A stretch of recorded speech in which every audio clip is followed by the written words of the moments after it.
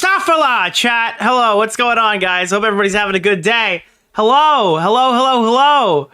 Boys, listen, we got a lot to cover tonight. This afternoon, rather. We are here in the afternoon because the UFC is on tonight, and I'm trying to get through some non-Ethan Klein related topics. And of course, to do that, we have to do like a lot of Ethan Klein. To you? A person? I'm sorry, guys. Listen, I know you guys like other topics. We are going to be interweaving clips from today's stream in between all of the constant Ethan updates that are coming out. Unfortunately, we do have to get through some Ethan to kind of explain some denims. Look, I have no problem with covering more Ethan, but we've been doing a lot of it recently.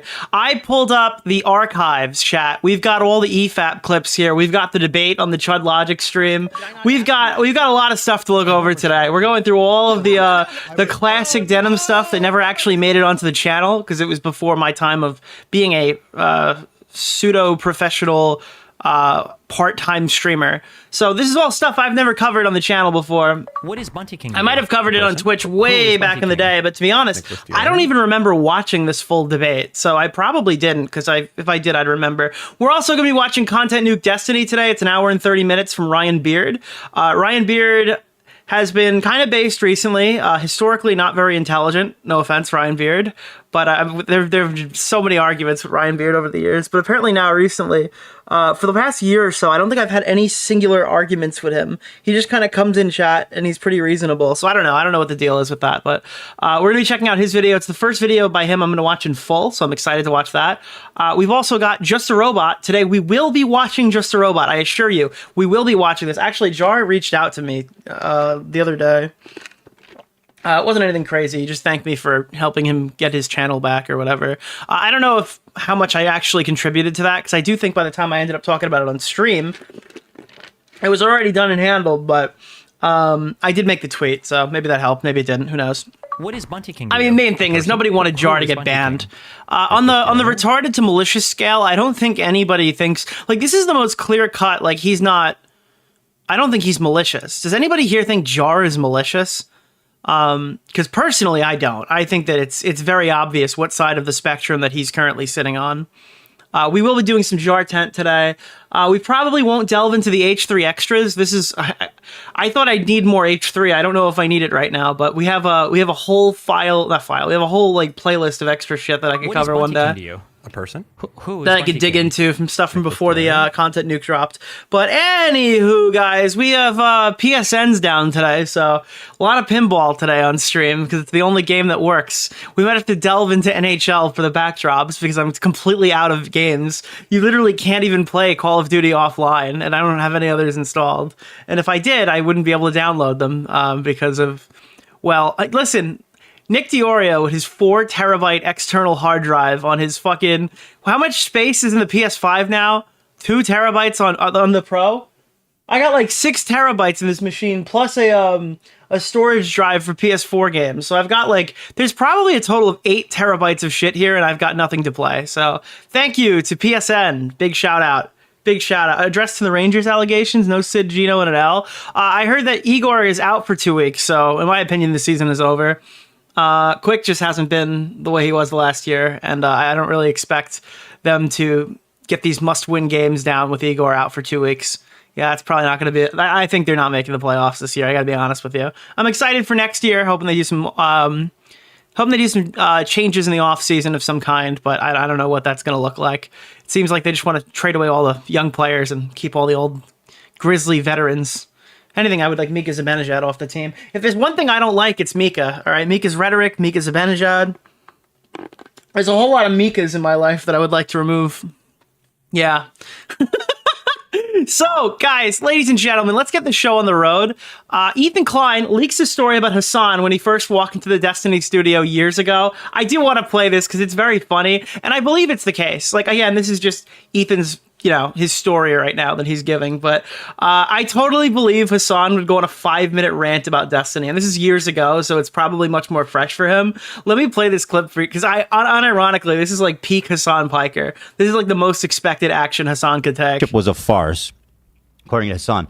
When he came in here for the first show, he immediately said to me and everybody, you guys can say you don't remember it or say nothing. He says, avoid Destiny. He's the worst person alive.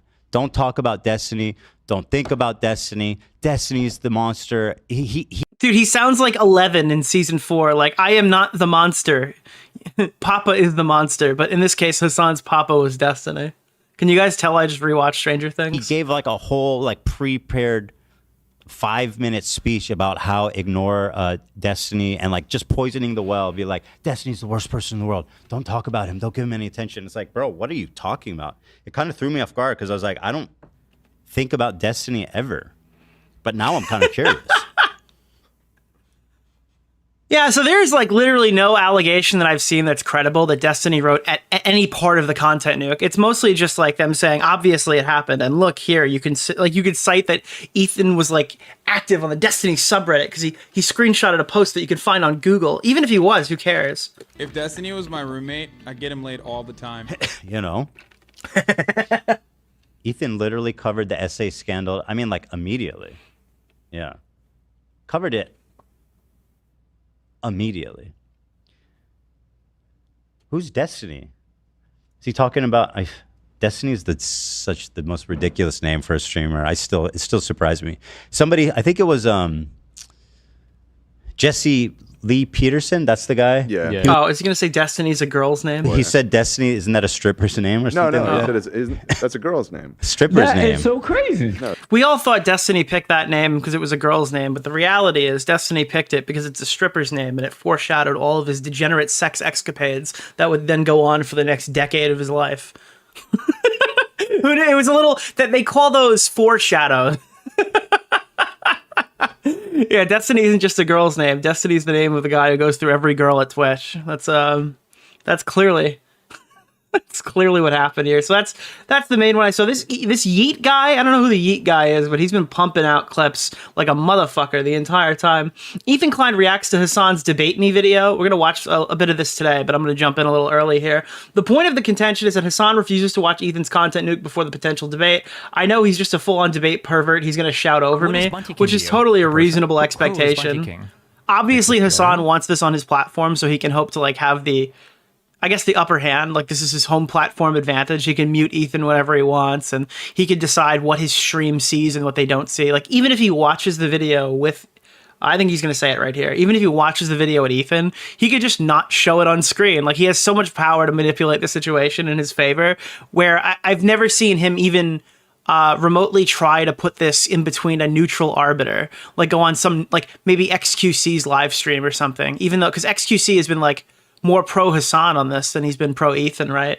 Maybe put this in front of somebody who's not super invested and allow them to, I guess, mitigate this. That would be cool, but I doubt that's going to happen either. It needs to be like the perfect way where Hasan has like full control over whatever shows up on screen or comes through the airwaves. Any kind of statement I make about this is not going to reach him in a positive way. Well, gee, I wonder why. Are you trying to You reach could us try- in a positive way? Yeah, is that what you're doing? Have you tried that?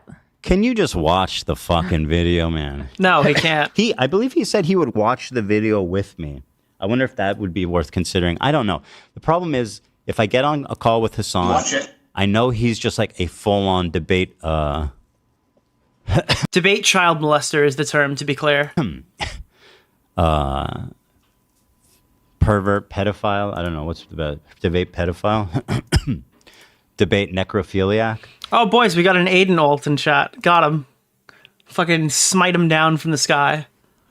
That he's just going to shout over me and, go on crazy tangents. Now, when he's saying I'm not going to be nice, what he means is he'll just insult you. I'll call as you a person. meanie. Yeah. My gloves are off, bunny. You're a meanie head. Yeah, it's absolutely super cringe what he's been saying. We're not going to watch all these clips because, for the most part, I think we're going to be checking out this whole segment. I don't have this one queued up. Ethan thinks Hasan has anger problems. Look how angry he is. Dude, these are like the classic Twitch debates from back in the day. These are like literal classics, dude. Dang, man. Have you no shame? No embarrassment? No sense of like awareness? What that word devalued means. and only to be undercut. So if you're gonna ask me to be on your fucking show, don't treat me like absolute dog shit when I'm being serious about what the fuck I'm talking about. How was he treated like that? Bro, this is like the iconic setup when Hasan punched the table and yelled "Weasley little liar," dude. Unreal. Nobody. By the way, is that what Casey Tron used to look like? Holy shit. She looks like somewhat normal in that. I don't recall anybody doing an ad hominem. The closest to an insult was when Casey Tron was like, "Oh, we should have brought in Destiny earlier," because he was playing, which was like obviously rude, right? But like That was Bad Bunny? Wait, what? Was that really? Wait. No, I think that's fucking Casey Tron. Is it not? That's not Bad Bunny. he was playing, which was like obviously rude, right? But like, so what? Grow the fuck up. But this, so people say this is the origin, the Destiny origin story. I'm not super familiar with like the timeline of the relationship. I wonder if they broke up after, how soon or close to this did they like?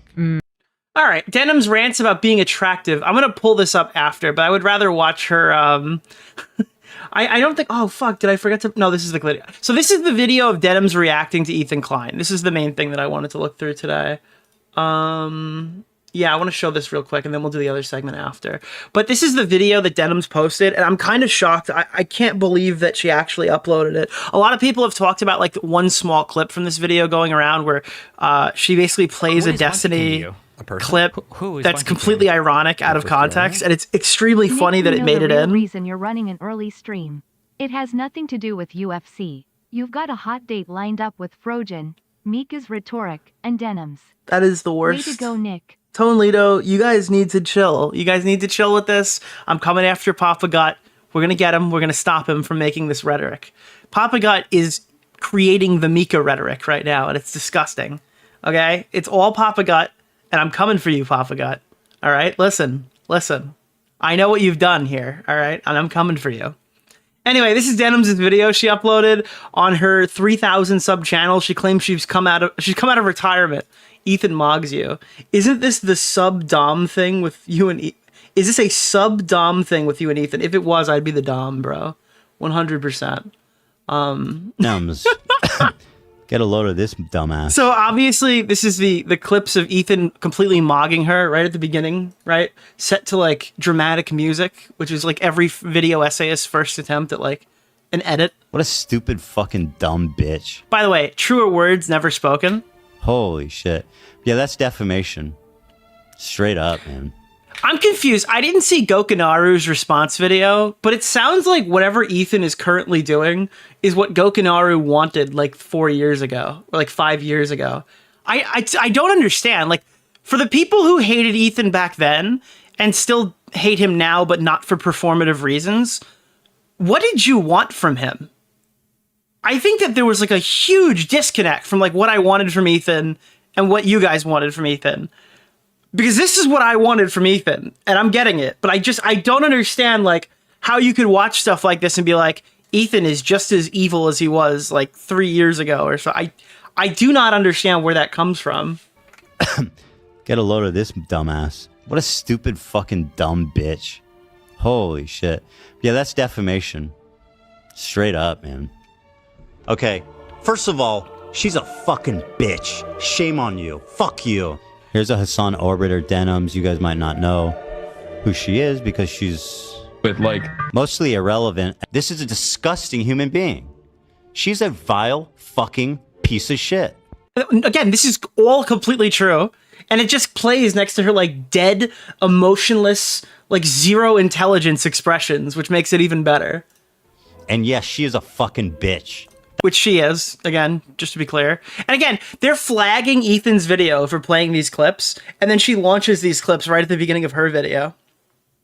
That's the funny part. Like, her audience is orchestrating Ethan's video to get taken down, and then she ripped the highlight reel of what they claim to be his TOS or whatever, and then she put it in her own video. So, like, why is her own audience not flagging this video down? That's a fucking bitch of a person. She is earning the coveted distinction of being a fucking bitch. I have decreed, let it be known, that Denims is a dumb fucking bitch. What a vile fucking human being. Hey guys, I think I pissed off Ethan Klein. Dude, just the smugness is such a great enhancer to the absolute retarded shit that follows. Unironically, this video is enhanced by her being so confident before she puts in the dumbest shit you're about to ever hear in your life. Not a lot of nice things What to is say Bunty about King to me you? since Who is the Bunty King? incident. 45,000 live viewers, by the way. 45,000 views. She had like 45,000 live viewers. I thought she was going to talk about fucking... Oh my god, dude. I thought she was talking about the fucking massacre that occurred when she said the incident. What is Bunty King to you? A person? I got around Who is Bunty 45,000 King? viewers. Like when those people killed all those Israeli civilians. I thought that's what she was talking about. Covering Ethan Klein's content, Nuke, on Hasan. The video was pretty terrible overall. And I think anyone that wasn't sure before is completely certain now that Ethan has become a shell of his former It's just like the gaslighting is absolutely fucking insane. self. In my echo chamber, everyone hated this video. I mean, shit, I used to watch this guy in high school. I wish I could fucking memory zap my face after watching this shit. Now, this video isn't going to cover the whole manifesto because, well... This video is not going to cover the whole manifesto. Can we get rid of the Queeman Wiggler? Yeah, I know. It's 14 minutes long.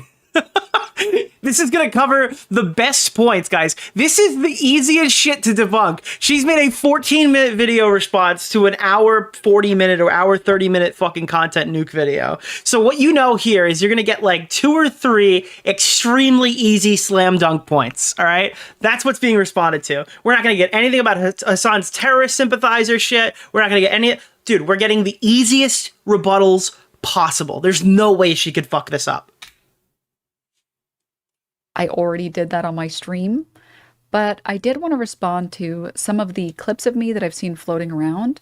Before we get to those clips, I wanted to address Ethan and anyone else that might have... Not only are we going to not respond to the full content Nuke, we're also going to go off course. So, yeah, these 14 minutes are going to be really condensing a lot.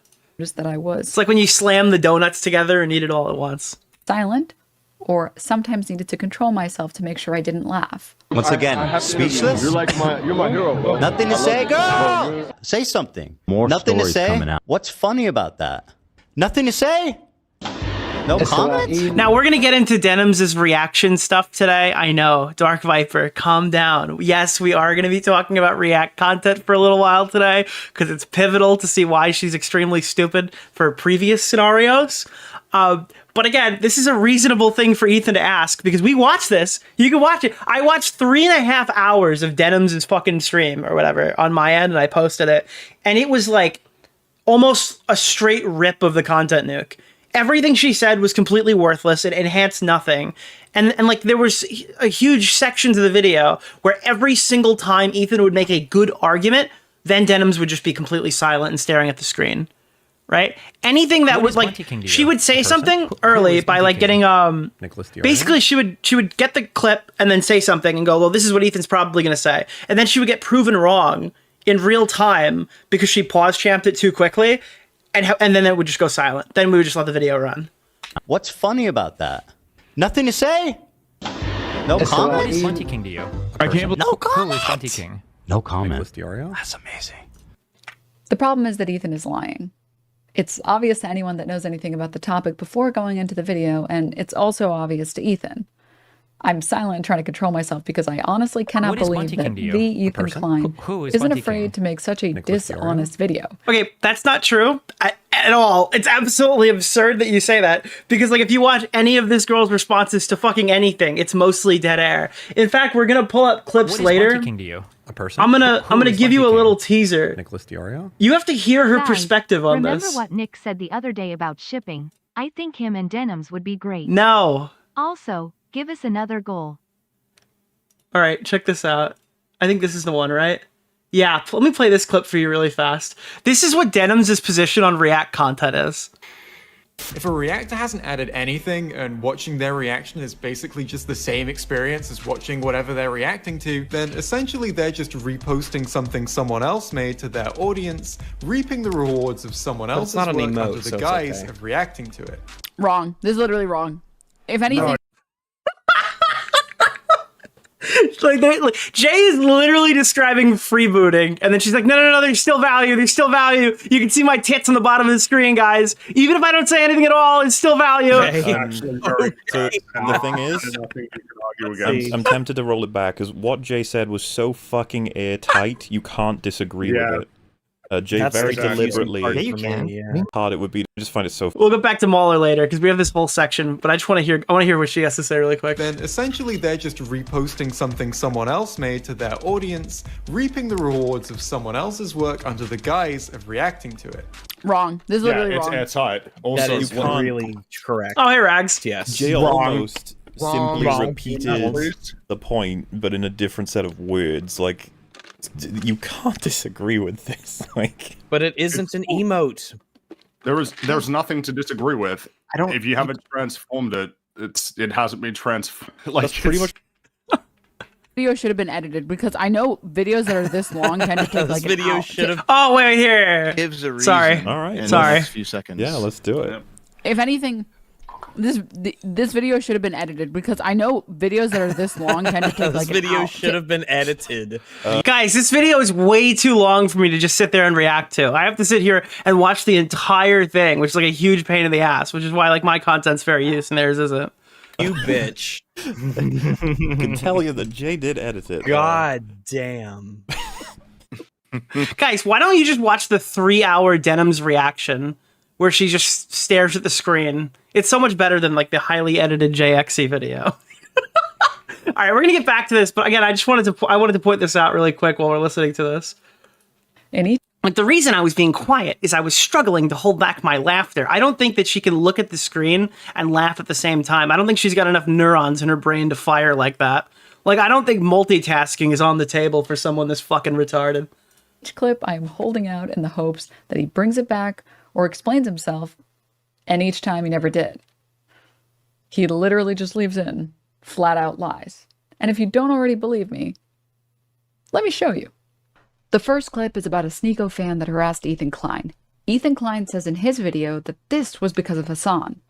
The clip is supposed to be me saying that this is obviously a Sneeko fan and then being dumbstruck when he's proven to be a Hasan fan, but he's not. Ethan is lying. Let's watch the clip from his stream.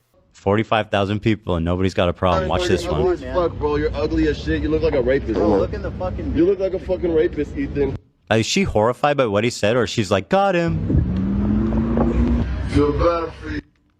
Okay, can I just say really quickly, it's very obvious from the way that guy's talking he's a Sneeko fan. I just can't understand this line of thinking Sneeko either. Lexicon. Can we just... Like, this is my favorite shit ever. How can you identify, like, oh, this is specifically a Sneeko fan, just off of hearing somebody talk? And it's so clear, even when watching this initially, Denims had absolutely no idea who this person's ever interacted with before. It was just like, this person is rude, therefore they can't be in Hasan's community. I talked about this on stream the other day, but, like, the odds are, right, out of the 40,000 people who were watching Denims, at least 10 of them were, like, probably rapists or child molesters.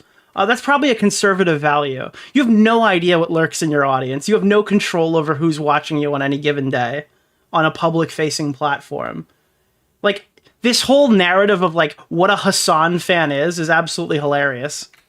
Be honest for just 2 seconds. Let's be honest. Like, finally, be real. please. Wallahi, that is not. Wallahi. No. What does that mean? Wallahi, I swear. Oh, I swear. Okay, good. She swears. Oh my. Also, I keep thinking fucking Wallahi is like aloha. I think I mentioned this the first time I watched this. Oh my God, bro, I love you. Hasan, can I give you a hug, bro? I'm so sweaty, bro. I love you, bro. I'm so sweaty. I love you, bro. Once again, speechless? You're like you're my hero, bro. Nothing to say, girl! You're the coolest guy. You just went a whole... And it's like, she at this moment would have had no idea if that was a Hasan fan and intentionally just shuts her mouth. Intentionally doesn't engage with it. Fucking, you just grandstanded on how he's obviously just must not be a fan of Hasan. And this mirrors like every reaction she gave throughout the course of the video. How could she sit there so stupid and smug? Oh my God. Again, Ethan is lying. His proof isn't proof at all. The first time this guy shows up during this stream, it happens 15 minutes earlier when he meets Hasan's crew. Notice he doesn't react when they say they're going to find Hasan. What are you guys doing? He doesn't react. We're just streaming. It's live streaming. Oh, live streaming? Yeah. Dude, I'm just like, Yeah, yeah, I'm yeah. a content creator too, bro. Yeah, sure. I do content. Sick. So you're just literally live right now? Yeah. Yes. How many viewers? A couple. A few. Few? Yeah. Like what, 30? Probably more than 30. Really? Yeah, I would say more than 30. Yeah. Dude, guys, my YouTube channel is at Dating and Money. Yeah, he's supposed to be jumping up and down, screaming with excitement. Subscribe at Dating and Money. I talk about Palestine Dating on and there. Money? Yeah, yeah. Dating and Money. I talk about Palestine on there. Okay, hell yeah. Okay. Okay. Yeah, I want to find his son. Okay. Where is this guy? Where'd he go? Yeah. But yeah, just type in at and then Dating and Money. It's like, guys, my opinion is invalid. Your opinion is invalid. This guy is clearly a clout demon. Just listen, chat. Do not fucking go to Dating and Money. Chat, you better stay here. Do not go to that. We can't afford to lose any more viewers. Hasan has fallen on hard times. You know this. Now, the clip from Ethan's nuke, which happens 15 minutes later. What's up, man? Oh my god, bro. I love you, Hasan. Can I give you a hug, bro? I'm so sweaty, bro. I love you, bro. I'm so sweaty. I love you, bro. I have to interview. Yeah, this literally isn't like Ethan Klein is a liar. Okay, well, there's two things going on here. So one, it's like whether you believe this is irrefutable evidence that this guy doesn't even know who fucking Hasan Piker is at all whatsoever. And then two, whether you think that Ethan knowingly like clipped this out of context to attack Denims with and then went forward with it. Like this is just insane to me. You're like literally talking about Palestine, yeah. You're my hero, bro. I love you, bro. This one is pretty ridiculous on its face, so I'll just leave it there. But here are some of the nice things this guy had to say about Hasan and me on his Twitter. You know the difference between you and Hasan? What? Not Nasrallah. The difference between, Ethan, the difference between you and Hasan Piker? Yes, what? Please tell me. So insightful. Oh, was that it? I'm sorry, I thought she was going to put something on the screen. Let's see. Bro, they pulled up the fucking thing of Hasan. Dude, Hasan's going on his Bo Blaxian arc. Women should stay out of politics. Look, this is... All right, listen, man. Listen, man. Okay, hold on. That's getting like dangerously based. Why are most of these tweets from like this week? This is from February 4th. This is from February 4th. This has to be from February 4th because I remember. Oh, sorry, February 1st. These are all this week. How would this affect the stream? Like, I'm actually glad I went back to look at these. Every single one of these tweets were just now. Guys, listen, dude, listen. This is he obviously fucking hated Hasan Piker. Here's the evidence from after the video was released. How will this affect Hasan's legacy? True. But here are some of the nice things this guy had to say about Hasan and me on his Twitter. You know the difference between you and Hasan? What? Not Nasrallah. The difference between, Ethan, the difference between you and Hasan Piker? Yes, what? Please tell me. So insightful. He never... I don't deny rape. I don't support terrorists.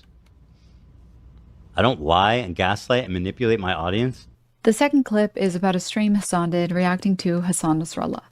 The accusation is that Hasan supports Nasrallah, Oh, wow. and I made a fool out of myself by saying that Okay.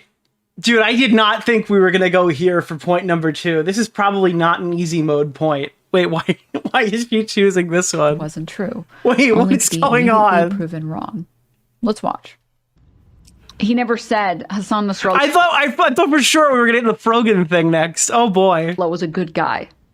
Right. You That's explicitly said Gallant was a good guy. Right, exactly, of course. Invented the legend of the Nazi atrocities. I don't have an issue with them. I can't believe I'm calling Nasrallah base. I mean, listen. Listen. You have to remember something, okay? A lot of these... So he specifically calls him base, just to be clear. Comment. That's amazing. Here's my comment. Hasan is reading a chat message. Yes, seriously. He goes on to explain that the reason the chatter might find himself agreeing with him is that Nasrallah is well educated. Okay. You have to remember something, okay? Okay, so at first, the base comment wasn't from Hasan Piker, and then he says this. A lot of these dudes, you see them in their fucking fits, and you hear about like some of their attitudes. So that's a reasonable critique about like gay people, for example, and you immediately fucking resort to Orientalist perspectives, not realizing that these motherfuckers are better read than you by a million. Okay, now I understand why Ethan included it regardless.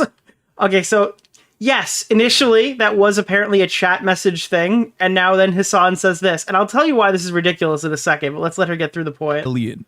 You might not agree with his methods, but ultimately, this motherfucker has read a shit ton of books. Okay, I thought those two clips were fun, but the next clip is a little bit more serious. Wait, that's it? Okay, so here's the deal, right? This is the person saying that we can't use anything from the Destiny subreddit over like the last 7 years to like reference Hasan Piker. Okay? So the reason why you might agree with this horrible person, even though they say terrible things about gay people, is that he's well read, is coming from the people who say that you can't criticize Hasan because Destiny is like an alleged sex criminal. That's actually fucking insane to try to maintain that position both ways. Like, I'm sorry, dude. If I cite a source from Kiwi Farms, they call me a neo-Nazi. If you cite a source from this fucking Mizrala guy or whatever, they're like, well, listen, guys read a lot of books, okay? Guys read a lot of books. It's like an insane hypocrisy. Yes. Before we get into it, a quick palate cleanser. You'll notice when we get to the next clip, Ethan Klein put a banner labeling me as an ex-Destiny orbiter. He's doing this to distract from the fact that he's currently orbiting Destiny. Hasan. Oh no! This is the clip that went viral, guys. You got to see this. This community is desperate to link This me one to is actually fucking insane. Currently orbiting Destiny. Hasan and his community is desperate to link me to Destiny, someone who I don't even know. They claim that he like ghost wrote my video, that he's my favorite creator. I wonder why people might think that. For one, Ethan uses Destiny's subreddit as a source for his stream. Here's him doing it in October, and here's him explaining why he got the Frogan section of his video wrong. Here. This is great because this is completely out of context. Denims is now going to completely pull Ethan out of context to explain why it's bad that Ethan pulls other people out of context. It's right here. Oh, never mind. It's right here. Right at the top. Frogan Rising Star 2024. Right here. What even is this post from? Is it even from Destiny subreddit? Yes, it is. Okay, so that's the post. Yes, so that's the post. So that is where I found it. And like, okay, I'll admit that was sloppy. But really, dude, I need you to look at the framing of this and then what actually happened. Why he got the Frogan section. Destiny wrote this video because we have two examples where Ethan has ever visited the Destiny subreddit, and one of them is this one. Of his video wrong. Here. It's right here. Oh. Never mind. This is Ethan showing that he got the screenshot off of fucking Google. Okay? And then she ignores this part of the fucking clip and then just says... Right at the top. Frogan Rising Star 2024. Right here. What even is this post from? Is it even from Destiny subreddit? Yes, it is. Okay, so that's the post. Yes, so that's the post. So that is where I found it, and like, and puts the "that is where I found it" part. I'll That's admit crazy. That was sloppy. But really, we could also just ask Destiny. Here's what he had to say on October 22nd, the day after Ethan Klein got caught browsing his subreddit. I know it wouldn't look good for Ethan to publicly do anything with you, but if you reach out on private at all, well, privately we chat a ton, of course. Why do you think No, she's got us. We could also just ask Destiny. Here's what he had to say on October 22nd, the day after Ethan Klein got caught browsing his subreddit. I know it wouldn't look good for Ethan to publicly do anything with you, but if you reach out on private at all, well, privately we chat a ton, of course. Why do you think I've been off stream so much the past week? I'm like scripting these fucking videos. But publicly, I mean, it's difficult to associate with him because Hasan is just going to accuse me of like mind fucking him basically. No! If Ethan Klein is willing to lie about all this other stuff, no! What else is he willing to lie about? I never fucked Destiny. I'm sorry. I'm sorry. That's the fuck. Dude, I can't, dude. This is the craziest shit that I've ever seen in one of these videos. This fucking stupid bitch goes on stream, unironically, and just says a bunch of dumb shit. Then she releases a recorded and edited YouTube video where she doesn't understand satire, okay? Somebody sent her this clip. I don't know where she got it, from some fucking deranged snark subreddit where they deny rapes every day. I'm sure that's where all of her sources come from, right? Well, privately we chat a ton, of course. Why do you think I've Destiny is literally cracking a joke right now in the middle of a fucking segment. Off stream so much the past week. I'm like scripting these fucking videos. Why is it hook, line, and sinker? I mean, it's difficult to associate with him because Hasan is just going to accuse me of like mind fucking him basically, right? Dude, and she just looks like, this is supposed to be like, wow, we've got you. Oh boy. And in reality, it's just like, I can't believe this is the same dumb bitch who said this shit. Listen to the fucking contrast here. Other aspects of culture, that if you have any type of attractiveness at all, it means that you have to be a dumb fuck, a total dumb fuck, because there's no way both can exist. And usually that perspective is coming from people. No, it's just you. You're just a dumb fuck. That's the problem. You're an extremely unintelligent fucking Hassan Piker's friend who gets a fucking free pass over at Twitch. Because that's literally all that's occurring here. It's actually insane. She goes on a whole rant about, oh, women can be smart and fucking and pretty at the same time. Well, yeah, that's just not, it's not happening for you. But yeah, I'm sure that definitely does happen out there in the wild. If Ethan Klein is willing to lie about all this other stuff, what else is he willing to lie about? Bro, if Ethan Klein is willing to lie about all this other stuff, what else is he willing to lie about? In the last 15 seconds, bro, we've got you completely clipping him out of context, you ignoring a joke to make an argument, and then... Oh no! What am I gonna do? Your tumor is rattling where your brain used to be inside of your head right now as you stare into the screen and try to make your point. I cannot believe that this was not only scripted, this was recorded. And not only was this recorded, this was edited. Not only was this edited, this was probably reviewed by somebody and then posted online willingly. Absurd. The day after Ethan Klein got... Do you think she's malicious or actually that's stupid? Well, she's definitely malicious, and we'll talk about it later, but I really do think a lot of this is just her being extremely slow, okay? People like this wouldn't have opportunities in life if it wasn't for social media.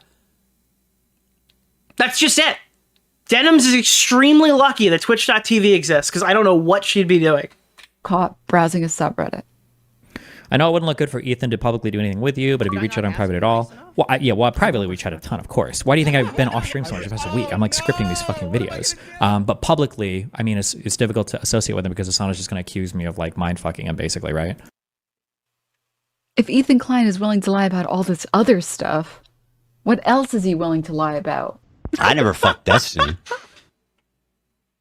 Wow, guys, great satire. Good shit. Good shit. Oh boy. Anyways, on to the final clip. She even has dead air in her own recorded videos. Very good. Go from believe all women to pics or it didn't happen. The vast majority of people, if not all, who were raped were murdered on the spot. Here's the thing, though. We are believing the women who come forward and talk about their sexual abuse or experiences. I'm not going to believe fucking Biden when he tells me that everybody's getting raped. She thought that was a slam dunk. Yeah, that tells you like how retarded she is. Like, I'm sure maliciousness is playing a big role here, and we'll explore that later. But this is an extremely dumb person. That's the main thing I want people to take away. That's insane. Mm-hmm. You realize that that's insane, right? Yeah. Obviously. Dam Goldstein Almog was kidnapped from her home on October 7th by Hamas terrorists and was held captive for 51 days. Though only 17 years old, she witnessed the... Now, Ethan addressed this, and we're going to play the clip after, but this is just like a fucking crazy clip. Essentially, what Denims is trying to say here is that Ethan played a video from somebody who wasn't raped specifically by a fucking, like, I guess, like, Hamas or something. But, like, instead, she witnessed somebody else being raped. So that's, like, the big gotcha. It's like she wasn't raped, somebody else was raped. Gotcha. Murder of her father and sister on that day, and is now speaking out about what she witnessed in Gaza as well, in a new documentary by Sheryl Sandberg. It's like, aha, I've got you. This specific woman wasn't one of the raped. Before silence. In new footage, Agam reveals that sexual assault and rape was a regular component of the life as a hostage in Gaza. Doesn't matter if fucking rapes happen on October 7th. Hasan, maybe you would like to call her a liar. Please, go right ahead. Doesn't matter if fucking rapes happen on October 7th. There are dozens of testimonies from witnesses, most of who were in hiding and heard or saw it What's the problem, fucking bitch? Did you not hear what they said? You respect women? Why are you calling them liars? How fucking cool is that? Say something. You just said you believe victims, but here it's a victim right now. And just to be clear, Denims does not believe victims. She plays team sports with rape allegations. I've got a clip of that as well. Woman telling you this happened and you're smiling? How do you disprove firsthand testimony? She goes, I wouldn't believe it unless it was firsthand. Here's a 17-year-old whose family was murdered in front of her and she was kidnapped for 50 days and continually raped while being in captivity. Nothing to say? Nothing? You're not going to fucking acknowledge what just happened? I will acknowledge what just happened. This woman who you claimed was continually raped in captivity did not claim to have been raped. In fact, when she was released from captivity, she had this to say. ואז אחד מהם, הצעיר, עשה איתי הורדת ידיים, אבל הוא הביא מגבת, כדי לא... כי אסור לו לגעת בי. אישה היא מאוד... אישה היא קדושה שם. אישה היא מלכה. היו עושים לי שיחות איך לשמור על אגם. הסברנו להם שגם אצלנו לפעמים כן יש שלאגם יכול להיות חבר, או יכולים להיות לה כמה חברים לפני שהיא תתחתן. אני אפילו מעודדת את זה, שהיא תתנסה, שהיא תכיר, לפני שהיא אצלה מוסד הנישואים. אבל היינו מתאמתים על זה. Later, she did a different interview for a documentary, which is what Ethan put on the screen. In that interview, she says that at least half the hostages she spoke to said they were sexually assaulted. At no point did she claim that anything had happened to her. And to my knowledge so far, no hostages have... Dude, that is just such a crazy line. Look at her sit there and explain this. Hold on, wait. Hold on. Oh no! Wait. Wait, hold on, wait. At least half the hostages she spoke to said they were sexually assaulted. At no point did she claim that anything had happened to her. Okay, so we just went from one person was raped to wait, that person wasn't raped. Half of the people she spoke to were raped. Fuck you, Ethan. And look at this. What? Knowledge so far, no hostages have given first-hand accounts of being sexually assaulted in captivity. I'm sorry. Hold on. All right. Now, so we're going to play Ethan's thing. This is fucking crazy. This is him reacting to this exact part and responding to it. But I need to show you this too, because it's extremely funny. In front of her, and she was kidnapped for 50 days and continually raped while being in captivity. Nothing to say? Nicholas DeOrio? Nothing? You're not going to fucking acknowledge what just happened? I will acknowledge what just happened. Oh, good. This is the first time I've ever seen one of these people. Okay. This is exciting. What did you say? This woman who you claimed was continually raped in captivity did not claim to have been raped. Oh my God. The narrator literally says it. So this narrator says that she met people in captivity that it happened to them, and she witnessed them telling her about it. Let me play this, and then let's say our point. I'm not playing the URR theme over this. One of the people said that they had suffered sexual and physical abuse. About half of them. In that interview, Fault, I'm not playing the fucking URR theme over your hometown, okay, buddy? Yeah, and remember, the narrator says that people suffer. Okay. Says that at least half the hostages she spoke to said they were sexually assaulted. At no point did she claim that anything had happened to her. And I will say, if Ethan makes this mistake here, which it appears he does, it's an issue. He needs to dot his I's and cross his fucking T's. That's something that he needs to do. He made multiple mistakes in the video. I don't think any of them are dramatically substantial, but I mean, that's a reasonable critique to make. But Denims can't just have it as like, oh, this is a mistake in the video that I understand how he got here or whatever, but this is not. She just jumps immediately to, no, that woman wasn't raped. All those other women were raped. Ethan is clearly a malicious liar and sounds like a complete psychopath. So, I mean, it's really difficult to engage with her video saying it. And to my knowledge so far, no hostages have given first-hand accounts of being sexually assaulted in captivity. What? Hold on. Seconds later, in that same documentary. But wait, before you move on, she just said, to my knowledge so far, no hostages. Well, you're going to like she this. Is wrong. Well, you're going to like this part. Because just seconds later, in the same documentary. Mida. Here's another woman. Now, I remember thinking... Oh, it's English. So you don't even have to read Denims, which I think is probably challenging for you, considering your brain power. Now is the moment.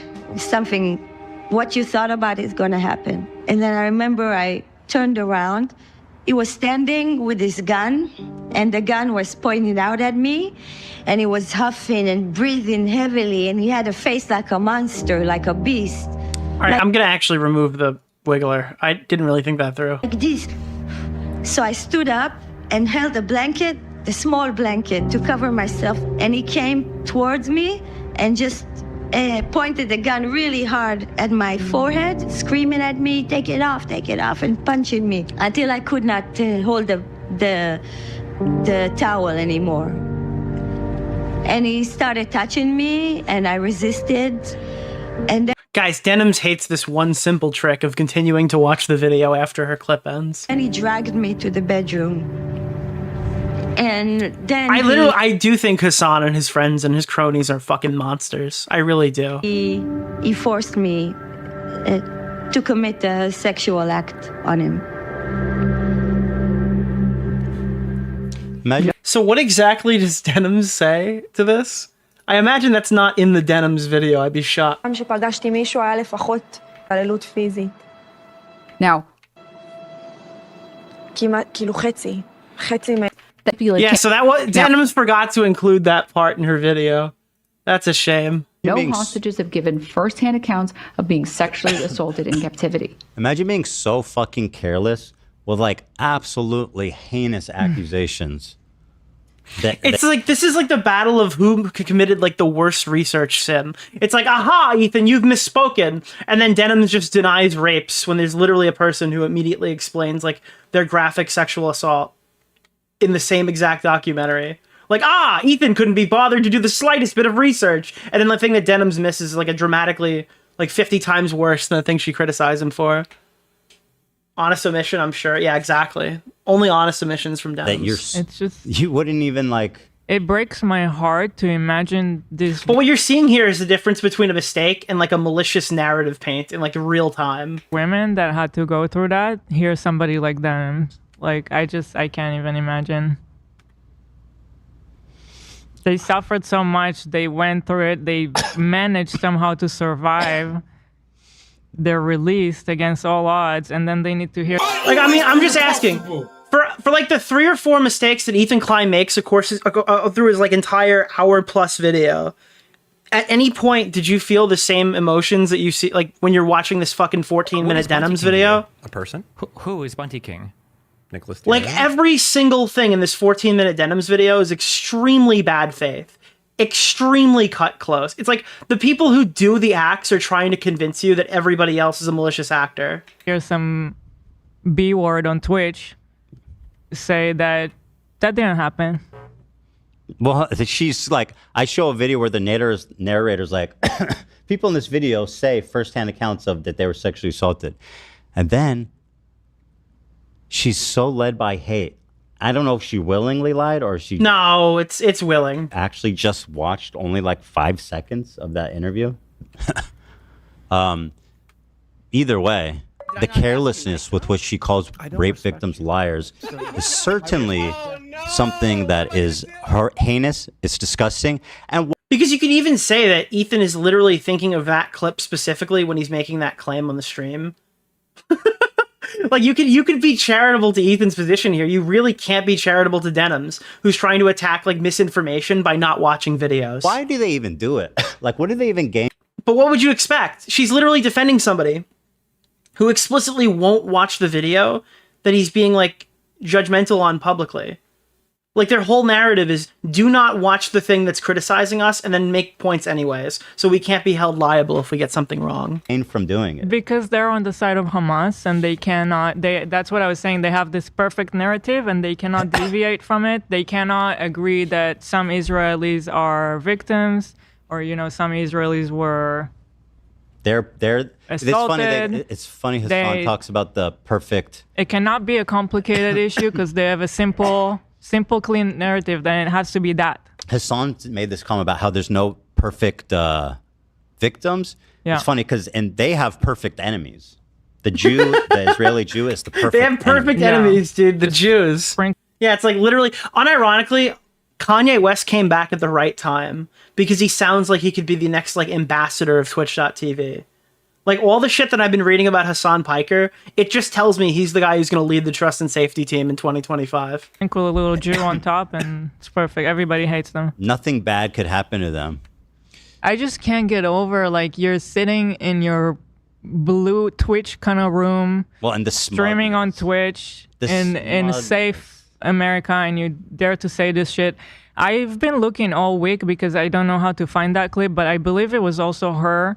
It was a clip just like this where she had this like Twitch streamer look in her room, and she was basically talking about how I shouldn't have done the IDF. I should have refused it and go to prison. It was Denims, yeah. Yeah, at the time I didn't know who she was. But wait, like, Denims said that Hila should have gone to prison instead of by refusing mandatory military service. These people are all fucking demented.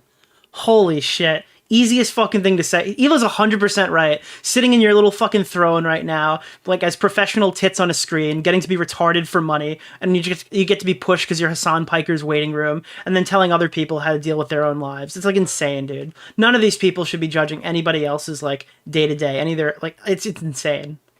Like now, given all the like, these are all fucking crazy people. This is like Asmongold giving advice on like how to clean your room. No context. It's even doubly as or more disturbing. Bro, this is like Destiny giving fucking relationship advice. Like, this is crazy. Knowing that it was her saying that about a mandatory service.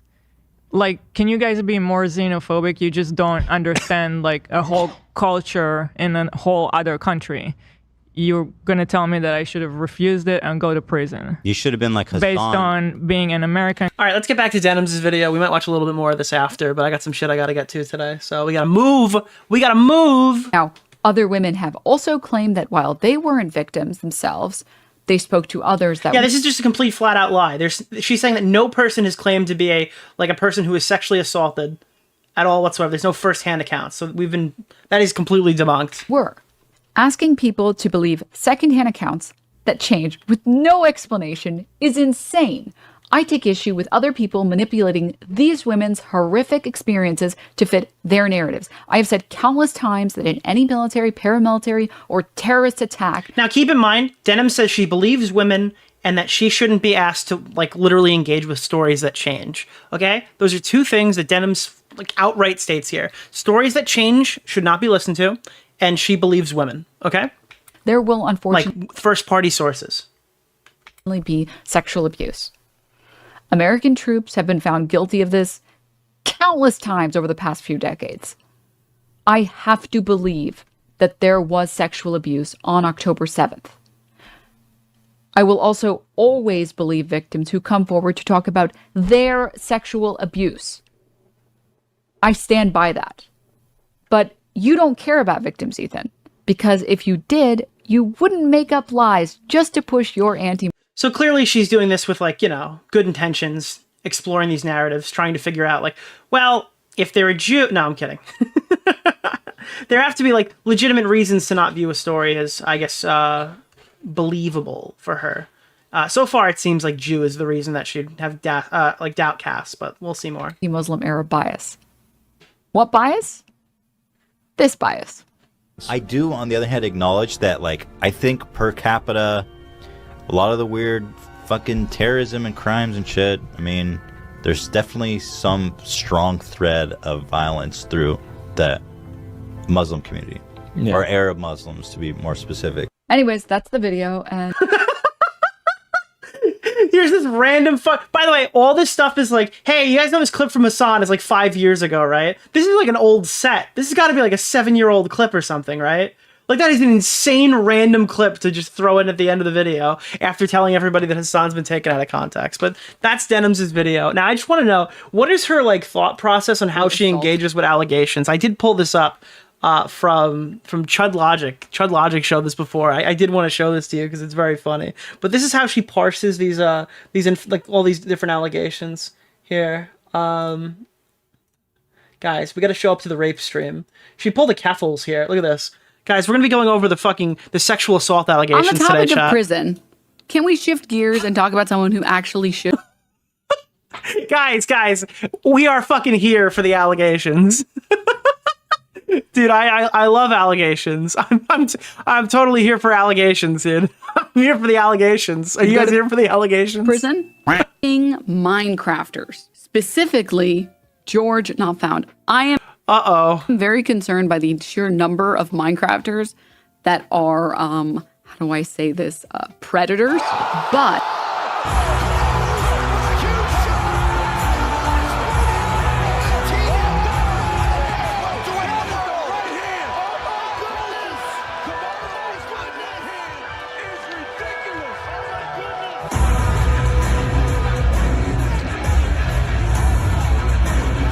I think the Katie Bug situation was what created URR.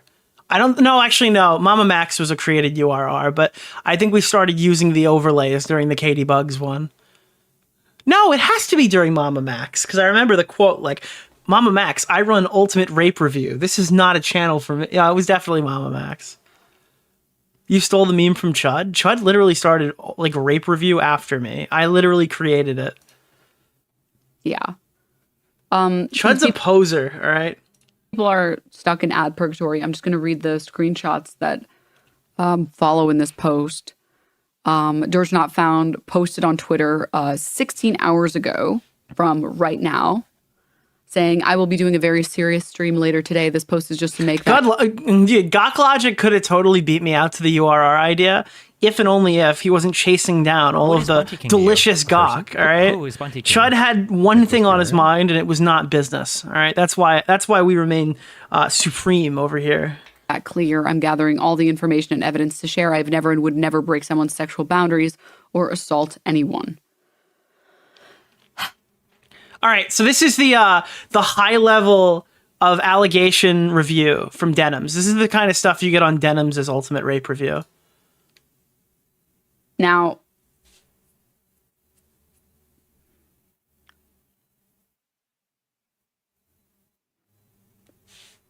by the way, yes, we didn't pause. That was just her trying to formulate a thought. That was like a lot. All right, she's going to say something really intelligent because that was just like a solid 10 seconds of complete silence in between words. All right, you got this, Denims. I believe in you. You'll figure this one out. I would like to say... My eyes are up here. She's still thinking, chat. She's still trying to figure it out. Just as I have a given... What would be... Dude, this is like unreal. Even when there's nothing to react to, she's still slow. How could you guys say someone like this is malicious?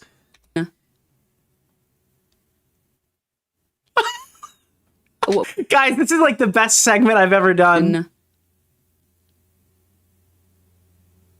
Do we have like the sound effect, the dial-up sound effect for her to think? Guys, she's buffering mentally. Look at this. Just as I have a given...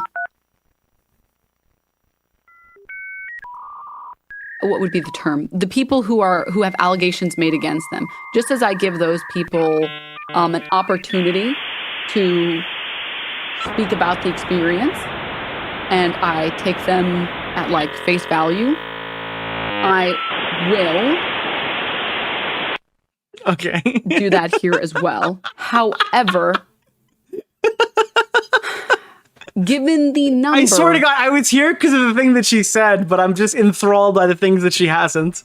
Of other Minecrafters who have... Oh, I'm sorry. This is why we're here. I apologize. We are here for a reason, I promise. Given the number of other Minecrafters who have engaged in this behavior, I believe her. All right, time out. So wait, whoa, hold on. All right, so we go from like, I need a first-hand source, okay? I need someone who like literally is saying it happened to them, and now it's just like, I think that Minecraft people rape because there's other allegations. We don't even know if they're true or false at this point, because like the dream ones are false, right? Just because they're a Minecraft YouTuber, We are just believing them outright. By the way, this is not some high-level fucking review after watching all the content. All she has done since the very beginning of this is watch like 3 seconds of Katie Bugs and then read George's statement. We are 12 minutes in to her 2-hour coverage, and she's like, yeah, this fucking guy did it. This guy did it because all of his friends are Minecraft rapists, and that's the only way it could go. And of course, like in the Quite situation, for anyone who doesn't know, YouTuber Quite, spelled Kwite, had someone come out against them and say that they were assaulted by him. And about a month later, he prepared a 2-hour video where he was previously anonymous. He showed his face to make sure that everyone understood that he was being very serious. And he basically broke down everything, every single allegation, and also said that it was literally impossible for him to have assaulted her because he's still a virgin, and he posted all of the logs between them. I thought it was that like his dick didn't work. Didn't he say like I could not have raped her, Your Honor. My dick doesn't get hard or something. I thought that's what it was. Maybe somebody lied to me and I've just thought that about Quite for the past year. And it showed that he had not... Wasn't that it was gay? I thought he said that his dick just doesn't get hard, so he couldn't have done it. Been pursuing her. She had been pursuing him. And so I do think it is important to always keep that in mind and understand that, you know, there are bad actors and all that other stuff. But I will say, however, in this context, within the Minecraft community, I'm going to lean towards... This is just crazy, guys. Guys, does anybody know if Katie Bugs is Jewish? Can somebody do some background check? Is Katie Bugs Jewish? Because if she was, I don't think Denims would be this. Or if she knew. Guys, does anybody know if Katie Bugs is Jewish? Can we get this? Guys, that's the big thing that we need here. I'm not seeing Can I say anything. something to you, Nick? I really like you. Why? Whoa. Okay, that's not... Alright, there's an account that's called Katie Bugs Whore, and it's tweeting at Hitler. You had one fucking job. Okay, Jesus Christ. Alright, that's not Katie Bugs. I thought I found it. That wasn't Katie Bugs. Not Katie Bugs, chat. That was not her. Okay, dude. Holy shit. Holy shit, dude. Wow, these are the kind of people you're defending, Denims. Anyway. Yeah, so I just wanted to show you. Denims, this is what Denims needs to call somebody guilty, right? The fact that they know other people, or they play the same video game as other people, just to be clear. That's what Denims is. That's her whole thing. So yeah, the level of skepticism here for like the Jewish victims is kind of crazy. This guy cannot stop talking about the video he refuses to watch. He doesn't have time to watch it. He uploaded like a 3-hour reaction to the Destiny content nuke, by the way. He does, however, have Yeah, time we to pointed watch that out Goku last Naru stream. Wait, so he not only watched Gokunaru, he also he watched the Destiny video we're watching today. Guys, there are so many Palestinian people who are having a terrible day out in Gaza right now, but we have time to watch Destiny, just not a video about me. Gokunaru. He like uses these fucking Palestinians as a shield. And light and soul. Like, you know, I could see like a Papa Meat video of like a starving Palestinian child being like, Hasan, can we have some money, Hasan? Sorry, bro. Unfortunately, I got to drink Coca-Cola and cover the Destiny content nuke today. Can't get anybody on your side, unfortunately. Hasan, you should react to the content nuke video by Ethan Klein. Sorry, buddy, can't do that. The Middle Eastern historian Gokunaru. We've got to react. So anyway, here, let's take a look. Hasan Can I have a Pepsi? can't stop talking about the content nuke, but still refuses to watch it. Do you guys remember the clip where Hasan was drinking like a fucking Coke or whatever? Like it was like a Coke Zero or something, and then one of his fans came up to him and said, Hasan, think about the boycotts. And he's like, shut the fuck up or something. There was a clip of that where like he got confronted by his own fans because he was drinking something that was being boycotted. Provide any meaningful rebuttal. Oh, he changed literal proof of audience capture. It's crazy. his background. I hate AB it. would love that. Lights. Although, Hey, Hasan, I looks hate like a your pet new store, background. frankly. Doesn't it? It looks ugly as fuck. The rumor is Hasan changed his background, so people say the clips are older than they actually are. Like, that was what I saw on the H3 subreddit was having fun with that. Like, he literally built a new set behind him just so he could fucking, like, say, oh, guys, look, that's literally from my old set, guys. Yeah, I'm gonna agree with you. I think his room looks better with like. Oh, here, Hasan acts to boycott Coke Zero and Pepsi at his event. Look at this. What? That looks awesome. Holy shit. Okay, I definitely need a bite of that. Oh my god, you got the shirt He and has the everything. merch. This wasn't intentional. Just for the rally. Yeah, let's do it. I love your Did pants. you guys heard of We're about to. We've been trying to make our way, but someone had to get fucking squid. I'm gonna try it out. Someone had to stop us. Are you a secret Zionist? Oh, very outwardly. You know, I'm doing He loves Israel. It's nice to meet you both. My name's Laura. Nice to meet you, Laura. Let's do it. Let's do it. Let's take it. I'm missing it. Smaggle, what did you? Why did you not timestamp this? Hell yeah. Thank you. Oh shit. We're still going. Okay, yeah. Oh shit. We're still going. Okay, yeah. Okay, we're. It's not this one. All right. Well, Smaggle is permad, dude. Smaggle is permad. Hasan is asked to boycott Coke and Pepsi. Is this? How is this not it? You're drinking with this boycott stuff, please. Hasan. Okay, yeah, this is it. This is it. Smaggle's unbanned. Smaggle's unbanned. Yeah, of course. Oh yeah. Thanks so much. I'm sorry, I forgot to say you need to stop drinking Coke Zero. I'm sorry, I forgot to say you have to stop drinking Coca-Cola Remember how on Tech One stream. was recently accused of Saab by his ex with no evidence, and Denims came out to supported her doing so. Yeah, I mean, I Not don't know what because she happened with believed her, but because Tectone. of his vibes and making fun of Frogan for her veterans take.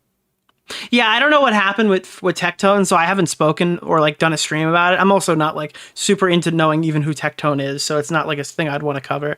But Denims immediately jumped onto it because like she hates Tectone. That's the only reason she covered it. Why? Boycott. Wait, is it? You're preaching pro-Palestine and you're drinking with this boycott stuff, please. Thank you. Hasan. At least pretend. Do it off stream, please. Okay, I'll put it in. I'll put it in a glass. I'll put it in a glass. Is Pepsi okay? No. Is No soda, Hasan. I didn't know. I didn't know it was like that. I'm trying to stop it. These are not. That's fucking insane, dude. Makes no sense. What is this half and half anyway? I What think is- his room looks better with like Hamas, and Hezbollah and Houthi shit, Yeah. like from the video. Like in your video, yeah. It's more suiting. Anyway, let's see what he has to say. Making that kind of content, making that kind of taking the initiative and making that. What is this frame, bro? Why are you just like in the corner? It's absolutely terrible. It up, man. Well, this kind That of kinda looks like content. the political version of Tipster's room. Like, what are all these fucking shelves with this weird lighting? This looks like a fucking cheap Amazon thing. And it's all like every cubby is like too small to house anything meaningful. Like, yeah, it's just a bunch of useless trash and like an animal behind him. Oh, is it just so people can see Kaya? Is that like, dude? That's fair. That's justified. I know, but it's like he's doing the. You remember the CS:GO thing? The kid he apologized with his golden retriever. Yes. You remember that? Oh god, that's like so niche now. Probably CS nobody Martin. knows what you're Love talking would- about. Love- you know exactly what I'm talking about. Love would During know. the CS:GO Lotto controversy, that dude made. Oh my god, wait, you're talking about T Martin. When T Martin's like, oh god, Spot, how am I gonna make this video? I don't remember the name of the dog, but he just looked at his dog and he's like, I don't know how I'm gonna make this video. The apology with his golden retriever. Yeah, T Martin. T Martin. Yeah. I love That's what I'm saying Hassan's doing here by sitting in the corner. So Dude, that's old YouTube. I think, wasn't that one of the first episodes of Baited back in 2016? Kaya has the majority of the frame. Yeah, You know what I mean? It's crazy that T Martin and Ali A used to be like the two COD people to watch. And I like T Martin better, but bro, Ali A won the war. Holy shit, did Ali A win the war? Click move. Oh god. is not for someone who has any sort of kind. Let me go back, 'cause making this is that kind incredible. of taking the initiative and making that. What? We have a dedicated T1 line. Yeah, what the hell? What is this Not buffering? T1, but yeah. Is it not T1? I was under the impression we were at T1. Kind of con thing. Isn't it 2? We've it's even better than T1. What? The old "you can't get mad at me, look how cute my dog is" trick, bro. That shit works on me sometimes. I'm not gonna lie. We at T9? It's just fiber. We have fiber internet, yeah. Fiverr. Yeah. Fiverr? Bro, if I don't care if like somebody fucking kills somebody, dude. If they have a pet pass away or something, then I kind of feel bad for them still. I don't know what it is, dude. Sounds good as fuck. That's like my weakness. Doesn't sound that good. Oh, I got my computer in the basement hardwired. Nice. That's the huge. shit, bro. I've been pushing It's like I think we got to give him a chance, guys. He's going through a lot right now. for that for years. Oh, it's so You had big. Wi-Fi before? Yeah. Yeah, He- because Oh it was my he weird. games God. on Wi-Fi, bro. It wasn't Boblax should get a pet. Dude, if Boblax got a dog, though, it would be so fucking ugly. Like, I just know that Boblax would get, like, the ugliest, most stupid-looking dog. I've been telling him for years. It wasn't easy to wire it. It was in a weird Yeah, spot. it's I had to not- bring an electrician Yeah. to do it. Like, Boblax is so fucking retarded, he would get, like, a coyote or something. He would, like, raise a coyote from his backyard. And then the state would take it and, like, shoot it with a staple gun. My old apartment, I just pulled like a 50 feet cable from the closet. Also, I'm not. If I was doing competitive gaming, I definitely would have. Yeah, Boblax would, like, he would have, like, the cutest possum. That just screams like Boblax's pet. Like, Boblax is like, my parents wouldn't let me have pets. And it's like, wait, why? He's like, because I wanted to have my own possum.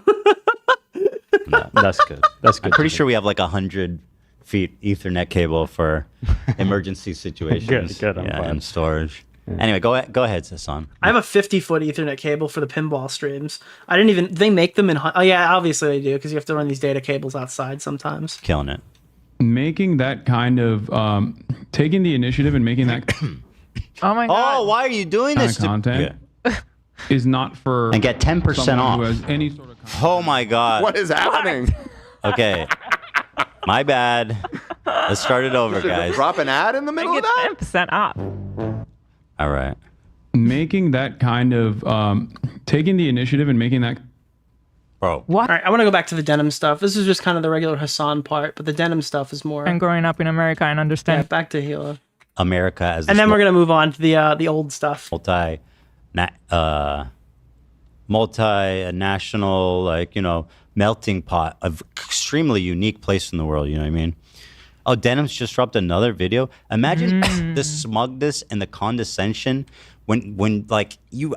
She's the queen of getting owned 1 second later. I think that's like her thing. That's like, and this is maybe even the worst one so far. Look, because she lacks the ability to have foresight, right? She can't multitask. She can't think ahead. She can only do. Like, if Denim stops thinking, she'll stop breathing. That's how unintelligent she is. Jessica says 1 in 5 won't be essayed in their lifetime unless they're Israeli. Then they're lying. But like, why the fuck do you need the Hamas terrorists to be like, you can't believe that one of these guys were raping people? I mean, there's videos of them like beheading people. Like, I don't know how can she say so insanely, and like I can't believe it that she can just say there have been no first account cases. Well, that there's so many. What are you talking about? There is so much evidence. What the fuck are you talking about? In my video, I show like 10 articles. She could just Google the. But again, all she had to do was watch 5 more seconds.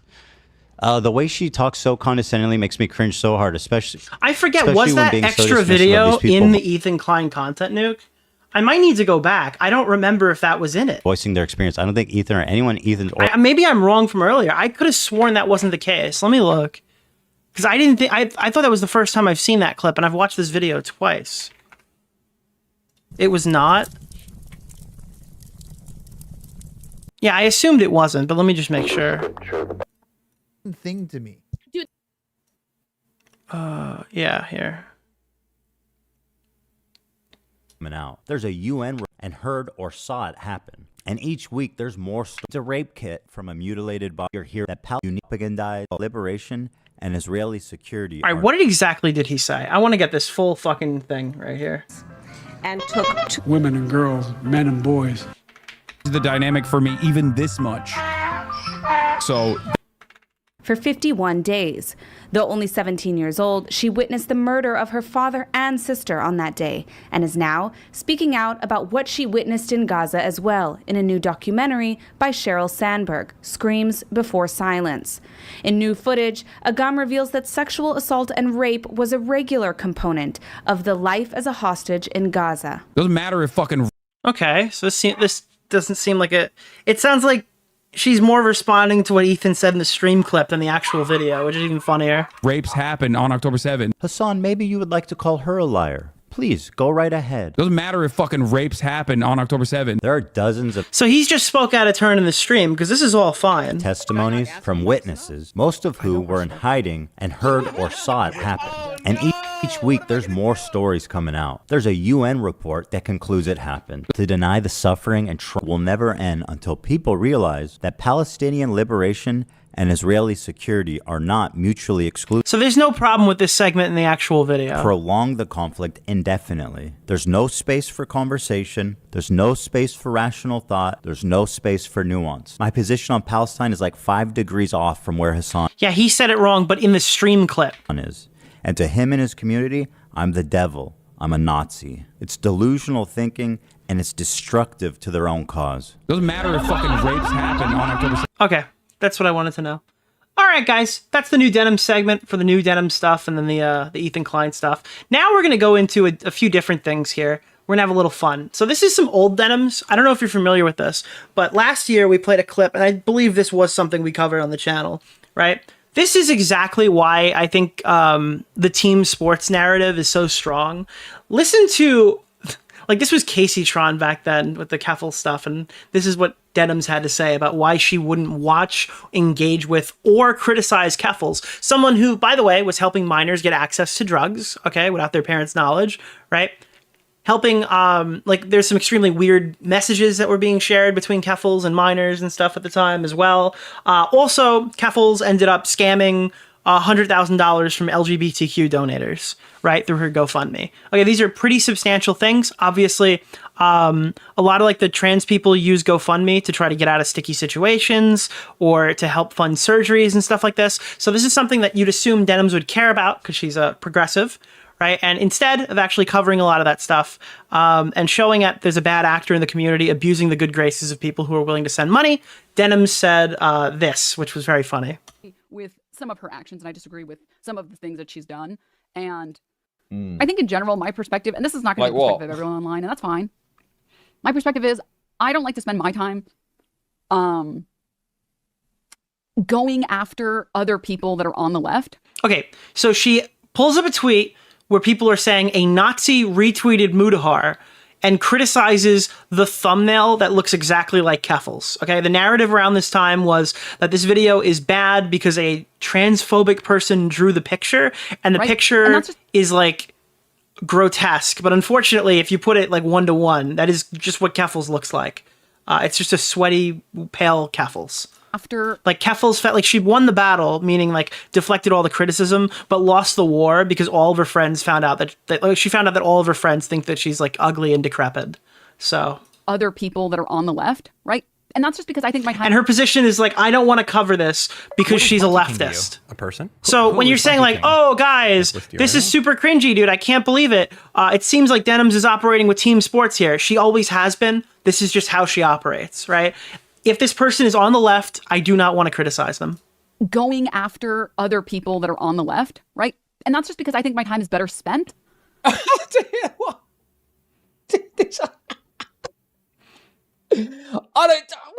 Why? Why does that matter? Why should that make any difference? And again, we were talking about how these people purity test everybody else, but hold none of the people in their own communities accountable. If somebody fucks up in the trans community or some of these progressive communities, it's just, well, how can we blame this on whatever person we've deemed to be a Nazi today?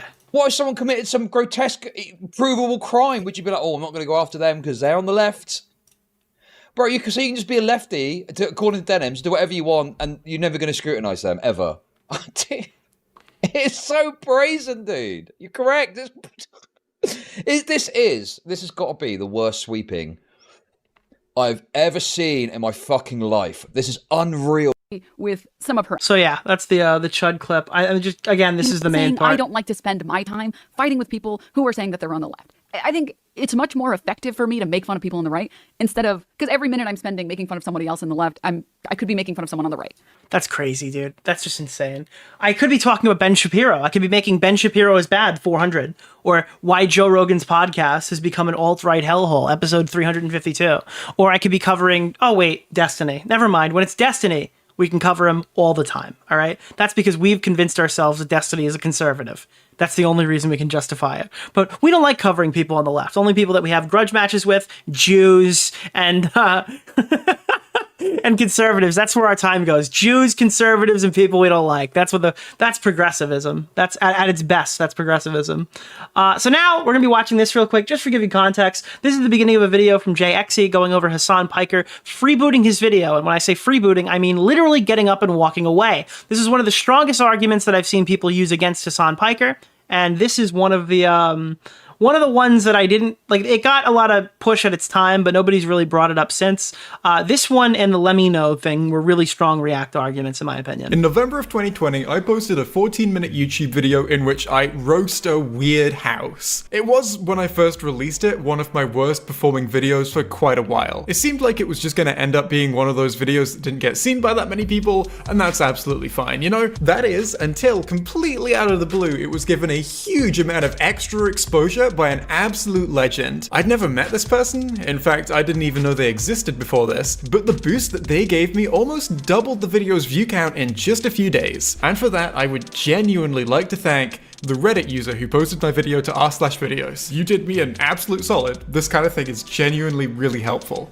Anyway, today we're talking about reaction content. Chances are you So that's what happened. Essentially, it got posted on r/videos, the video exploded, and then every major reaction Twitch streamer watched it. I think the Hasan Piker one was most notable because he wasn't even present. You could find a bunch of these clips, and I think Mauler, even back then before I really knew him, sent me a highlight reel of Hasan Piker just eating snacks. While not watching the video as they played in the background. But this is Hasan Piker watching the JXE one. Of the video, but then right at the end when I just take 20 seconds to talk about other stuff I'm working on and where you can find it, well, he turns it off before I can say any of that stuff. Growth industry? That's everything I have for you today. This has just been a very small project on the side. And that's after he's come back. Most of this video, he's just not even present. And you also couldn't see, yeah, look at this. Look at this. It's just playing. How highlight me for the video of mine he freebooted, I wouldn't take his money. However, when this kind of thing is done completely with where is it? Been years of work on. Look at this. This is the chair meme. The chair meme you always see. It's the JXE chair. On behalf of the creator, I once spent 6 months working all day, every day on one single YouTube video, and if Hasan had freebooted that, I would be very pissed off. I would be even more pissed off if I was a creator who genuinely was struggling, either financially or in just getting people to my channel to watch the videos that I make. And I would be more pissed off if... So yeah, that's what we're dealing with here. This is what we're talking about. Now, Denims had a lot to say about it. We played a clip earlier, but I am going to play a little bit of it again. The EFAP guys did great coverage. You can check it out on their channel. Also, check out JXE. They make really good stuff. But EFAP 180 is the entire Denims JXE saga. It's 9 hours long. And you're going to get a ton out of this one if you want to see a bit more than what I show today. There's nothing to disagree with. If you haven't transformed it, it hasn't been transformed. That's pretty much what Jay did, yeah. If you've stolen it, you've stolen it. Wrong. So Denims here is trying to justify the usage of React content when you're not even engaging with the source material. There's no reason for it to even be on the screen. Essentially defending the Hasan Piker get up and walk away strategy. Oh, let's do it. If anything, this video should have been edited because I know videos that are this long tend to take an hour. Yes, Denims' position is she's far too retarded to engage with long videos. So they need to be they need to have kinetic sand in the background or Subway Surfers playing. That's the only way she can engage with this stuff. Vertical video is best. Could have been edited. She's like a TikTok girl, okay? Or she's trying to give the aesthetic of one so she looks younger. You bitch. I can tell you that Jay did edit it. God damn. Thank fuck I edited down his stream, trust me. A lot of 56 minutes is way too long for me to watch, guys. It's too Can't much. do It needs it. to be edited down. You gotta edit it down. Yeah. Someone Tend to who's- take That's short fat otaku, right? That's Dev. Someone who's complaining about, oh, how can I possibly go for this long? And you shouldn't be complaining about length of things you're responding to. Every second is precious because you don't want to be left in a position where you have to. All right, Rags, I'm expecting that position from you, Mr. 9 Hours. We've all seen the Jenny Nicholson. Is it Jenny Nicholson? I forgot. Have you guys ever seen the EFAP meme where it's I didn't like the Joker movie, and then it's EFAP Jenny Nicholson, I didn't like the Joker movie, and it's like a 30-minute video and like a 12-hour stream. I think the reality of it, though, like an hour was spent talking about her video, but every like dipshit dumb fuck on Twitter uses that to like go after the entire podcast because they actually react to stuff and have stuff to say about stuff they like. To take someone's video, right? It gets posted every time. Yeah, it's like, hey guys, Mauler just interacted with something. Here's the Jenny Nicholson Joker tweet. Just send it in there. Yeah, I was gonna say she should be happy that the video. You should be thrilled. Yeah, that it takes so long for this. You said EFAP has horrible taste in movies? Yeah, dude, they didn't even like Deadpool versus Wolverine, bro. I don't know how I go on there, dude. They have horrible taste in the best Marvel movies that money can offer, dude. All right, listen. Mauler's telling me, he's sitting there, he's like, guys, this is just not a good movie, all right? I don't understand it. This reaction there, or this reactee. That one sucks, sorry. Fuck you. It's great. It's a great movie. I like how it's very bland colored. I like how there's not very many colors in it, and it all looks like it was shot in the middle of the desert. To get their stuff out. Because I know videos that are this long tend to take like an hour, tend to take like months to make. What? Or at least a month to make. From talking with. It sounded like you said the N-word. No. Based! Other people do this meme. Hour, she was gonna say. More like the N-word. To make. What? Or at long tend to take like an hour. Whoa! Tend to take like months to make. What? Videos that are this long tend to take like an hour.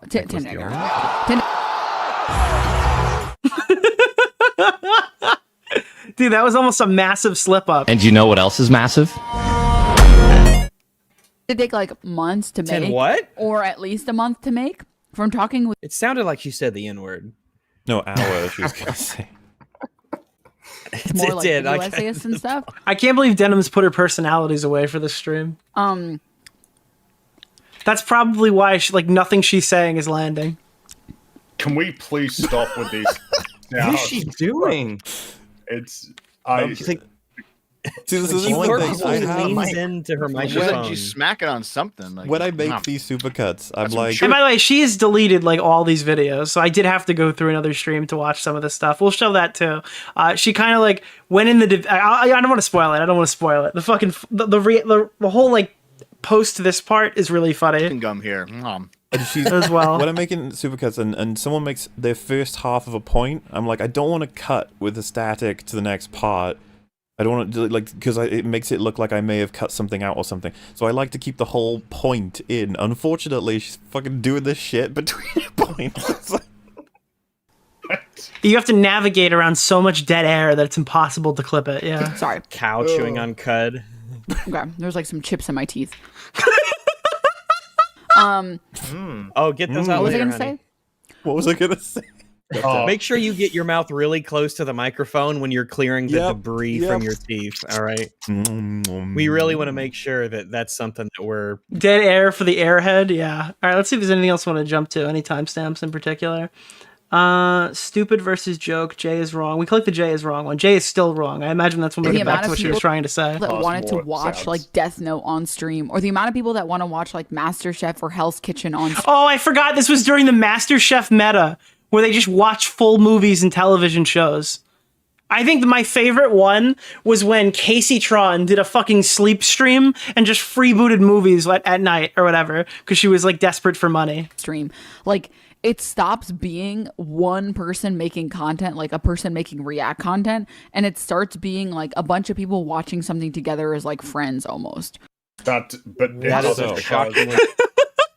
Dude, I think Dark Viper would literally have an aneurysm if he was forced to watch Denims. A stupid thing to say. We should get him involved with Denims. Just to make sure it's nice and clear. Dark Viper, listen, if you're listening right now, you need to watch this, okay, buddy? We've had a lot of problems in the past, but I swear this is good for you. Saying Jay is wrong because even if the reactor adds nothing, there's a group of people watching it now, which is fundamentally different than watching it on your own. That's literally her position. Yeah, Mauler, that's exactly what she's trying to say. Even if I'm not in the room, the audience is what's making it fair use. Yes, because that is what it means to transform content. It is that you, as an individual person... I transformed it. I transformed the money from your pocket to mine. ...just have a sort of subjective feeling that it's different. Well, to transpose it this sounds like... to IRL, you go to see the cinema, to watch a movie, you pay, cool. And then I'm like, if all of you guys can come with me, we can watch it for free because that is fundamentally different than watching it on my own. Yeah. Yeah. It changes the experience. It's transformative. Just that meta aspect turns it into something different. Her point makes sense if she was streaming it. Yeah, we need to like try to weaponize Dark Viper and send them in to fight all the stupid people we argue with. Say he's got to like repent for his sins. Now I realize I've said Dark Viper's name, so he's gonna come back and start making videos again. In her private Discord, I've got 16 Willie Mac show videos ready to drop if Nick mentions me again. Discord server to her subs who have paid her for the experience, like a movie watching experience with Denims once a week, every Sunday night or something, you know? But okay, fine. Well, even that's kind of sus. Is it? What do you mean that means anything?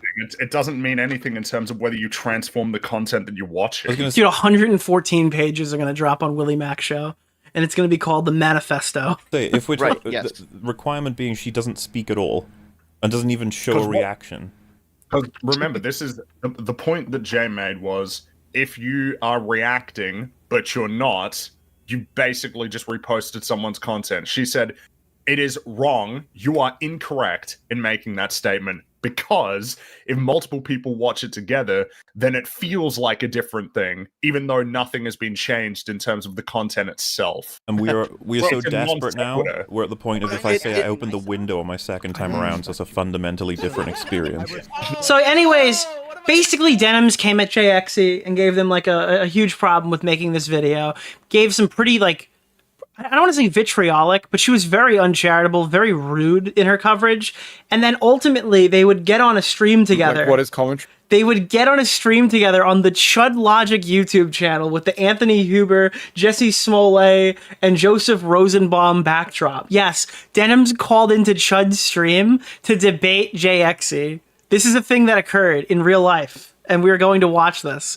And I've never seen the whole thing, so I am so excited to watch this at 125 right now, because I've heard horrible things, and the parts that I've seen are bad. Wait, you didn't know about this, Smaggle? You didn't know that Jay debated fucking... If you didn't know that Jay debated Denims, did you know that me, Jay, and Tommy talked to No Bullshit on a stream? You should watch that one. I miss Jay. Jay needs to put out more content. Their videos were fire. Maybe we'll Their videos are the reason why I even know anybody from EFAP. Know each other enough for that. Who knows? Maybe It looks like we're gonna have quite a friendly conversation, which is a bit of a change of pace for this channel, so that's good.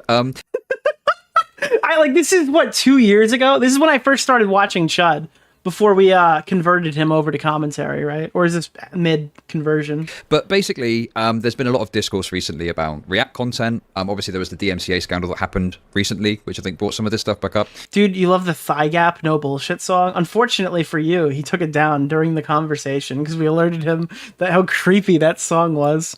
And Jay, you released a video which spoke about that and criticized some of the antics around that. And Denims, you mentioned the No Bullshit stream was legendary, dude. Yeah, well, I mean, it's the stream with Bo Blacks versus Destiny. It's like where we literally met Bo Blacks and Destiny, and then fucking met No Bullshit the same day. Me that you had some sort of criticisms, and like the quartering was like demanding a conversation with Destiny that he also ran from. It was really weird. So, yeah, I guess for anyone that hasn't watched the video, we'll start off by throwing it over to you, Jay. And do you just want to maybe explain what the point of the video was and, you know, what your thoughts It's where Bo Blacks won against Destiny. You should go watch that conversation again, because Bo Blacks looks horrible. are about it.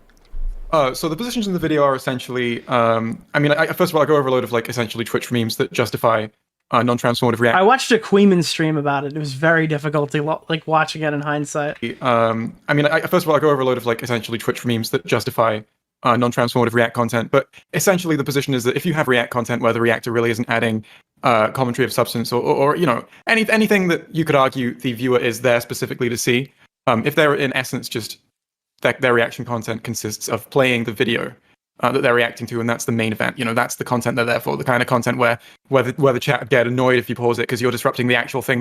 Yeah, dude, unironically, that's like a not YouTube thing. You've seen that before, right? Where people are like, oh, stop pausing the video so much. We don't really see that much over here. But on Twitch, if you like let the video play or you stop the video for more than 30 seconds, they get like physically mad at you. And at that point, you know, like they're not here for you. They really just want to watch the video. They're watching. Which kind of makes sense in hindsight. Because like they're on a completely different site and they want to watch the YouTube video, and it's Twitch streamers taking money out of YouTubers' pockets. That kind of content is in essence, that's just reposting someone's work And it's the delicate balance between react harder and pause Andy. Yeah, those phrases just really never existed on YouTube. Like the first time I saw react harder was during this situation when all the Twitch people were coming over, or when people were finding out that term existed because of Twitch. Over here, it was just normal. It's not cool to repost someone's work without making a meaningful change to it. Like for me, it takes me like how long? If there's an hour video, my video response to it, where I'm going through it and pulling up stuff, it's probably going to be at least 3 hours. I usually 2x whatever video we're watching. If you don't have permission, unless I'm really uninterested, and then I usually turn it off early as well. Okay, those are the broad positions. And I actually was my stream yesterday. I was so tired, but I didn't watch all of it. But I just was interested in understand one more aspect to this. Do you have any like legal like position of like DMCA or like copyright on this, or is it just more so like your personal perspectives? My entire thing was sort of just really more focused on just etiquette and what I think is cool, rather than any appeal to what is legal and what isn't. Because ethics aren't based on the law, etiquette's not based on the law. None of that. But which, by the way, is a smart way to go into any videos like this. The thing that Dark Viper tries to do is establish like legal precedent and stuff like this in all of his arguments. Whereas I think the reason why Jay's video was perceived better than Dark Viper's document is because more people can engage with it.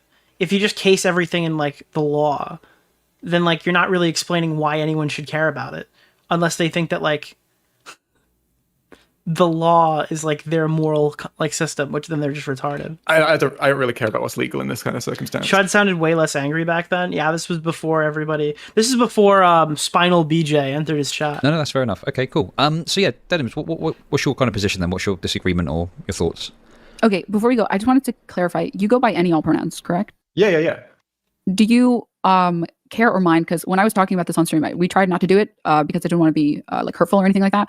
Do you care about people saying like dude or guy or anything like that? Like those are kind of gendered terms. I just want to know your opinion. I'm chill. I'm just pretty chill on it, to be honest. Okay, cool. Thank you. Okay, great. This is crazy because this is actually like the first thing I've seen where Denims is kind of arguing the same shit. Like we watched Denims do this with Ethan when she was getting mad that Ethan called Bo Black's he in the pre-Nuke stream. But it seems like that's something she's always been like weird about. Any all pronouns. Okay, but can I call you dude? Yeah, any all pronouns. That's what that means, Denims. So my primary, I guess, issues is that like, is she speaking faster? We're 1-2-5ing it because it's a 40-minute reaction. I feel like the video was very antagonistic. It makes her pauses seem less dramatic. And it felt very spite-based. And I was like very close to not finishing the video because I unironically thought, and your content has been recommended to me like a million times before. So I know your content has to be good. I wanted to like not watch the rest of the video until I got to like a very... So she shows up and then tries to like friend champ the fuck out of Jay. Right? Like she's so much ruder in the original video, and now she's like, oh my god, your content's recommended to me all the time. Like I knew it was super good, but that's why I just didn't understand why we disagree on this subject, like, oh god, I've just wanted to watch so many of your videos. It's just never happened before. Very last bit of it. Like I think the last like 15 minutes have like really, really, really good stuff. I think that the distinction that you make between like filler content and true react content is like really well done. I think that you're talking about like the fact that like Hasan sometimes he doesn't show people's like username or like their Twitter, their YouTube account and stuff. And I think that's fucked up because Are you going to watch the video she released after this snaking Jay? I can't watch it, unfortunately, because she has deleted it. But what we're going to do is go back to EFAP and we're going to watch parts of it through them because EFAP did cover it. So that's why we're going back there after. If you wanted to look into it, you're just going to have to hope that like a mod... But we'll tell you why. She's since removed all of these videos and claimed that she's being harassed. Like post the link in chat because he's not going to do it. Do you know what I mean? So I think that criticism is incredibly valid. I guess my point was... First, before I go any further, I want to say, like, what was, like, your goal with making the video? What was your goal with making the video on My Friends? Why have you done this? So, basically, I mean, I did a stream looking at Hasan's arguments when he made them, right? So, Hasan, he made this video. He not made this video. He went live, and when he saw my stream, he didn't watch the stream on his stream, but he went live and talked about, like, what he thought. And I just did a quick stream with some friends, going over, like... what I thought of his arguments and just reacting to them live. And basically I've been intending to turn those arguments and get them formatted into just a video since that stream came out. And that's what this video was. I do want to say, I find it interesting the interpretation of the video was spiteful, right? Because I knew that people were gonna see this and think. So like Denims is playing nice here, but Jay knows all the shit that she's already said. That's why he's like reacting more aggressively. Drama baiting, because I've had a run-in with this community before, but people would just be like drama baiting, salty, whatever, Clout right? shark, whatever. Yeah, sure. And what I wanted to, people can think what they want, but what I was trying to avoid seeming spiteful. I went through and I cut out certain jokes that I thought would be more likely to be interpreted as just mean-spirited rather than just like, hey, I'm having a joke. But I watched some of your coverage of my video, and I did find that you interpreted a lot more than I expected people to as just like a shot at Hasan. Sure. Like for example, when I was just talking about how there were two toilets next to each other, and I'm explaining like what is commentary. I'm talking about his commentary, and I'm going It's almost like she took it significantly more personal because she knew it would affect her bottom line. through it, and I say, and I like point out the fact that he's like mixed up the word like toilet and bathroom. It's like you take that as like a shot at him when it's literally just I'm explaining to my audience like what he means, because I don't think it's entirely clear from just the clip in its own out of context. Mm-hmm. So I guess what I want to clarify is the video, like the beginning of the video, so hardcore primed me to responding negatively, such that I almost didn't finish it and get to the end part. Like I thought when I got to like the middle, I was like, this video just feels very, very, very like spite driven, and I'll explain everything. And I plan to like maybe make something more detailed about this that's more salient, because I do feel bad because I went very aggressive on your video, more aggressive than I wanted to, and I wish that the last bit of it was in the front. So for example, it's just your structure is why I acted like a complete fucking dumb bitch the entire time. It's just the way that you edited it that caused me to make this mistake. And probably some of it, me reacting negatively, was because I felt like I was already primed at a certain point. So there's one section of the video where... Like, I watched your video where you explained why people care about their content ID and want, like, to be paid for their work. And I was just like, fuck this guy. Jesus. Look at what you made Hasan me do, yeah. comes back to his chat. Which, by the way, I just want to be clear on my opinion on, like, filler content and stuff. Like, I think filler content... Like, filler content, no, it's just called freebooting. If you shouldn't do it. I know I do it as a React streamer. And I try to do it only when I do it with like Vox videos or Vice videos and stuff like that, because at least I'm not like directly ripping from one content creator and not like a whole team and stuff. And most of those videos have like 5 million views. I only get like 500 viewers. Like I'm not even going to be taking like I'm taking maybe 50 views from the video. It's a lot harder to feel like, I guess, bad about that. And whereas like I would feel very bad about doing that to like a single content creator, which I know is like an arbitrary metric for the record. I mean, the thing is, it's all arbitrary, right? There's all these gray areas. There's no hard lines in this.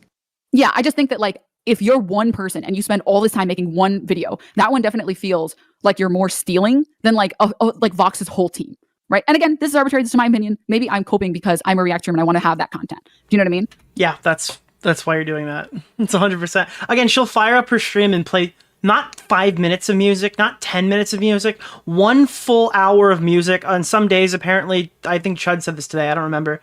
I haven't personally seen this, so I might be wrong. But I'm pretty sure she'll play like full videos before she gets on. Is that the case? Has anybody seen her do that? I don't want to like marry myself to that position, but I'm pretty sure she's done that before.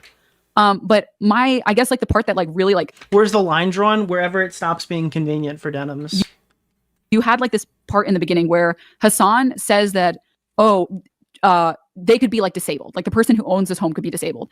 And you like make like a joke, and like maybe I read into the joke too much, but you make a joke like saying like what type of disability makes you like 1 to 2 hours of just news. That's insane. Have 2 toilets in your bathroom, right? Like why does she even pretend to like empathize with Jay's positions here if she just so thoroughly does not give a fuck at all? But like in that specific example, I guess apparently what my chat told me was that his chat was saying like, oh, this like incel, whatever, like look at this piece of shit garbage, whatever, he's not cleaning his house. And he was trying to say like, you don't even know the context of this person.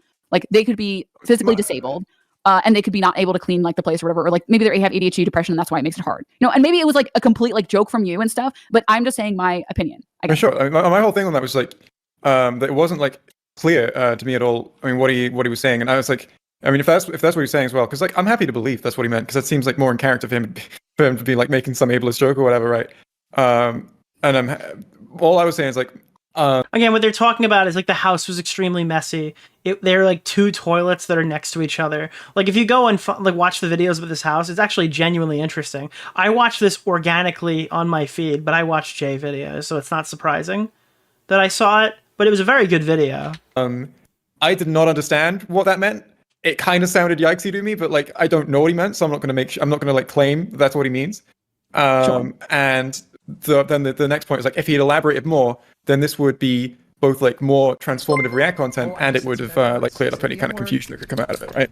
Sure. I'm explaining, like, I guess, like, my perception of it, to be clear. Like, this was, I kind of was going in pretty, maybe I would admit that maybe I was going in a little biased against you, because the only thing I had heard about you was, A, you make really good videos, but also you got really upset about Hasan watching your content as filler content. And all I heard was that, yeah, you were pretty fucking mad that Hasan watched your video as filler content. Yeah, it's pretty fucked up there, dude. Honestly, I would probably be upset too, maybe.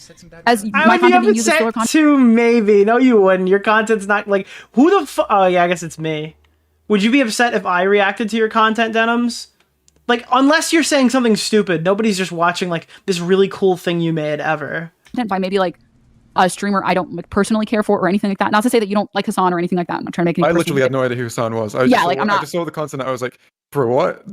What the fuck is this? Like, what? This is just he's not doing anything. He's just playing my video. Which, yeah. As well, this is the first time I'd seen someone leave during a React stream, and that was crazy to me. Having seen having never seen that before. I was like, what the fuck, dude? Yeah. No, I completely understand, and I'm very sympathetic to your position and stuff. Like, I understand why you had the position. Yeah, no, I mean, yeah, I would be completely shocked if someone did that to me. No, dude, I can't believe just getting away, just completely getting up and walking away is wild. You did. I'm like, sorry, my opinion on your video was, I do want to apologize because I did go really hard again because the beginning. Dude, this is an insane intro to a debate. 12 minutes in, I'm so sorry. I'm so sorry. I was so wrong. I'm so sorry. How the fuck does this go on for the 30 minutes? I think. Thank you for the goal, by the way, guys. You've earned another goal. I think I've just got to the bit where you I think I just got to the bit you go hard, and I've not got past that yet. So yeah. I'm coming in. And eventually later, I'm like saying like, I'm really frustrated because I think you make such good points at the end, like really, really good ones, because it's true. Like, you're not saying, Hasan, stop watching my content. In fact, in your comment, you specifically say, I'm not saying you have to stop watching my content. I'm saying don't like walk away from my content. Do you know what I mean? Yeah. As well, like, I do wish I made this clear in the video, right? Because guys, I'm sorry. I'm super sorry, guys. I'm super duper super sorry, dude. Yeah, like, listen, as long as you say the thing that's like, not stop watching my content because that would affect my bottom line personally, then like I totally understand your position. They're so good, you know what I mean? But everything else is like super mean spirited and mean, you know, because you were like making fun of him and stuff, and that was pretty mean. So I was pretty spite driven, and I had to defend him. I'm like, in terms of walking away, it's not like a problem on its own to me. Like, if you've got like a stream, like, you're gonna check Jay's content, all right. Jay videos. Go watch any of the animated adult cartoon videos. All of those are good. Go watch the videos on... I've never even seen Doctor Who. The 5-hour video is not like a one sit down and watch the whole thing type beat, but I watched it over several days. I thought it was really good. For the animated cartoon, I really like the Paradise PD one. Let me see. What else? There was that one Netflix show about them going into space. That video was that was a banger. The whole No Bullshit trilogy is another good J setup. You can watch all. I think I'm in the third one, but the first two are classics. Even some of the old CinemaSin stuff, really good. If you'd walked away from my video on the stream that you did, because you're like talking the whole thing, you're like making it your own thing, right? You're making arguments, you're talking about it. If you'd like walked away for like 2, 3, 4 minutes and let my video play in that would be like, it's like, man, that's like, maybe like it would be better if you didn't do that, but I wouldn't think it was like particularly bad, because yeah, Brickleberry, Paradise PD, what's it called? What was the other one? The one about the baby, like the Queen or something, about the Queen of England. That one was good. You've still like made the content. The Lego Star Wars video was good. Yeah, it was a really good one. Right, it would be just like a 4-minute gap in otherwise like content that I think is like very reasonable to make. Yeah, no, I recognize that. I guess I want to be very clear. My only reason, I guess, for coming on or like to talk about this is because I think that I wish the video was made differently, because God, my only reason I'm here is because couldn't you have just been fucking nicer when you were making fun of my boss? I would have really liked it like a lot. And I know this is coming off as maybe like cringe or whatever to like go on and be like, hey, by the way, your video what's the channel name? JXE. It's on screen right now. Just grab it right off. It's a JAYX. Let's say EXCI. I can't even read. Jesus Christ. And I'm calling Denim stupid, boys. Like, shit, you should have made it different. You know, like just to be clear, like I don't like my own content. Okay, like I don't even know how people make content and not want to like fucking end it all. Okay, because it is so incredibly cringe. I'm coming from the position as someone who watched it and as someone who had strong reactions to the beginning and then finished it. I wish it was made differently, I guess. And you know what's crazy, Denims? Everybody else watched that video and just thought it was good, and all of those people don't have like a personal tie to Hasan, and you know. a financial tie to Hasan as well. Everybody else was able to just watch that and go, haha, that was a pretty funny video. And I agree with the overall premise. But all the people who were personally affected by it really didn't like the tone. And I wanted to know if you felt that way after seeing people discuss it or not. And like, I know some people are gonna be like, oh, Hasan simp, whatever. I really don't care. If you think I'm a Hasan simp, you can think I'm a Hasan simp. I literally. You are a Hasan simp, just to be clear. You still are. I don't care. I disagreed with him on the Afghanistan take that he made. I've disagreed with him on bringing on Christian Walker. I disagree with him on. I disagree with him on bringing on Christian Walker. I wonder why you disagree, because he lost to Christian Walker. That's why. Christian Walker thoroughly embarrassed him on stream. That was probably a good position for you to tell him not to bring him on. Filler as content. I talk about it on my stream. And guys, I have a ton of things I disagree with Hasan on. I disagree with the debate he lost, for one. That's just my personal opinion. Okay. I don't care who's a Hasan simp. I was like, no. This is towards chat. Sorry. Now, like literally responding to Chud's chat mid debate. Yeah, I don't really care about that. I don't know why you're asking about it or mentioning it. So I've was there a question in there? I forgot. Oh yeah, sorry.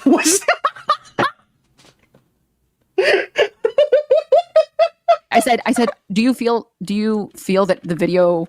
Oh yeah, right. Okay, that was just a brain fart for me. Then I just completely forgot. Okay, so the basically, I mean, I always aim with my videos to make them accessible to the people who are going to disagree. That's always like something that's on my mind. Is okay. When was this? 2023 has to be. This was 3 years ago, February 2nd. February 6th, 2022. Wow. So this must have been. Was this when I announced the Vosh video? Or was that 2021? Because I was big watching Chud at this point. I don't think I'm in the comment section, but I was big watching Chud by this point. If someone's like going into this having got mad at the title, how can I explain this to them in a way that they will understand? I can get through them, right? And I don't think from seeing like two negative reactions to the video now, I don't think I did a top-notch job at that, right? And it's all based on understanding the group that I am trying to talk to. And there's like I see a lot of people saying like, oh, you don't understand how Twitch works, and then explain to me something that I do understand. I just don't think like affects the argument at all. Oh yeah, no, I agree. But like, I do think that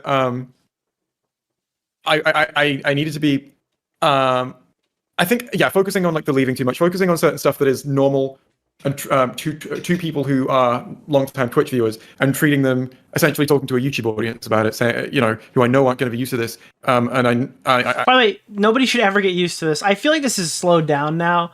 I don't think many people are getting up and walking away from the camera anymore, this was like a crazy time for Twitch. There were at least like 4 occasions where you'd be able to find Hasan getting up for like huge portions of the video. I think one was more recent though. I'm talking about it as if it's something like this. Holy shit! Well, check the shit out when there's going to be like stuff like that, where I just wanted to make it more accessible to a Twitch audience, I guess. But yeah, no, okay, cool. Then I think we agree on the positions, because like I think.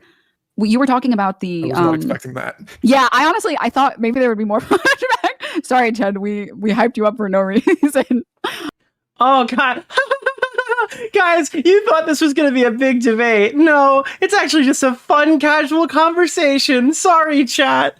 Anyway, there's still 30 more minutes. I wonder what's going to happen from now to that. Because I genuinely was almost like frustrated because I agreed with your positions. I did. Like, I thought your positions were good. I think that, like, my problem was literally just that, like, for example, like... Bro, could you imagine what the Denims Ethan Klein debate would look like? Knowing this is how she approaches any, like, controversial situation? Holy shit, would it be funny. The YouTube comments section? Like, I don't think it's ever worth reading YouTube comments. You know what I mean? And making that, like, part of your video seriously, as an example. I think that you should read YouTube comments. I think you should take criticism more. And I don't know how seriously you were doing it. Like, it's hard for me to exactly tell. But, like, if you're at the point, like, where you're typing... H3 would scalp her? Oh, yeah, without question. Up a negative YouTube comment towards someone H3 from 5 years ago would scalp her. Else. You've, like, lost the plot and your opinion is worthless. I mean, you'd probably agree with her, but I'm just saying skill level would scalp her, yeah. Because... Oh, that's just my opinion. If you spend time writing hate comments... The H3 that talked to Bill Burr would scalp her. You are not a sane person, because any sane person would be going and, like, enjoying themselves and, like, living well. It's the same thing as people who send other people death complaining about shit. Okay, that's fair. But yeah, like, so like that for me, like I would have loved to see like points, because like I think the comments bring out like certain points that are valid, that you like can dissect. But the hate comments were all like very poorly made arguments. You know what I mean? Like that was like the whole point of bringing those up to me was that they were arguments I'd seen a lot, like not just in comments, but in like chat and in like Hasan's chat in the stream and in places like that. I can't tell you if I've seen these arguments, right? But because they seemed common, I wanted to address them. That was the whole point. I guess maybe. Guys, you can't respond to all the things Hasan's audience is saying on YouTube or Reddit or any of these locations because Hasan himself isn't saying them. It's just his entire audience, which are predominantly the people who are coming after you. I know. Because Hasan never actually watches the video on stream when he gets criticized. I don't know if I address that being the reason. Like literally, dude, Denims is a glorified Hasan chatter. It's a Hasan chatter who streams themselves being retarded. I think I mentioned it once that was like why I wanted to talk about them, but yeah, that is. This is like what I mean when I say like I think that for people who actually are like fucking tier 3 Hasan subs or whatever, I think those people will see the content and they're not going to give any like charitability when it feels like you're reading these comments and you're making the video personal instead of making it general. You are the tier 3 Hasan sub. You're hiding your power level. Because it's maybe I'm reading into it or not understanding or whatever, but it seemed like at the end of the video, your position was that like you don't really care about Hasan watching or not watching your content. That's not what matters. What matters is that there is like a trend on Twitch that streamers will do this, myself included. I am not like free of sin, and we should get people to stop doing this. Do you know what I mean? Was that my office? I mean, pretty much. Just to hopefully get more React streamers to have sort of a mutual. I think it was completely clear that Jay was responding to common arguments. No, we all know this, but like the reason why Denims is focusing so hard on this is because she doesn't want to engage with the fact that these are the common audiences, like audience opinions that you're going to see a shitload of. It's not like these are cherry picked comments, but Denims needs you to think that they are so they can justify like bashing the segment. Like this is so unreasonable. Who even thinks like this? It's well, most of Hasan's audience does. And that's kind of the problem. And that's what he's instilled in his audience when he sits here and gets up and walks away on camera while the video plays in the background. That's precisely the problem. Understanding and respect of the content they're reacting to be just generally more aware of the fact that it is someone else's content and it is By the way, someone spam me if PSN comes back and I can play other games. Basically, don't tick all of the no boxes, right? The not giving credit, the sitting there and just like not paying attention to the video or saying much and letting it play, right? That kind of stuff. Yeah. Okay, cool. Because I think that like with like such a general argument like that, and I think this is incredibly difficult to do when it's personal to you. But I felt like that there was like this general statement that you wanted to make about React streamers and how React streamers are a lot of times are using content as filler content, right? But then you made it like personal about you, and a lot of the video ended up being about your experience with Hasan. Yeah, that's how making a video works. You made this really personal. Yeah, because it was something that happened to Jay, which made them think about their position on all of these things. That's why you watch Jay. When you watch a media review, do they just read off the list of critical reviews? Yeah, no, it's entirely personal. That's why it's on YouTube. And I wonder how you feel about that in hindsight or whatever. The thing is, how do you feel about giving your opinion on stuff? You have with that is like optical, right? I know that it's really easy for like someone to come in and just be like, oh, you're mad about Hasan or whatever, or you just like hate Hasan, or you know whatever kind of interpretation. The thing is, I when I was making the video, I wanted to include examples of other streamers that have done this and talk about them as well. And I realized that was just sort of bloating the video without adding any new points. So I ended up like cutting that. I ended up not going into any of the other React streamers I've seen do this because it was just like, hey, I'm repeating the same thing, but it's about someone else this time, right? And yeah, I do sort of. Well, it's not like regret because I'm still not sure how I would have done it, but I just don't like the way that can be interpreted optically. But it's like I don't really know what else I would do. It's just unfortunate, I guess. Yeah, because I'm almost like frustrated because I would have loved to see people like watch the content and then be like, wow, these are really good points, and then React streamers stop doing this as much or something, or start trying to be better about it. Guys, I would have loved if you were just nicer in your video and then everyone just listened to all your arguments and then just tried to be better people, you know? Wouldn't that be cool? Wouldn't it be awesome? Bro, if this was a modern Chud conversation, could you imagine if, like, Chud treated Denims like he treats Turkey Tom when he calls it, all right, listen, Denims, that's not what you said in your fucking video, mate, is it? Oh, that's not what you said in your video at all. Why are you coming on my stream right now? I'm playing like you're so fucking, you're super sorry about it. What? Because you come on here when all these people are saying stuff in chat right now, is it? Is that what's happening right now, Denims? Okay, I totally understand. Yeah, that makes tons of sense. Because like even the video, like by the time I finished the video, I was like, like I should really be more careful and like I should try not to watch content on my stream is filler content. You know what I mean? So hey, doing a bit of sweeping, are we, Denims? Yeah, no, I mean, like, I think that it was. Again, I'm so sorry, Chad. Like, this is not like bloodthirsty. No, it's okay. No, it's okay. It's okay. This is fine. This is fine. The Queen says this is the content we're going to watch. We've got a second British on the show right now. We can tear into each other if you like, just for like. Well, I mean, I guess. Do you want to like set up the teaser at the beginning of the video? This is before Chud instilled the one harsh attack per stream meme. All right, one demanding the fucking. Yeah. Yeah, you're a fucking complete piece of shit. No, just kidding. Don't put that in there, actually. But yeah, no, I mean, yeah, it's just put it in there.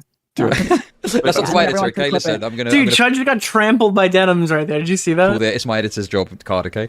But one thing I'm interested in, because there's a few specific arguments. So, like, one argument that Hasan makes, and I don't want you to answer for Hasan's points, but it's just interesting just to, generate a bit of chat about it, hopefully. But, like, this idea that someone streams for a long time in a day, therefore they're justified in using filler content. Like, what are our thoughts on that sort of point? That's stupid. It's dumb. Okay. Yeah, I mean, they're justified to have, like, their downtime, right? And they can... There's loads of ways they can fill that, but... Like, so I think that, like, sorry, let me finish. Well, it's just like there are loads of things that you could call filler that aren't necessarily dependent on someone else's work, right? Or even are dependent on someone else's work, but in a way that they're cool with. There's all these kinds of different things that you can do as filler, but just... And I think you probably do need some downtime if you stream like 10 hours a day every day. But oh, yeah. Right, there's like countless ways to do that. Yeah, I mean, if you've ever streamed even like a single time, who cares? You need downtime. Like, even if you only stream for well, so like, I can do, like, I am a fucking honest maniac. That's right, I don't do it every day, right? I just like I will be on it for like 12 hours in a row. But that's like if modern Chud called into this debate. Obviously, Destiny isn't really a fucking male feminist at all. He has rape review. That's because most days I'm not doing that. Yeah, I do, honestly, and this is what I mean when I said earlier about, like, stop, like, don't care about YouTube comments because these people are, like, deranged. Like, people who are unironically saying, like, well, Hasan needs to go to the bathroom. Do you want him to just die on stream? And it's like... Yes! No, obviously that's so silly. Like, you can't take these people seriously. Like, even Hasan said that once, so that Hasan reacted... Yeah, that's literally a quote from Hasan. To do a comment, saying that he could like put up a BRB screen. Oh, and yeah. He was like, yeah, they don't want you to take breaks. Oh, and now she remembers it. Like, oh wait, that is something that he said. Not a fan. Oh, oopsie. I'm like, bro, they're literally telling you to. They're literally like recommending a way you could take a break. Yeah, I mean, I'm not surprised. I mean, I already said this. This was a complaint that I had about Hasan. Like, the fact that he saw your content and instead of engaging with, like, the fact that you said, I don't mind my content being watched, I just don't want it to be watched as filler content. And his response was, okay, I'm not going to watch your content anymore. That's it. I'm not watching any more of this person's content. It's like, that's not what you wanted. That's not even close to what you wanted. No, but you know what I mean? the thing is, like, I'm happy. I'm happy for him to make that decision if he admits that it's like his decision. But like he like explicitly said multiple times in that stream that he was doing that because it's what I wanted. It's like, no, bro, no, that's not what I said. Like, Yeah, no, that's just I fundamentally disagree, and I think it was kind of. I almost think it was like. Yeah, Jay was pretty succinct. It's like, I would like either credit. I would like you to not like hide my fucking name. I would like you to be present and attentive. And Hasan's like, oh, this is too much here. We gotta just fucking stop watching him. I don't know why I don't know what I'm doing with the accents today. They're not hitting. Dismissive to do because you're not like engaging with the argument.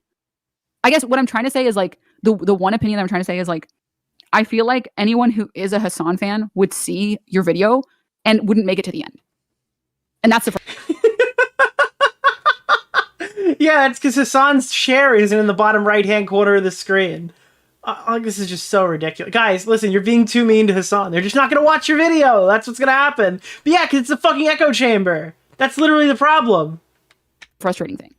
I'll be honest with you, man. A lot of them don't seem to have made it to the beginning from the tweets I'm getting. That's probably true. Yeah, that's probably true.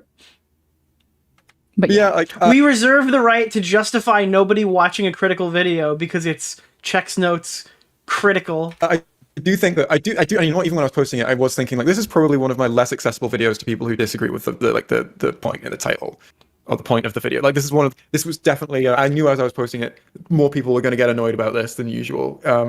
Of the people who disagree with me already. Yeah. No, I mean I agree. Yeah. I just think that like you should always try and make the best argument that you can.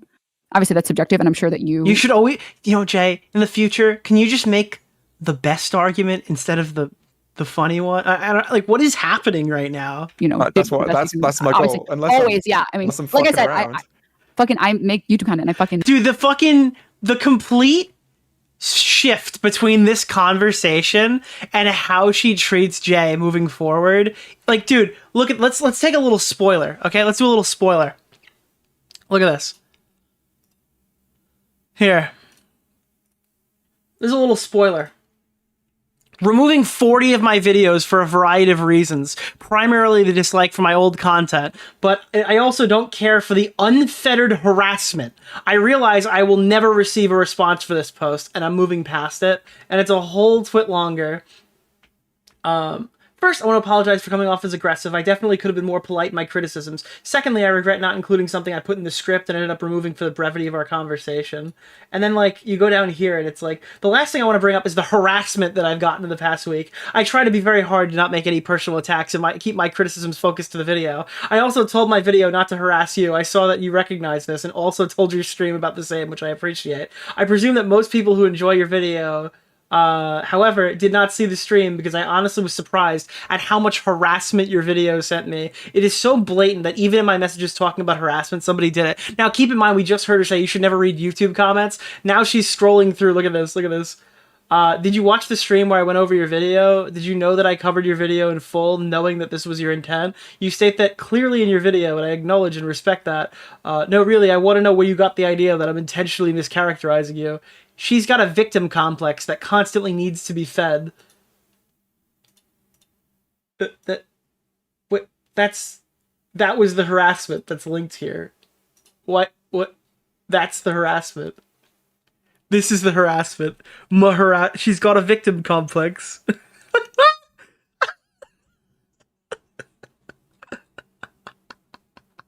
You gonna go do an Ethan deep dive? Yeah, dude. You want to see my Ethan deep dive? Yo, you're gonna go crazy, bro. You want to see my Ethan deep dive? You're gonna love it. This is like an insane. This is a crazy series, right? You can even find these VODs. They're available. Yeah, here they are. You go to the Nicholas DeOrio YouTube channel, and there's a button here. You can click it. It's called the H3H3 series.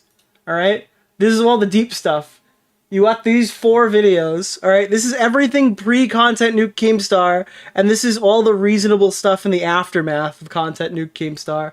It's 2 full hours, okay, of going through every single Waking Ethan Klein thing that occurred prior, and then also breaking down the FUPA fund and all the stuff that you'd like there. And then this one goes through the entire Content Nuke video. I also have a video called Hypocrites where I critique him for the Trisha Paytas stuff. So we're all caught up. We've done it all. This has got a little bit... This is a bit more editing than some of my other stream VODs, but I do recommend you check it out. Tom also did a follow-up video that I believe I'm also in. Yeah, it's a 4-part collaborative series where we go through all the Ethan Klein lore. Thanks, no, you're good. You're good. Check it out. But yeah, we've done all the... I've done all the Ethan lore. We were a grade A hater for years. But yeah, that's the Denims. We're gonna go back to this now. Let's keep going with this debate. I'm gonna push it a little faster. Should I listen to YouTube comments? Here. Does JXE just want people to react harder? Debate gets contentious. So let's jump to the contentious part, because I know this is what Smaggle is demanding. Smaggle wants this now! Was if that streamer wasn't doing that, the audience watching the stream would be watching something else, and they would be probably watching something that, you know, there's a high chance that they would probably be watching something that was made by, like, was posted by the person who made it. Maybe not necessarily maybe the thing that's being reposted, but probably something where the actual benefit is going to the actual person who did the work. Yeah, and I mean, I recognize that. This is like just because you had like a section of your video where you said like, it's possible that Hasan watching my content hurt me, and it's possible that like I've missed out on this or whatever. Now, for you in your case, you're literally disagree, like, I think. You're the opposite. Yeah, of course you disagree. You're a waiting room channel. Nobody's watching you for you. They're watching you because Hasan isn't live yet. I don't think that you are. I don't think that, and maybe this is my opinion because I'm a React streamer or whatever, but I'm not sure. You're hardly even on the polls. You're hardly even considered a React streamer. You're just a Hasan Piker waiting room. I don't think I'd even give you the satisfaction of calling you one. It doesn't feel like people who watch content on Twitch necessarily would watch that content on YouTube. I mean, I've just gone and like explained. You're just you're not a React streamer. You're just a re-streamer. Yeah, good one. Like I feel like we've just gone and explained like exactly. Yeah, I don't know. I feel like we're just going in circles a little bit. But I just don't. I disagree with your opinion on this, but I don't. What part of that do you disagree with? I feel like I just went through it all like step by step. Well, what part do you think that I am missing? That is. I don't know, because I mean, I just went through like I lined out the argument from like A to B to C to D, and then all you said was just like your opinion is the opposite. I don't know what part of my. So for example, your opinion on like, well, I wouldn't have a problem if it was reposted, and then like there's a way for me to get traction from this, right? I mean, that's essentially, to me, that's more so like just that's the courtesy thing, right? That's just it's something to keep in mind. It's it's etiquette, really.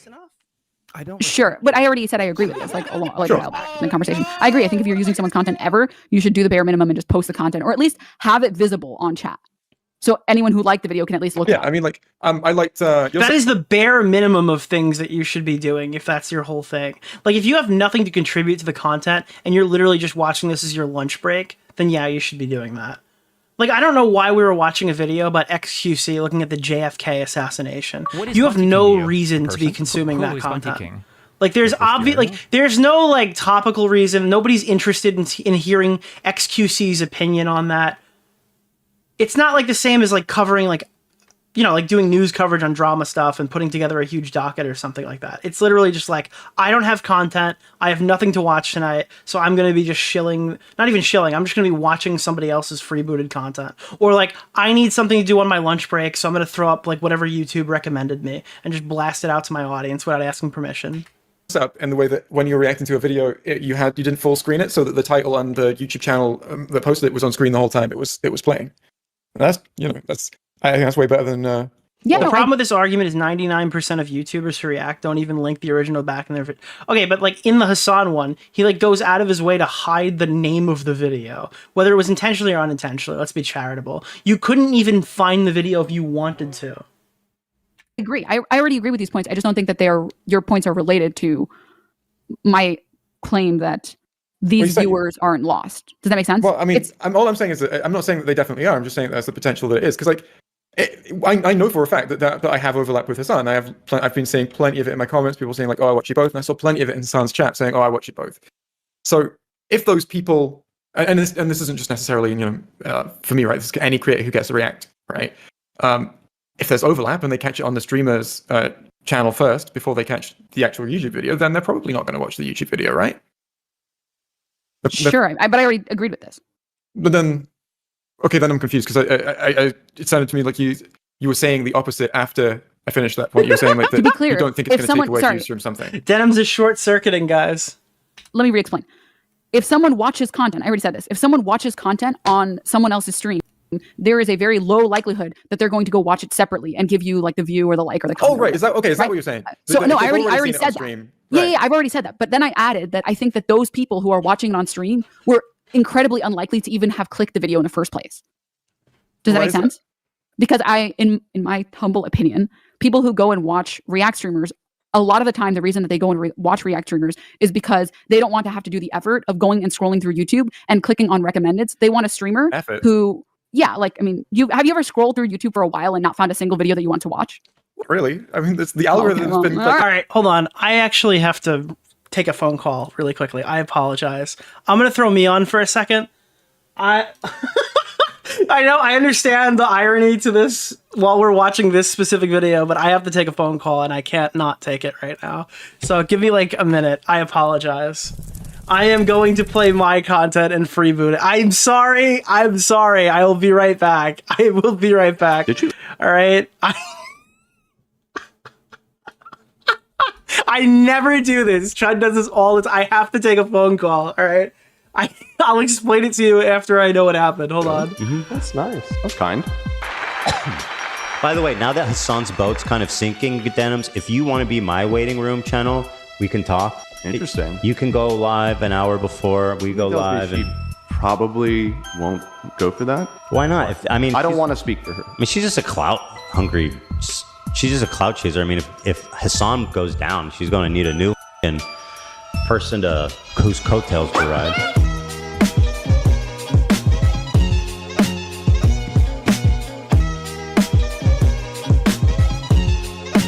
We're going to watch a lot of it. And then, guys, if you didn't see the content nuke yet, We can watch it through Denims. Yes, chat. We can watch Denims' whole reaction.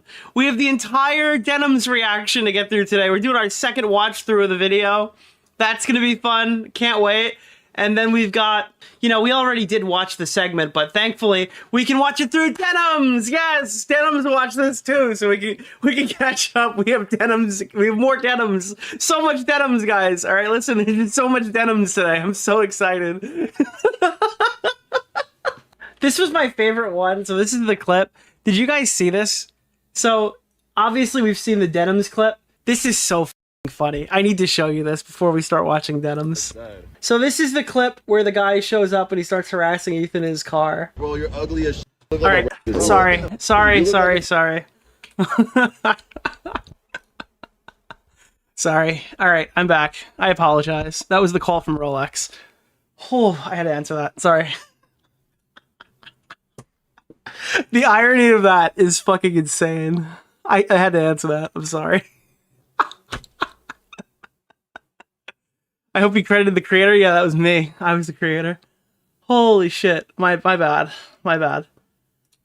I mean, for 10 years, like, if you know, this is my opinion and my disagreement. I think that from the people that I've talked to, the people who watch. That was a great fucking bit, but it was not a bit. I really did have to take a phone call. Did you get it? What is it? I'm going to pick up my my Batgirl next week. My Jubilee fucking GMT Master 2. Watch Twitch content or specifically there to watch it so they don't have to scroll through YouTube and find a video they like. What I don't understand about that, first of all, is literally just like, surely it's just as likely that there's a video you don't like played on the Twitch stream than it is there's a video you don't like on the YouTube homepage. Sorry, could you repeat that?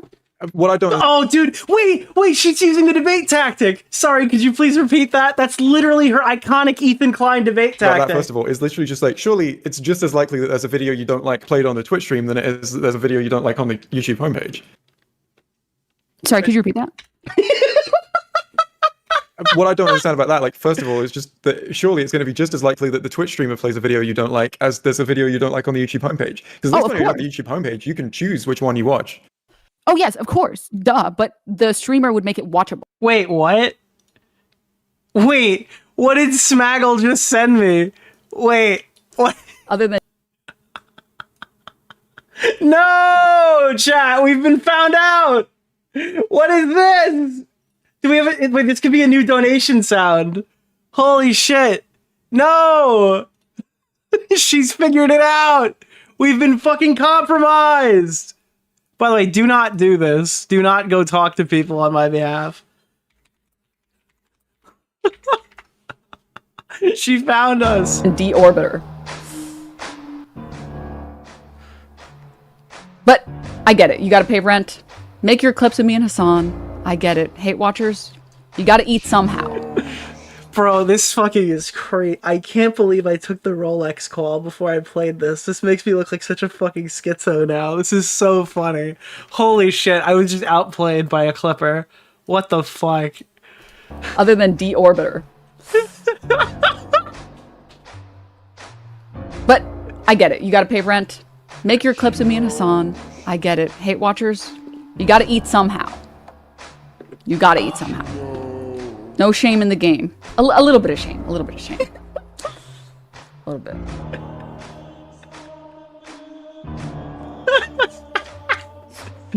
I love how much of this 30-second clip is dead air, chat. I love how even in 30 seconds, I feel like I have to talk over it because she just doesn't have enough words.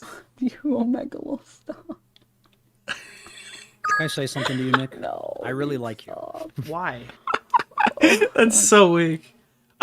Dude, like literally 3/4 of this clip is dead air. She knows, bro. She knows. Right? Like you can, like you the can. The Deorbiter donation sound, yeah. Did I not ask you nice enough? I don't respect you. So... Hey, boss, this is Israel. The Rolex check just came in. Do you want to jump right into Fortnite? Hey, boss, the Israel and Rolex check just came in. Do you want it right into the Fortnite fund or? Yeah, put it right into the Fortnite fund. That's the only way, dude. We gotta buy more skins once the PSN comes back online. You cannot get me to watch someone. I had to pay for Discord Nitro. That 30-second clip is too powerful for you, Smaggle. Dude, Discord Nitro for me is a tax write-off. Like you could not get me to want to watch League of Legends gameplay or like the LCS or whatever. But if a streamer I like is playing it, I'm way more likely to watch them play it. That's if they're adding commentary, though, right? Don't even get me. I already did my taxes this year, bro. I was fucking ready. I was ready to owe, bro. And it went really well. I was pretty stoked about it. Dude, you know how mad YouTubers get during January, February by how bad their tax return went? That's literally it. Like, for all the YouTubers who are, like, panicking and shit right now, you could tell immediately because their fucking taxes... Like, it's tax season now, so they're all going to start acting antsy. Oh, of course, but we already agreed with this. Like, this is like Bo Black's period, but instead of getting like his actual period, tax season just comes once per year, and then Bo Black's goes into like Mayo Monkey Mania. Yeah. So like, I have no problem with like any reactor who like is adding commentary. Like that's what I support. That's the kind of thing that I really like and want to see more. Yeah, sure. We already agree with this opinion. Yeah. You know what I mean? I'm saying that like. All right, listen. I'm gonna say this one more time because I saw somebody say just got instantly banned from a chat. This is like 100%. Do not go into Denims' chat. That's not a joke. That's not a meme. Do not go into Denims' chat and reference anything that has to do with this stream. I have no intention of sending anybody over to Twitch to harass these people. I do not support that. Don't do it. A streamer. Stand back and stand by. I will do it on your behalf, okay? If I want to go after somebody, god damn it, I will. But I don't need any backup from you motherfuckers. I'm not talking about that. I'm talking about the fact that people who go to click on Twitch go specifically to want to have someone else pick videos for them and inform them about things versus the average YouTube user who will pick out and choose what they want to watch. So I think that it's the second part. So there's two parts of watching a streamer. So there's part A that we already completely agree with. These are the only two parts of watching a streamer, chat. Which is you watch a streamer react to content because they're adding something. And then there's the second part of watching a streamer. You're watching them because they're going to click videos for you. And guys, there's only two reasons that you watch a streamer. It's they're going to click videos for you, or you're going to want to hear what they say with videos. There's no other reason that anyone would ever watch a streamer ever. You can just have them play in the background. I mean, yeah, that's the thing that's like, yeah, you could just, there's an autoplay feature on YouTube, man. Like, I mean, okay. Guys, you gotta go to Hasan because he gives me the curated playlist of good videos. Or I could just, let YouTube's algorithm show me things and like get the original creator's money. This is so ridiculous. If someone wants to do that, then like, I'm cool with like someone who watches that, but someone who's making that and like, if someone's making... If all you want to do is show people cool videos, why don't you do it on Discord? How come you don't do movie night with your friends? And it's because of the money. Yeah, it's obviously because of the money. The argument that that's the service they're providing, that's what they're adding. It's like, well, that's not adding anything to I don't think you're adding a service. I don't think that's an added service or anything like that. I'm saying this is the opinion of viewers. Oh, sure, yeah, I'm happy to accept that. Okay, great. Also, people in chat keep talking about like, what about DMCA? What about DMCA? What about DMCA? We already talked about in the very beginning. We're not talking about the legality. We're talking about the morality. Yeah. Yeah, no, I agree. Way at the beginning. Yeah, I agree. Obviously, I'm just letting you two talk it out. But yeah, DMCA isn't a part of this because we haven't got a disagreement about DMCA. This isn't a legal argument. This is like more of a moral kind of. Fucking 40 minutes into the conversation, guys. By the way, we're not talking about legal stuff, right? Perspective on it. And then Chud comes in being the nicest little Chud you've ever seen. Where is this Chud logic? Is this the Chud logic that people see offline? This is like drinking beers with the boys Chud logic now? Where's the unhinged maniac Chud logic that I have much come to enjoy? This is 1 HP. Dude, Chud is literally 1 HP when a woman is on stream. Wait, is that what's happening here? Was Chud never like this? But like a woman is on the stream and now he's 1 HP? Legal argument. This is like. Wow, bro. More of a moral kind of perspective. Dude, he's caught in the fucking lights, man. On it. Dude, the minute that the woman pops off the stream, he's like, yes, I am an unhinged maniac. What is yeah, so it seems like what you're saying, Dennis, is like just the act of the streamer cultivating videos via browsing by YouTube is bringing something to the viewer. And Jay, you seem a bit skeptical about the idea that is really meaningfully doing anything. So maybe I don't think. I mean, like, I'm happy to accept there are viewers who like that, but fundamentally, you could replace that streamer with an autoplay feature on YouTube, which already exists on YouTube. There's who is Bunty King? Nicholas DeOrio? You've you lost the argument on stream. The opponent reads chat. Well, the opponent Denims is caught in the lights right now, like unironically, just like Chud, because Denims is terrified of the stuff people are writing in chat, and at this point, they're probably more like unhinged than the average fucking. Dude, Chud's chat is like pretty hardcore, but I don't even know at this point were they. Let me see. Let's read some of the chat messages. That's cool, but she also kind of encourages her fans to just watch it with her because she'll continue to go through the whole series. So I assume that means like just like TV shows. Are the streamers trying to pick videos that their audiences would like? Perhaps it would be good practice for content creators to make guidelines on their stuff ahead of time. Dude, we're at the point where people are like, well, have the content creators made explicit guidelines on how their content is to be watched? Like, this is so fucking ridiculous. Guys, why don't they just make explicit guidelines and then people will follow them, you know? Jesus. They haven't even considered that. Wicked Supreme is in chat. Yeah, this is years ago. Ban me from chat doesn't mean I don't like you. Add CTV to the call. Dude, do you remember fucking CTV, the wolf pack? Where the fuck is that guy these days, dude? CTV was crazy good. I don't subscribe to the idea that by curating content or whatever, you are adding anything, anything. Well, that's the end of the sentence, I guess. That you're doing. Yeah, sure. I don't think, but just to be clear, I'm not saying I think something is being added. I'm saying that viewers. Hey, you guys just hit the goal. Thank you. We sure need those goals now after that phone call. Okay. They like this feature. Well, yeah, I'm happy to accept that people like that. I just and that's the reason like why the Transformers movies. Yeah. Wait, sorry. People like the Transformers movies, the Michael Bay ones that are dog shit. That are shit. Yeah. Yeah. People like a lot of bad stuff. things. Yeah. people that love garbage, dude.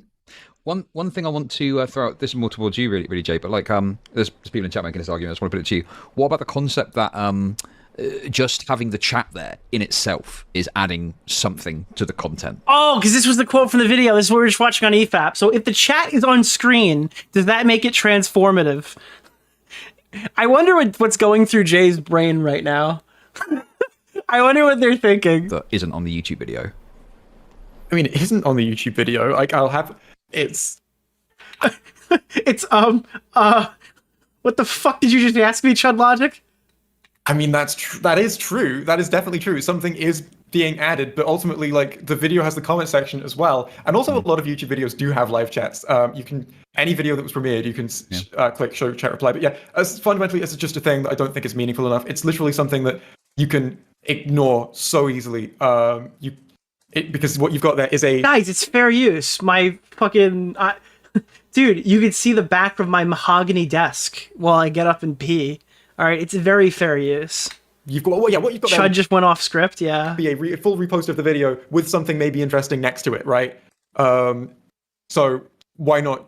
You don't need to. Well, you need to repost the video to make the chat, but for a consumer, for a viewer, you don't need the actual video to be reposted there to get the addition of the thing you're seeing, right? That could just as easily be achieved by, hey, let's all go to this YouTube video and watch it at the same time, right? You don't need to post the actual content to do anything. No, but then you don't get any money for it, Jay. You don't get any money. It just seems like something very small, very easy to ignore. Transformative if you put Subway Surfers on the side. True.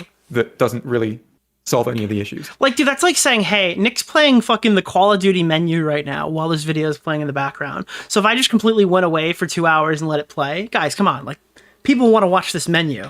Sure, okay. And yeah, the Family Guy funny moments clips thing as well. This I feel like I'm kind of coming. I'm really not coming at anyone. I'm just trying to put points out there to keep the conversation going. But Jay, one thing I noted, because you were watching obviously my coverage, and I was kind of shitting on XQC for quite a large portion of it. And you seem to enjoy that. And I was just wondering, like, was there a particular reason you focused on Hasan, or like? Well, yeah, obviously, because Hasan reacted to like Jay's video. Of course, that's like the main one to go for. Because I did have the personal experience with it, I knew that inside and out, and I didn't have to. I knew exactly. So it's like, I had not considered that option. Exactly what happened in that. I knew all the details about it already, and I knew for a fact that he didn't like contact me or ask permission or anything like that. Right? If it was another React streamer, I would have to find all of that information out from the perspective. I would have to go and find a YouTuber that they reacted to and ask them all these questions. And I'm like, did you get asked permission? Did they communicate with you? You know, all these things, right? Where when I'm using Hasan as the example of that, I can just flat out say I know all of these things as facts because it happened to me, right? But I did look at including other examples. I did look at including an example from XQC, but that just ended up making the video. That didn't add anything to the video. It was just, here's another guy who does the same thing. Yeah, because I seem to remember. And by the way, this is after our videos that me and Tom made. Like, you could have went after Hasan. You could have gone after XQC. Asmongold was another one that didn't make my video, but that was one that I was considering including. There was also Who was the other main one? Oh yeah, people were talking about Destiny at the time because Destiny maintained like he didn't have any negative react positions because he knew he had to do the same thing. But there was But I think he was pretty transparent about like the fact that he makes this content, so he's not going to be critical of it. this drama about this, like amongst the YouTube community. I think is it Boblack's made a video about it and spoke about this phenomenon, like a little while ago. I've got his tweet in my is in my video. It's not, at this point it wasn't Chud is fair, it was Chud is soy, dude. Chud should be instigating conflict. That's his whole thing, dude. Okay. The XQC response to it like this is just you're just saying react harder or whatever. Oh yeah, that was it. And XQC was saying react harder, but then you look at his video, and like the video he's watching is 8 minutes long, and his video is 8 minutes 30.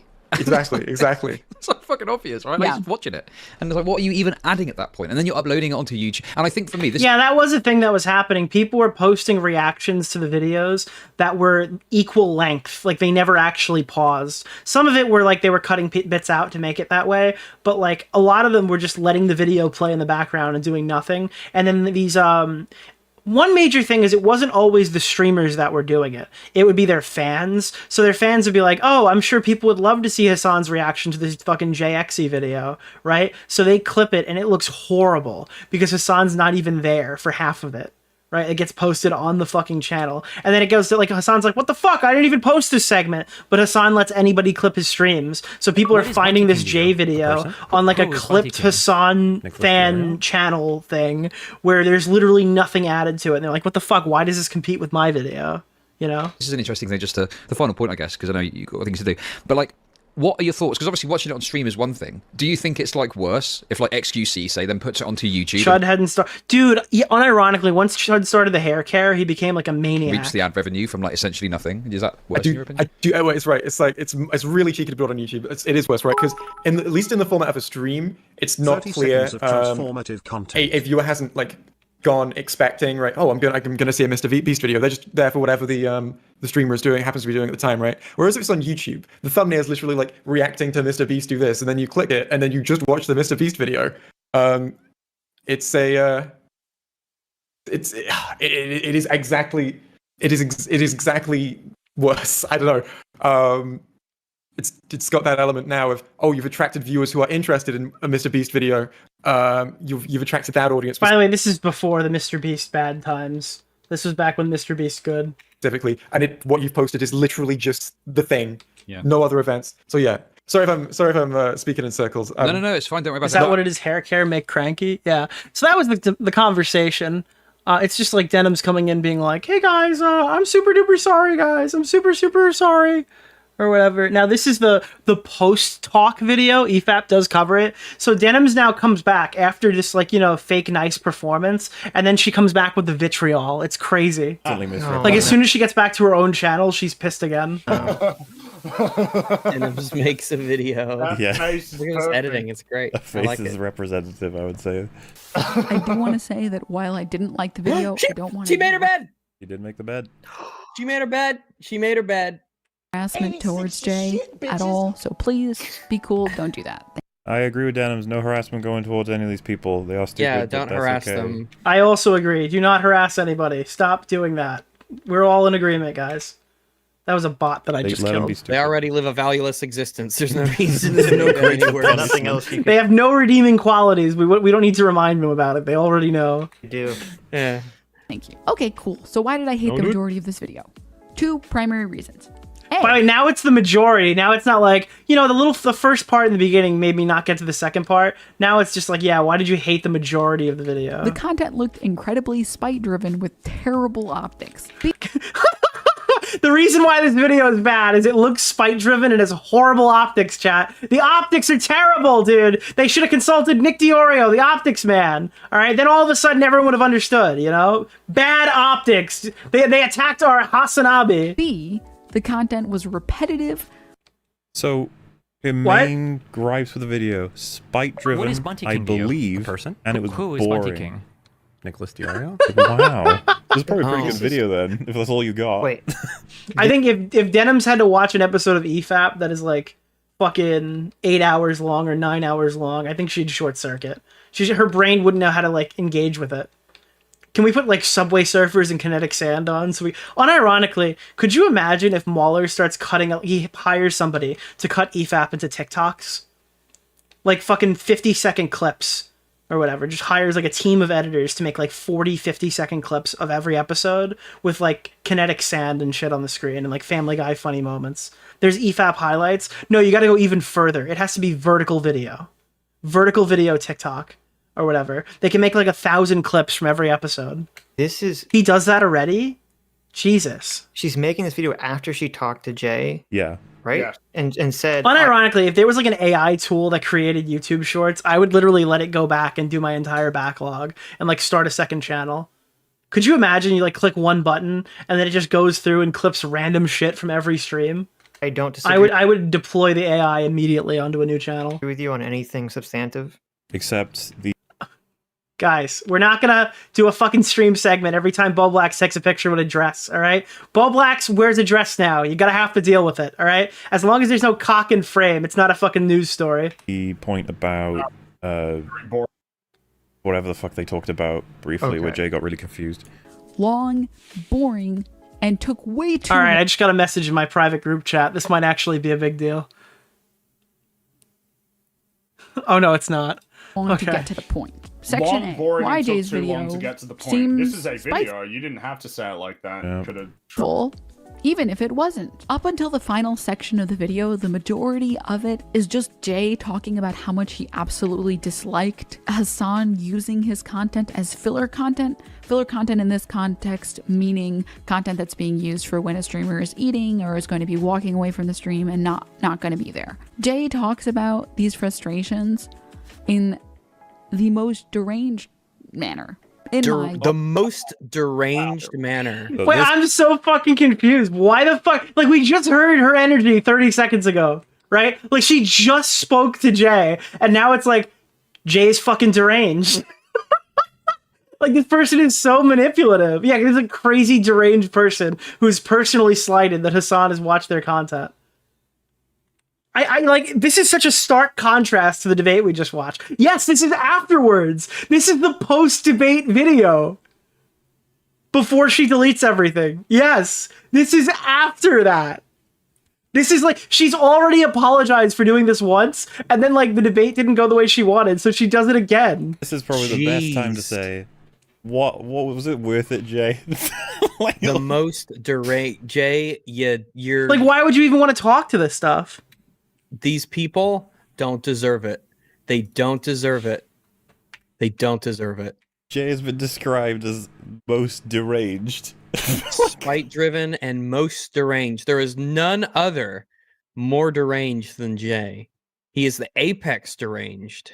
Mm-hmm. Nice. Jesus. Nice. Tumble opinion. Exhibit A. I feel like it's got to be like I don't know, like someone who has a disability or something, right? I'm not sure what part of this messy, weird house has made Hasan conclude, yes, only a disabled could have caused this. That's what he sounds like. It's always What kind of disability? By the way, that's the clip they were referencing in the debate. I think that's a totally reasonable clip. Possibly mean? Like, I'm not even sure if he means mental or physical. What the fuck are you talking about? What's the disability that makes you go, I need to install a toilet next to my fucking... So the frustrating part for me here is that Jay doesn't even try to give an ounce of charitability. It's like the fucking contrast is ridiculous, bro. There's zero charitability coming from Jay right now. Like, this is literally like a, hey, I'm gonna come and appease all of your positions, so maybe you'll delete your video or stop talking about me or leave me alone personally. And like, that didn't work, so she's just reverted back. Like, literal snake in the grass. What the fuck, dude? Apparently. So this is I don't even know really how. annoying because Jay was exceedingly charitable and you weren't. Exactly. She's been horribly bad faith to Jay throughout all of it. She's been a nasty woman. It's deranged. And she could have said, Jay, I felt you were not being charitable to Hasan in your video. Why did she bring it up in the conversation? Oh, I think they actually do talk about the disabled comment briefly, but the fact is, all that happens is Jay just does what I've done in this video. It's like, so he said the thing, and she's like, oh yeah, but... Yeah. Oh, I think she actually pulls the card that he was responding to someone in chat, and Jay said, well, that definitely wasn't clear with the context, but maybe. And I'm like, I'm not willing to say maybe. I'm almost certain that from the context you can tell that Hasan was not responding to chat. He was just saying it as an example of like who he believes probably lived there because he's an idiot. Hasan had come back to stream and seen chat making assumptions about the homeowner because the house was so messy, to which he proceeded to say, it's possible that the homeowner could be disabled. What? What? Okay. Really hitching her wagon to this argument. Yeah, she's trying. Why is this like a big argument? This reminds me of her like picking horrible things to respond to Ethan. There's so many times. I don't have a chair planted in front of my laundry machine just so I can watch it run, but each to their own, eh? I feel like it's got to be like it's got to be, I don't know, like someone who has a disability or something, right? Like it doesn't make any sense.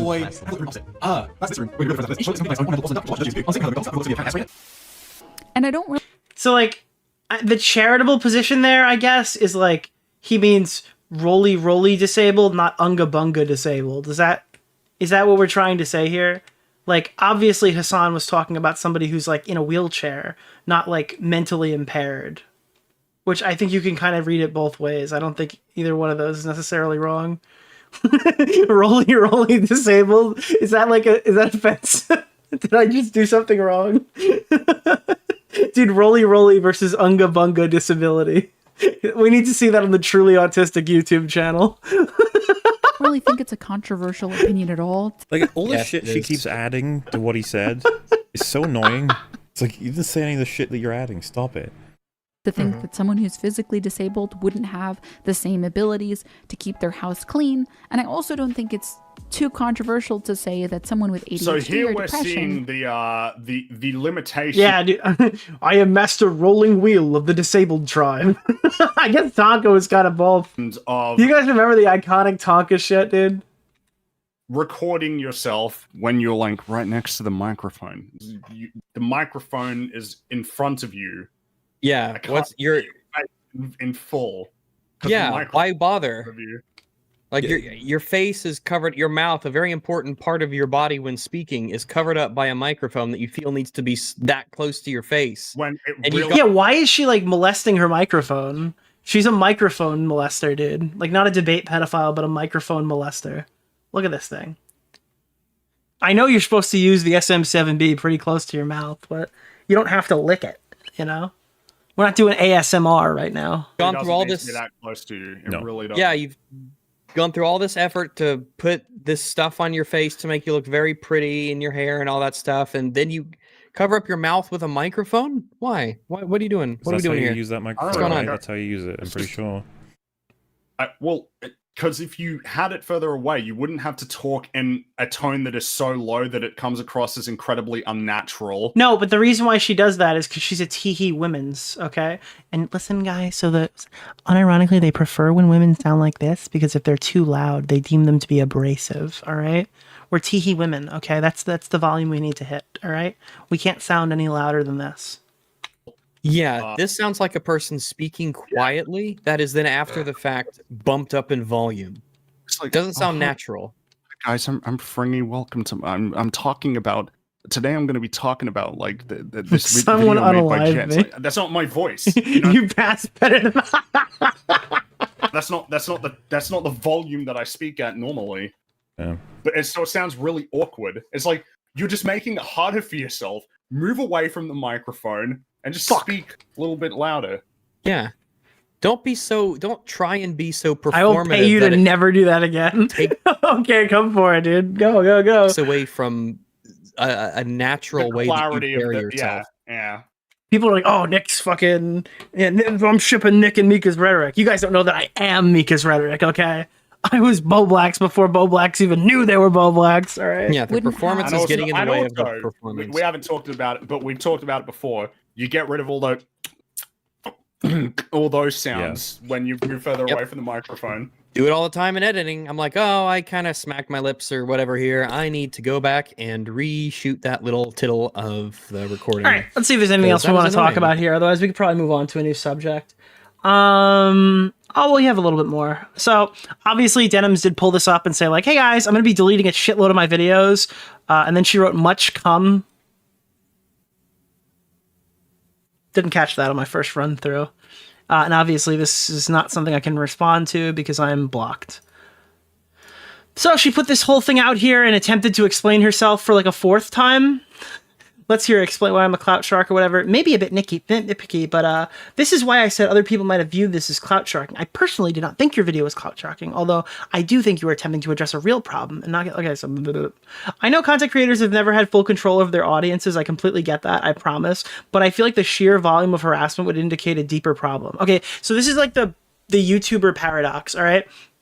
I need to tell you, Denims, you're not being harassed. You're being criticized. You're not getting attacked. People are telling you you're wrong, all right? The first time a YouTuber is like violently wrong on a story, everything is harassment. I'm getting it from every angle because they're not used to the entire internet telling them that they're wrong about something and realizing that like they are the problem, okay? Like when you sit here and you react to stuff, you push people to go tell people other, like, you go on stream and disagree with a video, so people who you are talking or talking to or whatever are going to go tell that other person that they disagree with your video. That's just how it happens. Now, you're wrong. You look like a retard. So the audience is coming to tell you that you're wrong. There is harassment like baked in between here, but whenever these people like Denims get criticized or whatever, it always turns into like everybody who is coming after me is hating or whatever. It's all harassment. It's all unjustified to the point where they start picking out screenshots. And then like they look like this, which are just not harassment. This is just not harassment. She has a victim complex. It's true. She absolutely does have a victim complex. But yeah, that's Denims. Denims is somebody who plays team sports with like absurdly disgusting allegations, and she's still doing it right now. And that was her React content debate, which she's obviously since taken in a completely different direction. And by a different direction, I mean she's now decided to just move forward with freebooting content on the regular. And doing like, I guess, posting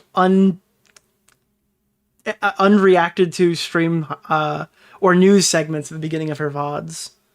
Do you think that she'd be that charitable to Ethan when they keep saying he's crashing out by posting the actual harassment?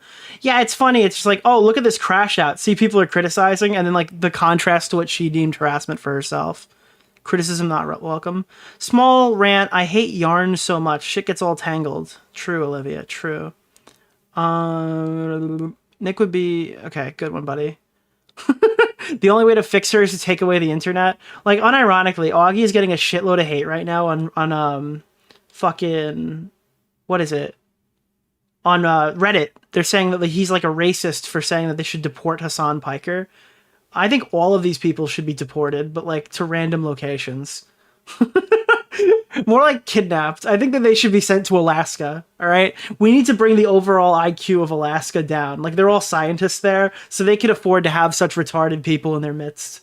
You know what I mean? They need to be like sent to Alaska. That's my position.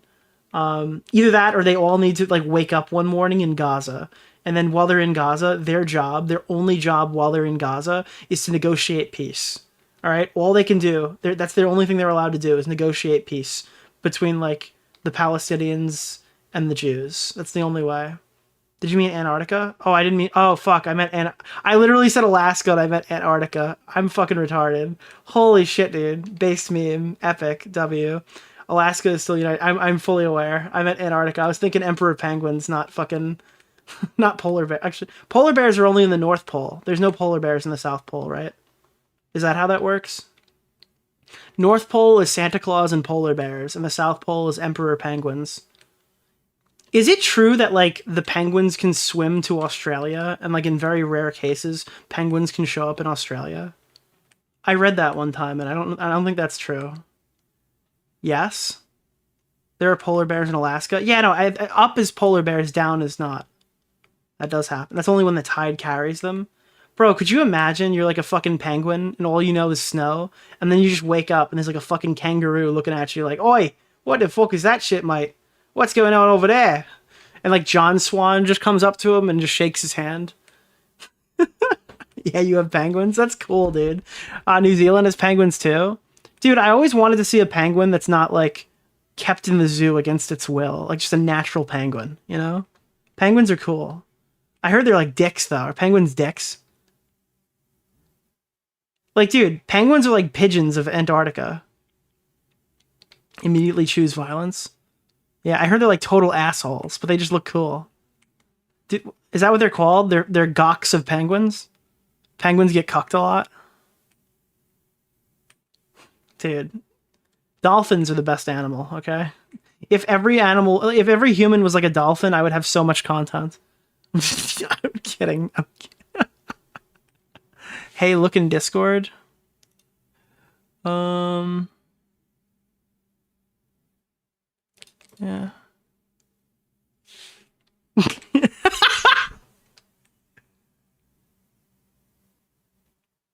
That's so funny. All right. I just got a funny message from Chud, but I'm not going to read it.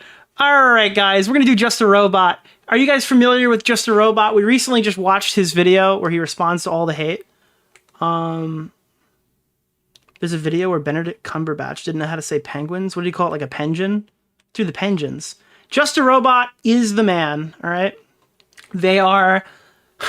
They're back, okay? This is the response to the recent video and the hate that it got. People were speculating that Just a Robot released this video intentionally because Chud was going on vacation and wouldn't be around to cover it.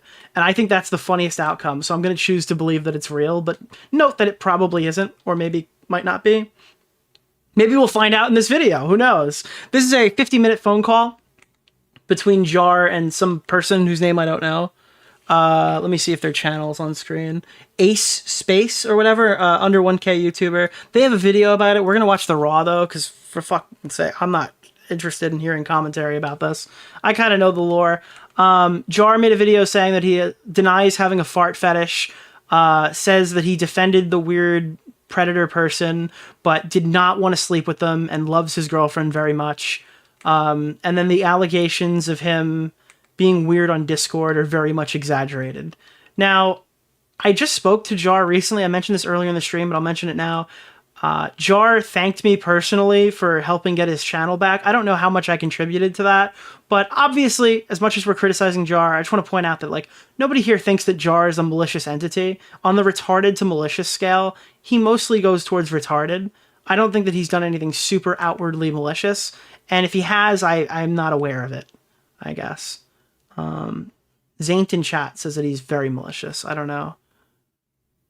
The Jar fart fetish allegations, yeah. he's pretty malicious. I don't know. He's malicious based on other events. Well, I don't know about other events, but I know about this situation, and it seems like he was mostly just stupid in this one. So this is the call. This is somebody's OBS. Boom. Hello. Hello. Hey, hello. Hello, Ace. Hello. All right. Yeah, I guess it's time for the call then. Yeah, that's all right. What a great start. Hello. Okay, I guess it's time to call now. Yeah, I mean that would be what this is. Yeah, sure. So, I guess like I had a lot of questions to ask you with your video, and this is an attempt to try to get your side, obviously. So, you know what's like? I was sitting there for like a solid 30 seconds when Jar DM'd me. I went, I could easily get this guy into a call. And he would absolutely just let me record him without his knowledge. And then I was like, I'm not going to do that. I'm a better person than this. I'm going to just take the thank you and move on and not say anything else.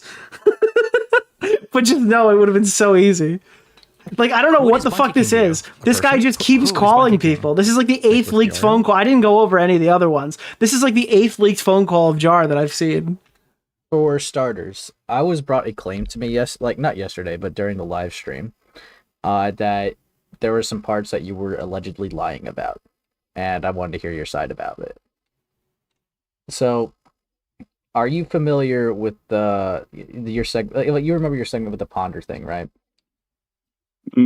I forgot. What is the ponder thing again, chat? So, when you said in your video that she made that maid dress with like is this the artwork of what's her name? Is this the artwork of the Jaden Animations woman? Without your consent, right? I was Oh no, this is the VidCon incident. Yeah, okay. Told that Ponder had your consent. Well, I have no idea. Like, I really don't remember. This is not starting off well. Yeah, I was told that Ponder had your consent. I don't know. I mean, if there's evidence If there's evidence, if you've got evidence that proves me wrong, well, that would suck. I gave her my consent, then there's that. But I definitely wasn't in contact with her with the thumbnail thing, and I did say I don't really care. Right. Yeah. I mean, the only thing I just feel it's a little weird personally to be included, but like these were DMs I was given by I guess Lio for Ponder or something like that of like what you guys had. Doesn't really show much besides her having the conversation with you, and it being. I mean, I don't see how this implies consent. What is this on screen right now? Allegation, I guess, like from her side is just. Why the fuck is Jar dressed up like Hasan Piker on screen right now in this call? What's happening in this Discord server? We've got Chud Logic right here. All right. We've got Just a Robot. This person has played Minecraft. And there's some guy named Y and some guy named G in here. Okay. This guy's got Chrome on his desktop. That's cool. OBS. This guy's a fellow Edger. You can see he's got Edge right there. Hasn't removed the Windows Store. That's kind of weird. She asked you in a call, which obviously is going to be he said, she said.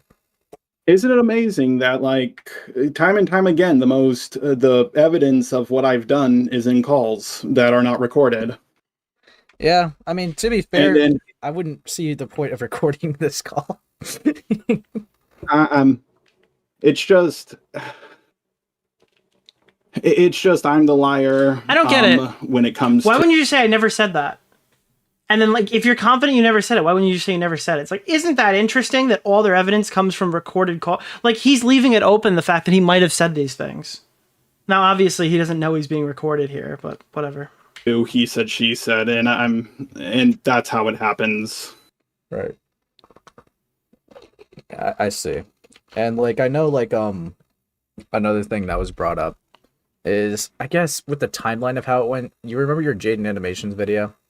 It was, I guess, I was only sent a clip of it, but it was about you talking about, like, if people don't want to make Jaden, like, if she doesn't want porn made of her character, then you shouldn't, right?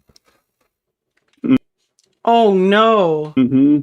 That clip was sent to me, and apparently the timeline of that was, like, this is how it was framed to me, so I'm asking you. Apparently you made that video after the whole Jaden Animation NSFW thing happened? Would that be accurate?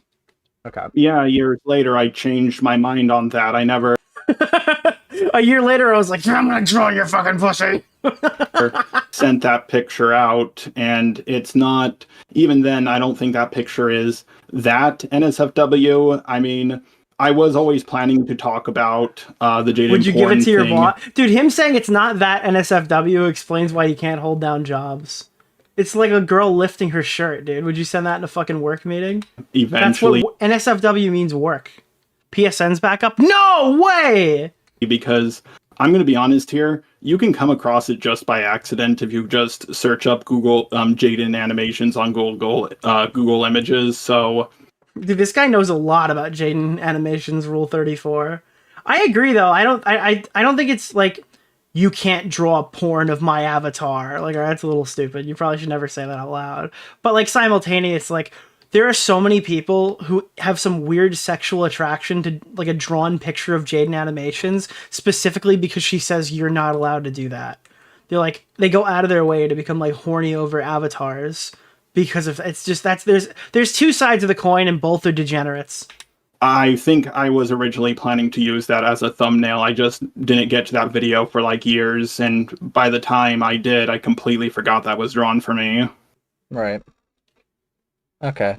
Because I guess like there's also a second thing in that clip that was a little interesting. I know like in your video you say something like you say something along the lines that the manga common art and the Jade animation things was like the only thing like either NSFW/porn thing that you requested.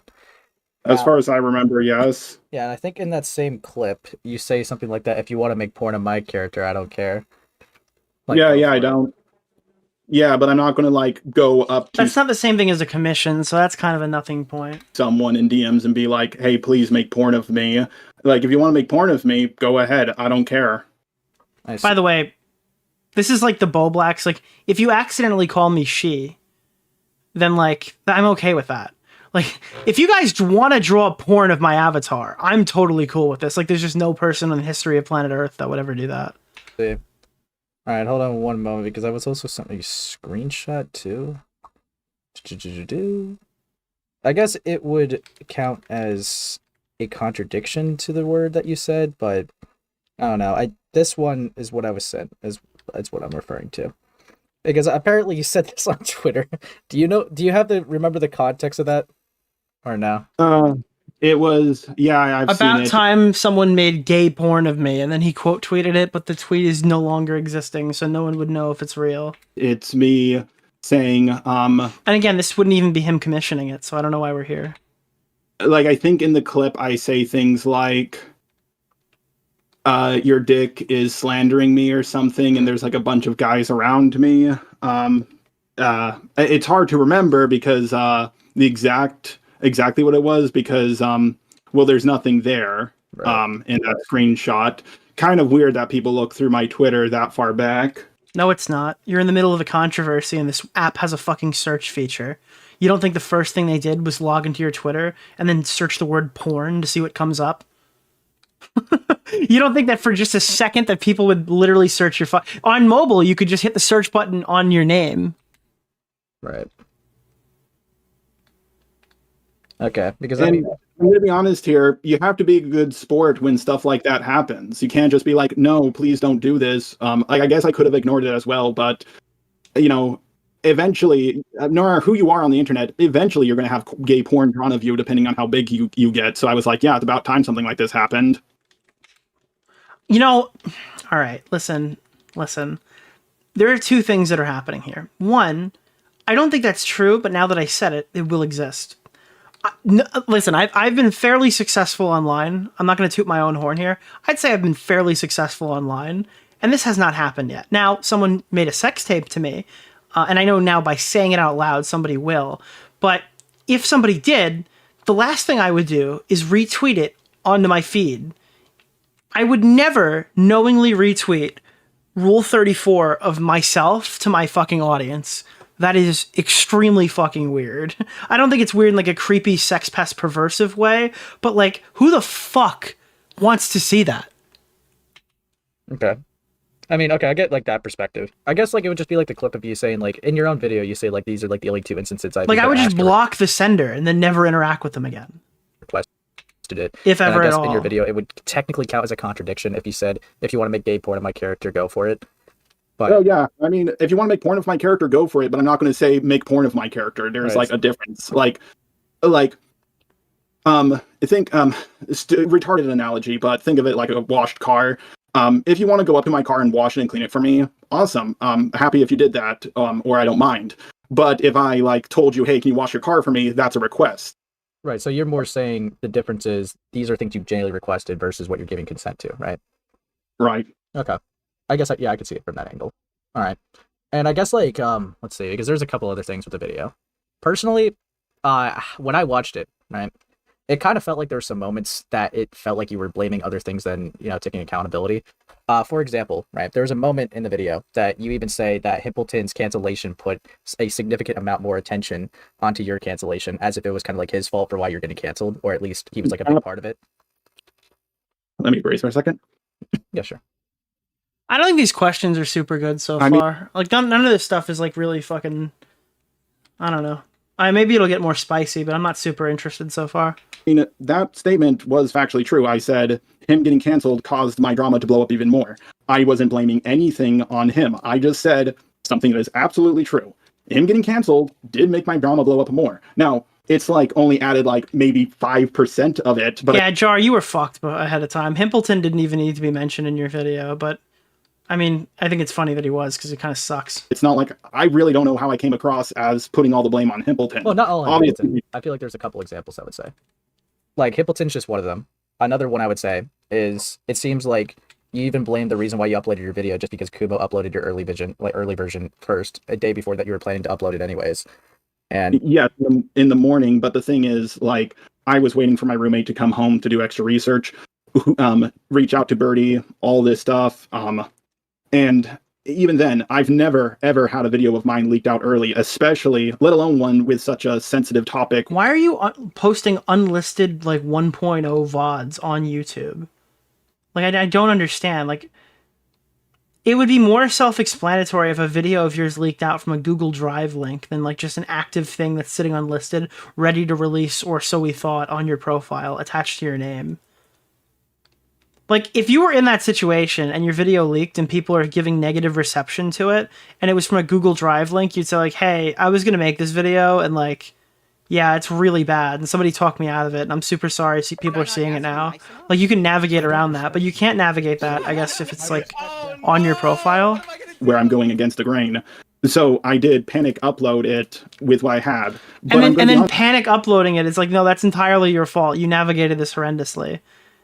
And, like, why did you even... none of this makes sense, dude. Here, let's just say, for all I know, I could have reached out to Birdie, and I could have made an even worse video, for all I know. I just never had someone leak out a video of mine early because... I mean, realistically, what I would have thought if it happened on that day, to be honest, you probably would have got nothing from Birdie. Birdie's been ignoring every commentator. So it kind of just makes you wonder if the results would have changed that much, to be honest, rather Kumo leaked it or not.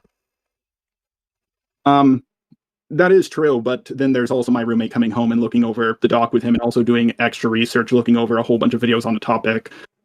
You see, I'm dyslexic, so... Oh my god, dude, in the middle of this... By the way, I think he's been answering well so far, and in the middle he's like, by the way, guys, I'm fucking retarded, I'm dyslexic, please ignore me. Please be patient with me, I have, like, fucking dyslexia, dude. But yeah, Professor Dreadlock has been invoked. I do my research in a very different way from most people because of how bad my dyslexia is. And dude, if your dyslexia is like affecting your ability to do research, then you probably shouldn't be a commentary YouTuber. I don't know. I was waiting for my roommate to come home. He was on a business trip. At a really Dude, Professor Dreadlock was in the middle of doing his Professor Dreadlock business activities. And then I got so shocked by Kumo leaking out that video. But who knows? I might have told for all I know, I might have told my roommate, hey, I think my video looks good enough. I don't want to do any further research. I'm just going to upload it as is because... Wait, he might have told his roommate that... Wait, that would completely contradict everything he said in his video. Is this guy, like, fucking completely brain dead? I might have told my roommate that the video is just great and we're just going to launch it anyway. Who cares? What? Wait, did I mishear that? He was on a business trip at a really bad time, and then I got so shocked by Kumo leaking out that video. But who knows? I might have told for all I know, I might have told my roommate, hey, I think my video looks good enough. I don't want to do any further research. I'm just going to upload it as is because I understand. Dude, this guy has no idea what he said to anybody. This is like the opposite of the Nick DeOrio fucking memory memes, all right? This guy literally he doesn't even remember what he said a couple of weeks ago. I think he's being dishonest. Well, yeah, it's probably like a Denims thing, but I think it's reasonable to say that. I also think this guy might just be so fucking stupid that he might not remember what he said. The video looks like it's fully edited, but like he was in the middle. He had a fugue state in the middle of this. Dude, he literally had a fugue state in the middle of the controversy because a video had never been leaked before. Seen the old version of my Cindy video, the one where I was bashing her. I don't know if you came across that. That was also pretty much fully edited, and I reused a lot of it for the current draft I had. I ended up uploading. Realistically speaking, I think I could have just changed 10% of my Cindy video to make it completely different. I guess. I mean, I don't know. I just feel like not much would have changed if I'm going to be like blatantly honest, just because. All right, but we can't know that, so it doesn't matter. Like it was a day before it was uploaded. I know you said you're going to do more research into it. Oh, that does matter. Yeah, it's the day before it's dropping. That's a little bit more important. Yeah, I guess I would just ask why pass the early version around. Well, plan to upload is always a maybe, but I want to get others' thoughts on it. So this was a final draft. Was that like... This isn't the official thing that's being released, but this is like the final draft for the video before it comes out. I thought it was a very early version. Ideas off of people. I've been doing this with multiple other videos. I've had many people check over my videos. Like I've done this with Lio. I've done this with Peaches. I've done this with my roommate, especially because let's be honest here, I'm not the most socially aware person. So sometimes it's good to get feedback from others. Sure. And I mean, I guess just to not to mean like to cut you off or anything, but have you ever had Romantic Goblin like revise your videos before this? Could you repeat that? Have you ever... Oh my god, dude. I'm sorry. I'm gonna fucking blow a gasket. I can't listen to this guy. Fuck you. That was what? I mean, I guess just to not to mean like to cut you off or anything, but have you ever had Romantic Goblin like revise your videos before this? Could you repeat that? What do you mean? It was like one sentence. Revise your videos before this? Nope. It's just she was connected to the situation so much that I thought she knew what was going on because, according to her and Kumo, they talked with Cine and she was completely honest with them and all this other stuff. This was the first time I ever asked Goblin to look over something for me. By the way, I just looked down on my phone. I just want to remind somebody. Okay, so listen. All right, you guys use our subreddit.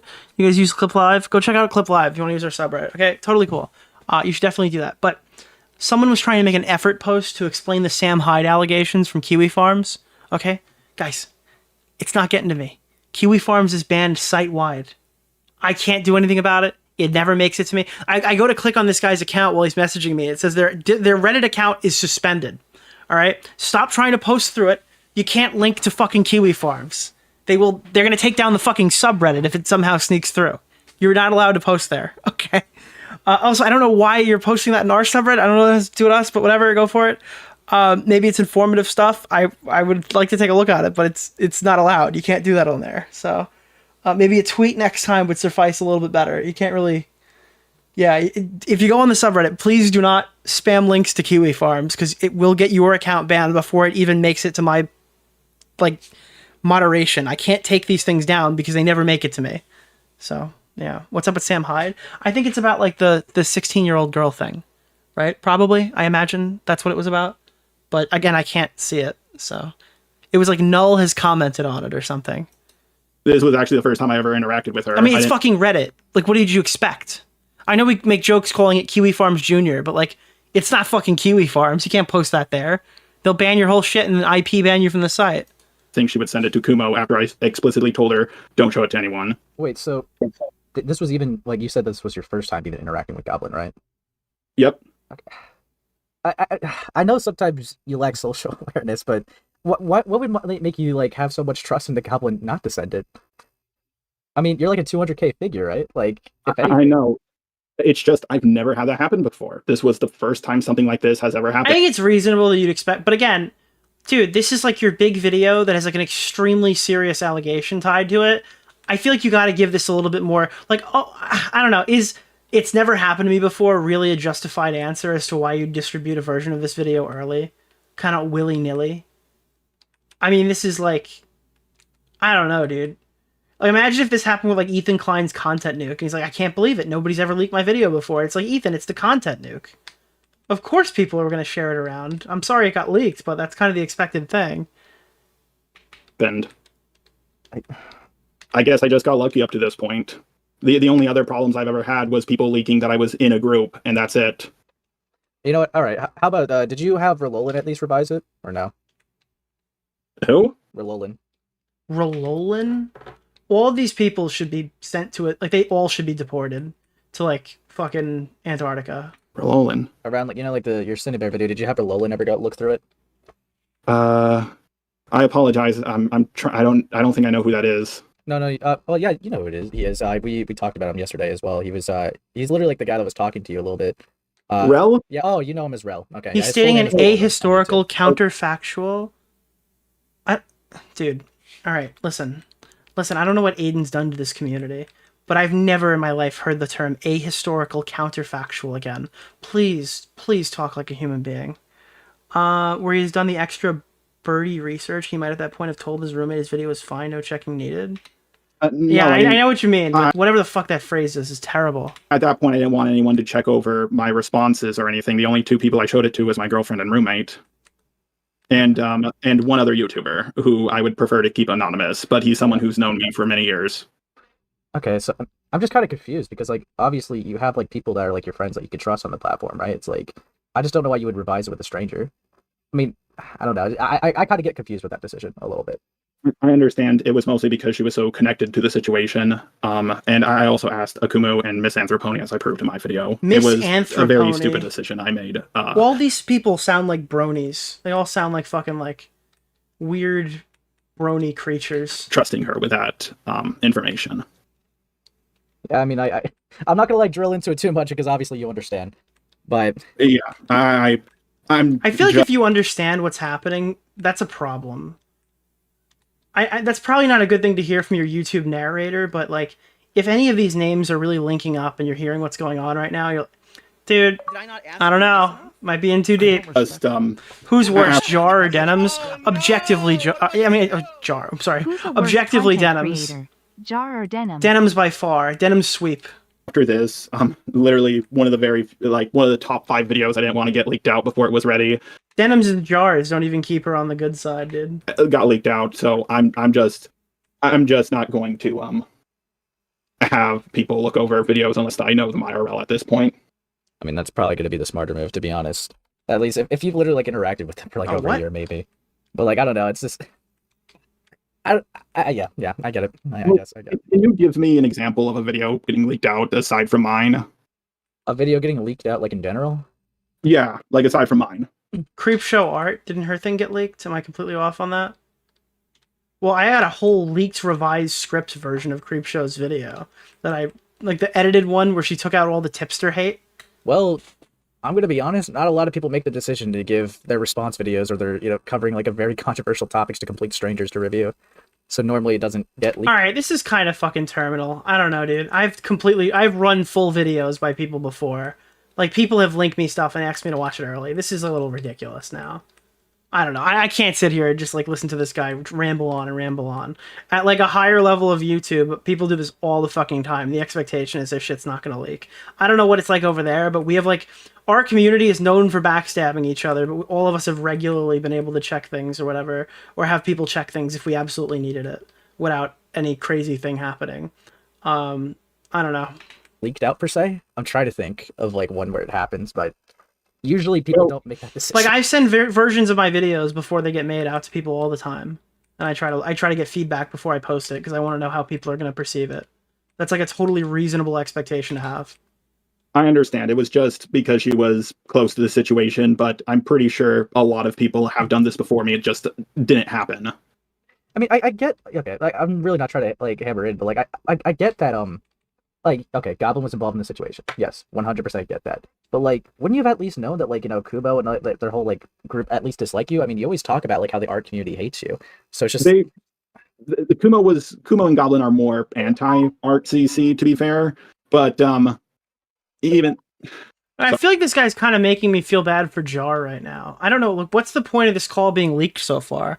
We're 15 minutes into it at 1.25 speed, and I haven't learned a single thing about Jar yet. That's like valuable. Like, all of these kind of things seem like hypocrisy hunting. There's no real, I mean, maybe we'll get somewhere eventually, but usually when these leaks calls happen, it's not like a YouTube video where there's a slow build. You kind of have the questions you want immediately, so you can get in and get out if you chase the guy off, right? These are like, I'm expecting a leaked call to have some pretty fucking important stuff in the beginning. Sorry about that. No, that's fine. Yeah, they're more anti-art CC, to be fair, but I didn't want to interact. I didn't show it to Kumo because like I didn't know what he would do because Kumo can be a bit unpredictable, and I didn't think Goblin would send it to Kumo. I didn't think that would happen, and I didn't think even if he did get it, he would upload it so soon. And it just threw me for a loop because I was surprised. I was like, Kumo, you're already kind of on the losing side here. Probably not the best idea to make more problems for yourself, but I think he saw me as a way to get out of the situation, but I don't know. I don't know what's in the guy's heart. This is just me guessing, and right now I'm autistically rambling, so I'm going to stop. Well, he at least is a little self-aware. I mean, I think it's very clear Kumo does not like you by any constellation of the imagination.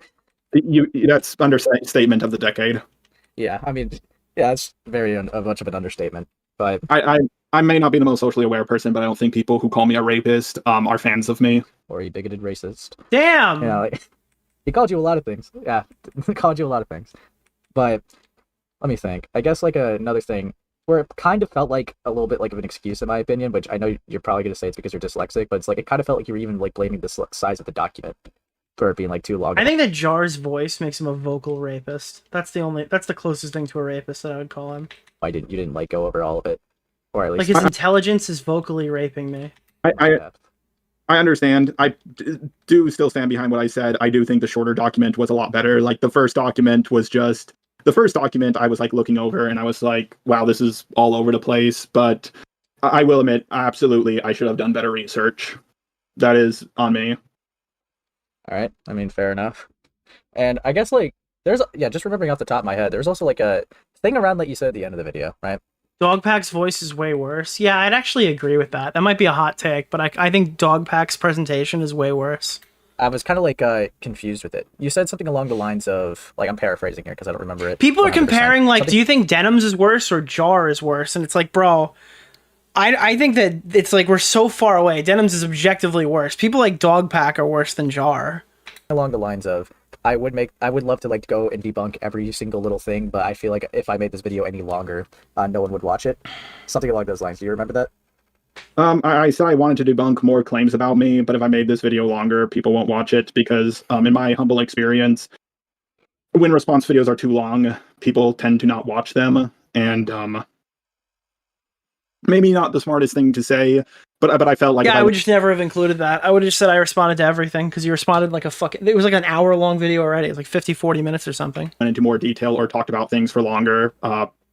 Like sometimes saying why would you want to leave it like I've cut things out of my video? Because then people are going to say, oh, you've cut things out of your video. You had more to say, but now you're hiding from certain subjects. You cherry pick topics or whatever. You just turn around and say the rest of this stuff doesn't matter. More. Because, I mean, like, look at what I'm in right now, just with what I've said, so many questions. If it was longer, it would have been even more questions. Yeah, I mean, I don't know. Like, I feel like if it was longer, definitely more people would have watched the full thing. 100%, I feel like. Just because, like, with what I even seen with, like, your video on Cine, that was nearly, like, what, like an hour and 40-ish minutes? Like, roughly. Yeah, and And people watched the whole thing of that. Yeah, because it was... Minutes. Yeah, it was, you know... All right, he kind of has the Denims mental thought process going. Any minute now, Jar. I mean, it is a different ballpark. That Cine video was much more heavily edited. I mean, I didn't want to heavily edit my response video because I thought that would make people think I was having fun with it, and that could have reflected poorly on me. Yeah, I mean, I don't even think you just had to heavily edit it. I mean, there probably could have been a couple more things to respond to, because I know, like, some things were still asked, which I did kind of ask a little bit before, but it's just some of the things that you said in that interview. Like, the main thing that you need in these response videos, and it's obviously not enough to just go in with it, but the main thing that you need in these videos is confidence. You need to remain confident from the beginning to the end, because that will give people a bit to work off of. Like, okay, this guy is literally, like, oozing confidence right now. I'm going to be more inclined to believe what he's saying. If you sound like a stuttering little bitch or whatever the entire time, and you act like you're just fucking, oh, I wanted to put in more, but feel bad for me, feel bad for me, feel bad for me, people aren't going to navigate that as well. This one, but it was like, even like the 16-year-old thing with the phrasing of that, I feel like it would have been helpful to you to, you know, frame that a bit better, you know, frame your understanding, like, you know, your thought process a bit better in the video about that, because obviously a lot of people got the impression of, oh, if this guy sees a 16-year-old, he's trying to get out of there because he can't trust himself, which obviously we explained, and that's not what you I mean, look at Pro Jared's response video. That guy did some pretty fucking weird shit, but he gets out of that completely by just coming in and being like, I've got the receipts, and just fucking debunking it or whatever. Like, people still comment on my old videos saying that I'm too hard on Pro Jared, and he's like definitively debunked every single claim against him, and I'm like, hey dude, so that's cool, and I agree with you that he debunked a lot of like bad faith stuff, and I'm not like gonna fucking come in here and, you know, attack him over it or whatever, but I do want to ask you, why exactly did the guy continue to sex his fans without age verification, and then when Tumblr was banned because there was so much child porn on the site, he didn't go, holy shit, this is actually a really dangerous thing that could totally ruin my career or make me do, or maybe actually accidentally engage with somebody who's underage by mistake. But then he just went and did the same thing on Snapchat and raised the age to like 21. Like, none of these people that you're interacting with are able to verify their age, and you're just gonna sex with them as like Sin Jared and make references to it on your main social media, Twitter and stuff like that, right? If you're acknowledging that you're putting yourself in a horrible position, why continue doing it over on Snapchat, which would ultimately get a very similar reputation that Tumblr had at the time? Men. Yeah, I didn't want, like, single guy in a pool. Obviously, I didn't know her age, but when I was by myself and that family showed up, I was like, I was almost done anyway, so I was like, I kind of want to get out of here. Plus, I won't lie, this was when I used to go on Are we pie sure he isn't swims. IDing on That's when you smoke Snapchat weed and now? swim, and Well, I don't know what he's doing now. I just know what he was doing in 2019. Was it 2019? I forgot what year it was. I don't know. Wherever my pro Jared response video is, it's been like fucking 4 years. weed does make you very paranoid. Snapchat in 2025 is for crimes and nudes. Yeah, literally. Oh no! What am I gonna do? Right, yeah. I mean, honestly, I think the reaction to what I said kind of proves my point. Like, if me just saying, hey, that could have happened and people are reacting like this, then I think I was smart because Pro Jared, yeah, 6 years ago. I just don't want to be around in a situation like that with someone dressed like that. And Why is Pro Jared's only issue sexting fans? He was ultimately cheating. Well, the reason is, and most people don't like saying this out loud, is most people don't give a flying fuck if an influencer is cheating on their partner. It's only performative if you don't like the person. I don't know who the fuck their partner is. I don't know these people. I don't even consider them to be people. When I talk about people like Jar, right, it's even easier when I don't have to put a face to their name, because honestly, I think that these people mentally stop existing when I turn off their video. I don't treat anybody online like human beings. like I treat my friends or something like that. I don't know. They're just... I, to you, chat, am a figment of your imagination. As soon as the stream ends, I cease to exist. You ever hear the meme of, like, the teacher lives at the school, and that's how you want to view them? Or whatever? That's what I am to you. Okay? As soon as I turn the stream off, I no longer exist. But tomorrow, if I come back on Twitter, that's when I begin to exist again. You know? in the water, I mostly just went by myself. Yeah, I mean, fair enough. Okay, I want to make this clear. I'm not saying, oh, I don't like, I might have done something. Like, I don't want a relationship with you guys the way Pro Jared seems to. I don't want to, like, have late night conversations and sleep streams with my audience and stuff. I think that we should have a professional relationship of, I make funny stream content calling people bitches, and you guys come in and enjoy it or not enjoy it, and that's your prerogative. I think that's basically all I should be doing as a streamer, and I think that other people who go past that are kind of weird. Because she was dressed like that. No, I just didn't feel comfortable. I got out of the water and I left. I don't see what the problem is. Yeah, exactly. When you when you elaborate on it, yeah, it makes sense. I think everyone just took it the wrong way because of how you worded it. It just came off weird. Well, it was also because I was really hated at that time. I mean, that could have been part of it, but I feel like if you're definitely being hated, and there's an increased chance to be like clip chimped or purposely misunderstood by bad actors. I feel like you should definitely consider a lot more of your wording. 100%. Like, now we're just giving him advice. Like, oh god, I don't know. This reminds me like the tipster John Swan call. Like, do we really need to hear this? Are we only hearing this because people hate Jar right now?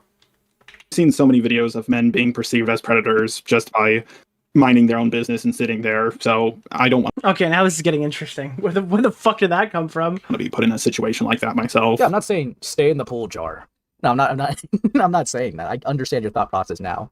Right? Like, it's just like, I mean, I think if you clarified that in your response, like maybe that like could have been like a segment in your response video for that, and like the other thing was maybe like even the 14-year-old thing. I think a lot of people were confused that you called it a honeypot situation, which it's because it was. This was right after Chaos 55T and me started going at it, and like right after it started, I saw that and I said, I know this is someone who doesn't like me using this account, so that's why I immediately blocked, because I was afraid that no matter what I said, it would have been twisted into something bad. So I just immediately blocked that account.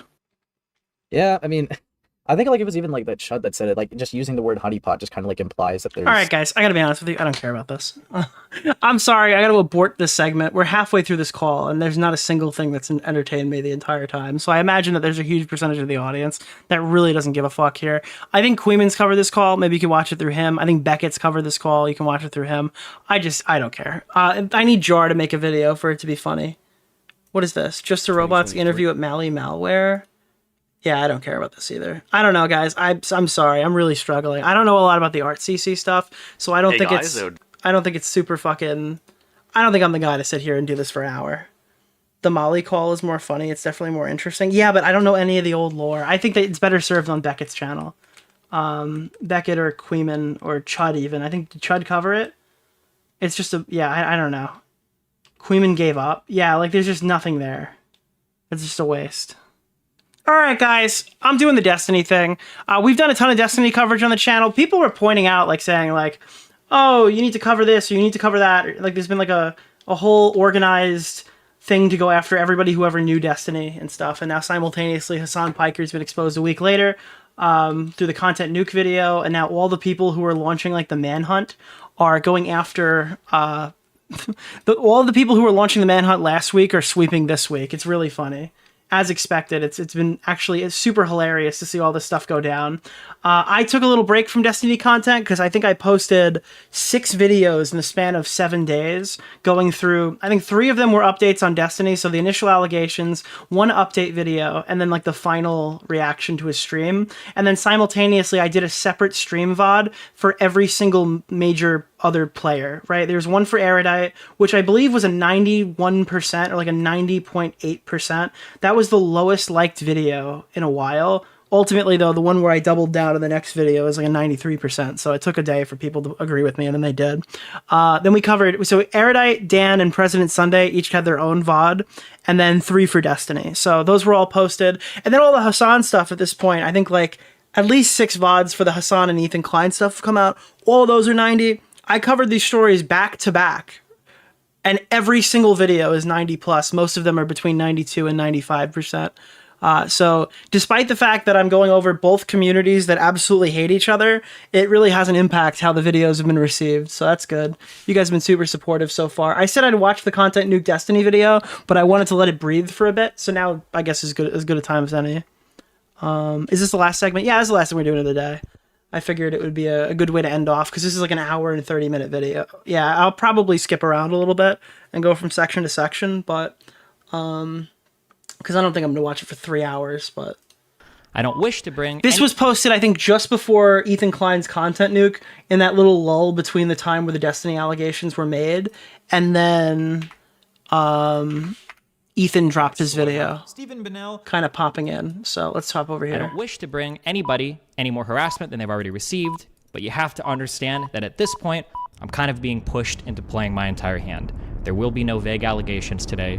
There will be no mentions of nukes. I remember this stream. I don't remember which one this was, but I have a feeling here. I don't know what he's going to cover, but like, when I see the Destiny stuff, I don't retroactively go back and like justify positions to dislike things that I didn't care about before, if that makes sense. That's like not my goal. So I'm going to maintain positions, and I don't really care if people are upset by that. Only. Unless all this stuff is just horrendous, then maybe we'll talk. Mushroom clouds. I went with the title, Kethels, a case study on internet terrorism and mass media manipulation. This is going to be a cataloging the past year, demonstration of what happens when communities fail to hold their own members responsible, and what comes of the belief that there are no bad tactics. Oh, I see what he's doing here. I see what he's doing here. Okay, I don't care about like KYS memes and stuff, but I see what he's doing here. So he's playing that communities aren't holding them accountable, and now he's gonna cross-reference that with like Destiny's community. Okay. Hold their own members responsible. Okay. And what I like comes of the that. belief that there are no bad tactics, only bad targets. This is going to be a careful documentation of lies. I'm not running around screen sharing people's nudes. I'm not having Oh, that didn't age super well. secret recordings to be in my apartment. That might not have aged very well. We'll see how that is handled in a court of law. Bro, I'll talk about anything all the time ever. That didn't age well either. Okay, so far this is a pretty fire intro. Are we serious? So then the question stands, did you f Lauren Southern?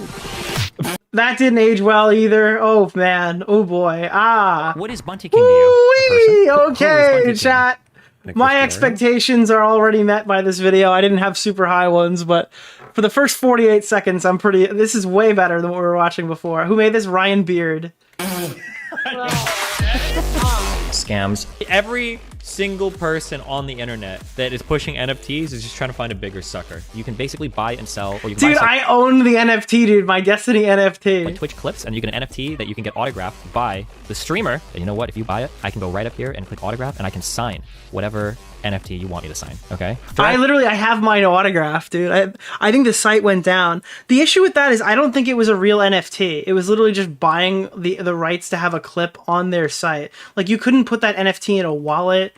It was just literally just like it was nothing. That's all it was. It was literally nothing. It was less than an NFT. Bullying. Doxing. I literally just doxed that girl. The one that tried to throw egg on me like a week or two ago. I don't give a fuck about like doxing. And an utter. And again, this is why I don't care about any of this stuff. like, yeah, he quote unquote doxed the girl who like threatened to throw an egg at him. Wasn't this like a person who threatened to assault him at an event? Like they were posting on social media that they were gonna like attack him at like an IRL event, and wasn't it accompanied with like a picture? Like I don't know. I don't. It depends on what he did. I don't remember. Lack of accountability. Molina recently confirmed that the sex tapes leaked by Destiny. This clip is insane by fucking Wick. Jesus Christ. The girl were shared by Destiny without her consent. Good one. Nice. If she has no legal recourse. I've got a whole bunch of super chats for you, Wick. Ready? Okay. And then he didn't have any super chats for Wick. Like he's just sitting there frozen. In these moments, he was contemplating what the next couple of weeks of his life would turn into. Over the years, I've worried about the types of tactics endorsed by progressive communities. The uncomfortable distorting of narratives. Honestly, I'm pro-genocide. Like, it sounds really shitty, but like, I think that Israel should just drop its borders about where it is now, and basically, Palestinians can go live in another place. That's really shitty, but like, that's about where I'm at. The grotesque shape-shifting of facts. Let's say there's a person that's like 30 years old and tries to like randomly sext like 14-year-old. Bro, I don't know what clip he's gonna play, but there's no worse clip than him saying that to him, a fucking 19-year-old might as well be a 15-year-old when he was like 27 years old. Like that Destiny was like the same age as me saying that, and then he goes on like 10 years later to be like exchanging his friends' sex tapes with like a 19-year-old OnlyFans girl. That's crazy. And 15-year-olds. I don't think that would be considered grooming. The general inability to hold themselves to a decent standard of behavioral conduct. The right. There's worse. Wait, I Hate Everything just put a video about. Oh, fuck you. Hold on. If this, I'm gonna fucking ban Smaggle if it's Destiny the game and not Destiny the streamer. And if you interrupted my fucking segment. Hold on. If you interrupted my segment for Destiny the Final Shape by I Hate Everything, I'm gonna explode. The stake. Fuck you, Smaggle! I knew it! I fucking knew it! You didn't get me. I fucking knew it! Destiny's the Final Shape. Fuck you. I knew it. I fucking knew it. You suck. Thing needs to stop. And if that means like white redneck militia. Yeah, I didn't ever, like, this is a funny comment. I didn't care about this either. Dudes out there mowing down dipshit protesters that think that they can torch buildings at 10 p.m., then at this point they have my blessing, because holy shit. It was the tale of an internet bully given far too much power. Did you guys know that if a bitch breaks up with you and you send her nudes to everybody, even that's wrong, guys? On a mission to seek fame and fortune. So what's that look like revenue-wise? I think last time you said it was like 50K a month. It's probably a little bit higher than that now, yeah. By building a career through vicious conflict. 50K a month. That was what they were making over on the podcast, right? Yeah, like if that's the podcast revenue, they're making 50K a month. I totally understand why like Dan and fucking Erudite are just reacting so weirdly. Actually, kill yourself. Yes, kill yourself. We've allowed ourselves to gaze into the abyss for far too long. Destiny is the result.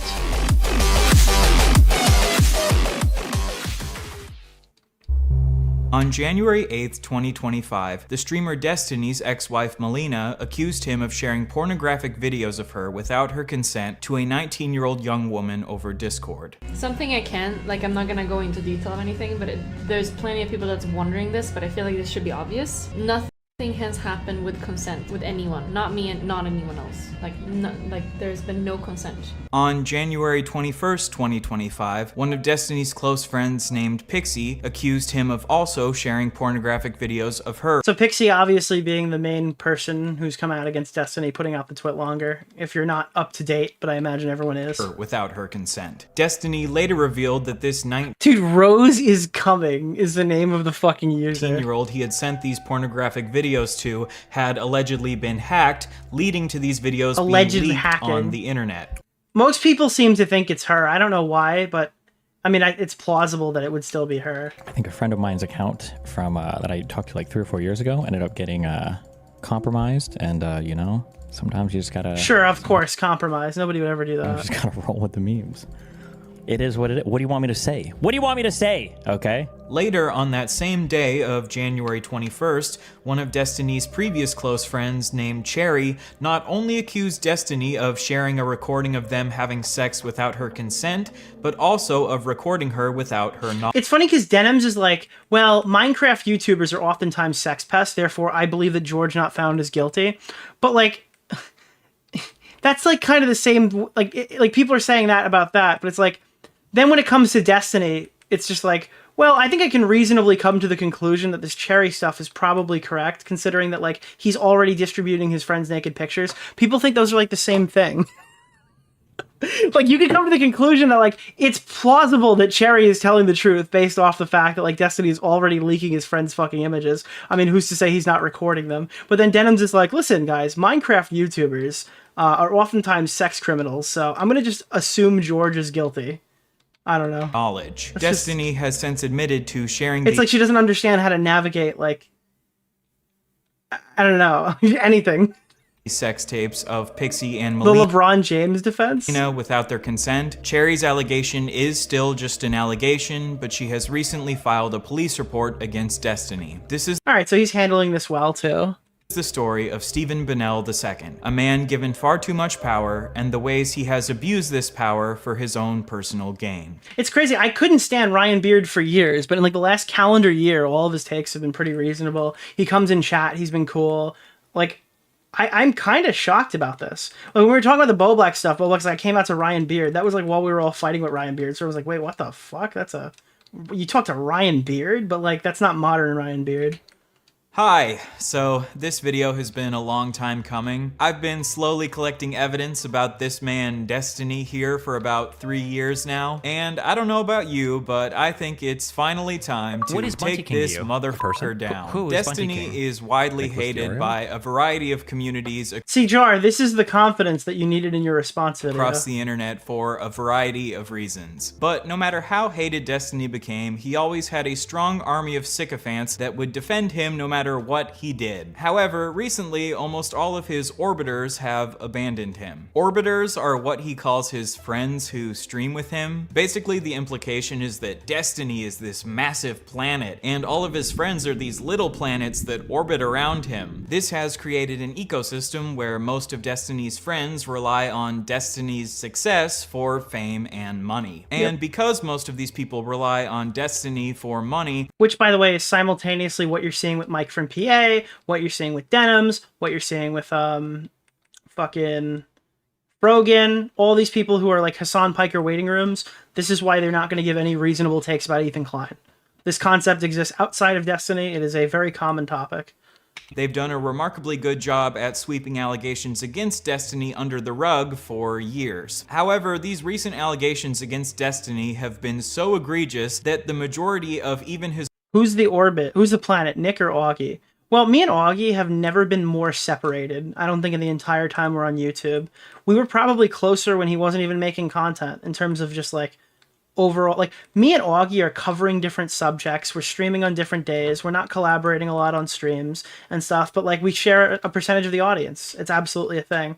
We're all doing completely different shit. I do pinball stuff. He does fucking casino stuff or whatever. I'm pretty happy for him. I'm glad he's doing what he's doing. Actually, I think in like 4 hours, he's got like a big poker stream that I think you guys should watch tonight. I'm going to be watching a little bit of it myself. But I mean, the main kind of thing that we've been doing for the last year is sort of pulling away from everybody. Tom's doing his shit. Augie's doing his shit. I'm doing my shit. And that was kind of the goal, was to not really orbit one another and do our own thing. And like my streams, in my opinion, are at their best when I'm alone. Because when we all do these, like the collab gaming streams are fun when we do them on like sparing occasions, but we would get nothing done if we all talked together in the same room. Like I can't even pull up a video when I'm hanging out with those guys, so we would never have segments or anything to make. It would just be kind of gaming and chilling all the time. So yeah, that's kind of the philosophy for our commentary community is separate but equal. His most loyal orbiters have decided to leave his orbit. Now, barely. It's funny because the stage one clingers, or what is it? The all the clingers are gone, right? Like the Bull Blacks is like, guys, we need to make more content together. Guys, we need to make more content together. Everybody who could kind of sustain themselves is sustaining themselves, and everybody who couldn't is gone. Anyone is still defending Destiny. One person who is still defending Destiny is Myron Gaines from Fresh and Fit, who That's exactly who you want in your corner. Myron Gaines recently decided to slut-shame Destiny's victims. Where I go, I feel extremely violated with how so many people saw me non-consensually in a vulnerable position. I feel like people are always going to use this as proof that I slept my way to whatever achievement I garner. I feel like it's evidence that everything would be better with me gone. Well, I hate to be the bearer of bad news, Prixie, but you did sleep your way to the top. You know, Jesus Christ. You gotta call a spade here. Even though Myron is an absolutely insane anti-Semitic woman hater who stands for everything that Destiny claims to be against, Destiny says that he has... Nick talked to Augie like every week during his year-long hiatus. Yeah, I still do. It's just like our content is separate.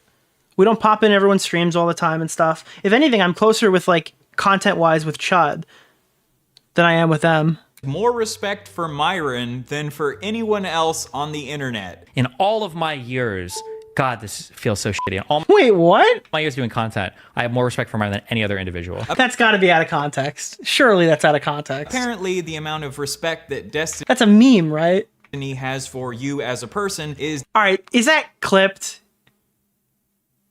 Dependent on how willing you are to suck up to him. He is the only person that I've seen that will consistently go into areas where there's so much like laughing and jokes and fun times to be had right here if he was shit on me, but he doesn't. He won't do it. I have some okay. level of empathy for Destiny's orbiters because it is difficult to be stuck in a position where you financially rely on someone who is not a great person, but I have basically no That's fucking weird. empathy for Destiny because I believe that Destiny is a massive piece of shit, and I will hopefully demonstrate why I feel that way in this I mean, you shouldn't have empathy for Destiny.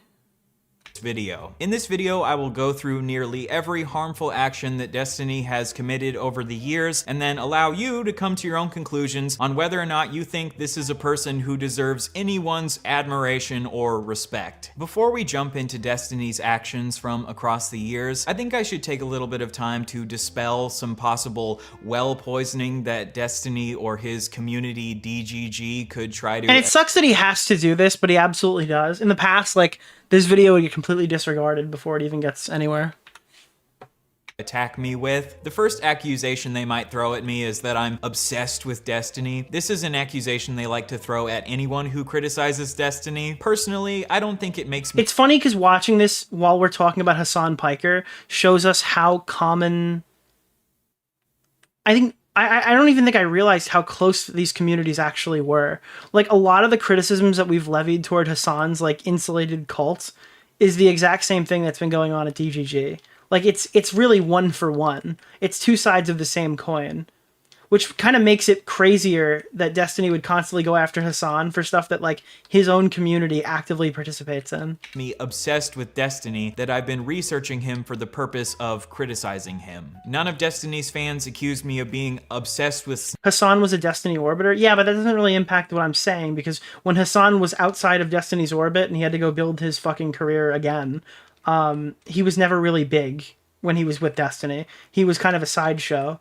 So, like, the fact that he grew into Destiny is really funny. Sneeko when I did a deep dive into Sneeko's harmful actions because they don't like Sneeko. But, like, Hasan Piker hates Destiny, but he modeled his entire community around DGG. He took all the pieces of Destiny that were useful to him and discarded the rest, along with Destiny. They probably will accuse me of being obsessed with Destiny because Destiny is their daddy. This is the first video I've ever made about Destiny, and it'll probably be about an hour and a half long. Compare that. It'll probably be an hour and a half. It's an hour, 29 minutes, and 57 seconds. Don't tell me you recorded that when you were fucking... That was not written that way. Add to the probably hundreds of hours that Destiny has spent on his stream criticizing Hasan. And I have nothing against Destiny criticizing Hasan. It would just be pretty hypocritical to accuse me of being obsessed with Destiny for making 1 hour. All right, but there's two things here. One, better argument would be how much time Destiny's spoken about you on stream, because that's definitely a decent chunk. It's probably longer than an hour and a half. Two, I think that you've talked about Destiny a shitload on Twitter, though. That's definitely a thing that you've done.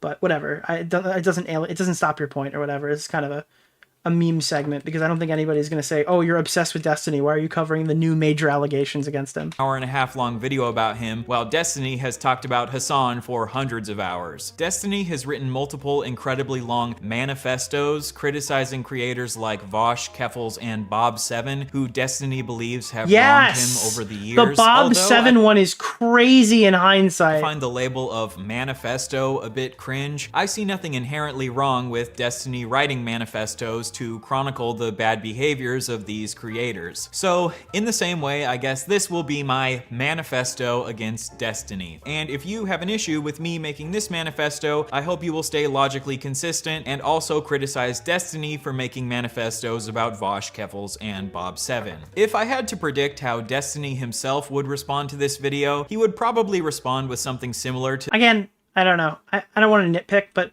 I think the point of manifestos is that he's directly, like, what's the common denominator between Bob7, Casey Tron, Keffels, Vosh, like all these people he's critiqued and stuff in these long form things?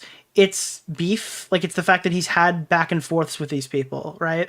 The fact that, like, Destiny was engaging with them on more of a they're coming after him type way, where he's responding or aggressing on people who are attacking him. That kind of makes the manifesto. This is just kind of a video essay, and there's nothing wrong with that. To this tweet that he tweeted at me a couple years ago. You're hopping into a bandwagon of people accusing me of being a rape apologist because you're still upset that I bullied you off the internet. Like, you're not, I wouldn't say you're self-inserting. You're just being a video essayist here. It's not really the same as a, what's it called? A manifesto. And if people accusing me of being a rape apologist because you're still upset that I bullied you off the internet a year ago, don't play stupid. You know exactly what you're doing. To be honest, Destiny isn't 100% wrong here. I am jumping onto a bandwagon of people criticizing him, but I don't think that's an inherently bad thing to do. Destiny jumps onto bandwagons of people criticizing Hasan all the time. Yeah, I mean, again, listen, we made the Ethan Klein video, right? And it just so happened that when we were releasing the Ethan Klein video, he dropped Content Nuke Keemstar. So of course, at that point, we have to cover that video too, right? Because Tom put it, I think it was going to be a split. I was doing H3 for Tom's channel, and we were going to do Boogie on my channel. This Boogie project never pans out, but we've attempted it like 6 times. But yeah, we were like, oh fuck, we have to make this other video now because this is like the subject everyone wants to see. So yeah, I don't. It's just kind of video essaying.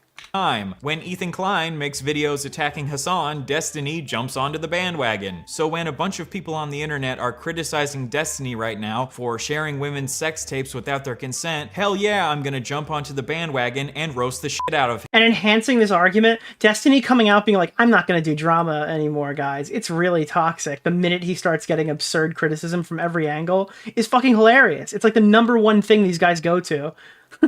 Like, I'm gonna cover every single one of these streamer situations, and it's no issue at all whatsoever. But guys, I'm getting some shit right now. Gotta get out of the drama, like the Tipster Boblax paradox. With the way the internet works, criticisms against someone are more likely to stick when that person is actively engaged in a controversy. This is just how the internet is. So yes, I waited to make this video until you were in a possibly career-ending controversy because I knew that this would make more people listen to my criticism against you. Do you have a problem with that? You know how the internet works. If you have a problem with that, Destiny, then you probably just shouldn't distribute your friends' fucking sex tapes to random fucking 19-year-old prostitutes online. Destiny, you jump onto bandwagons of criticizing people who are in controversies all the time. But now that the shoe's on the other foot... Alright, but we're gonna skip through this because I don't want to hear fucking 6 more minutes of explaining why he's making the video. Alright, part 1, harming women. Boom! Harming women. Around the end of 2011, Destiny sexually assaulted a woman on... Holy shit! Holy shit, dude! His live stream. I'm not using the word allegedly here because we have video of him doing it and he has openly admitted that it was sexual assault. I would say that in my streaming career in the past, like totally publicly, like I completely and totally like assaulted a girl on stream before for like fucking 5 minutes or whatever. I got super fucking drunk and was like grabbing her fucking breast the entire time. Later, Destiny has attempted to downplay his actions here by tweeting, I was drunk off my ass literally for the first time in my life. Bro, this kind of sounds like the iDubbbz, like I found empathy at 30. In his streaming career? How old was that clip? Oh, this is probably like 27-year-old Destiny. I mean, if it's 27-year-old Destiny, I don't think, dude, Wait, hold on. You're right. You're right, chat. You're right. You're right. Sexual assault. I would say that in my streaming career in the past, like totally publicly, like I completely and totally like assaulted a girl on stream before for like.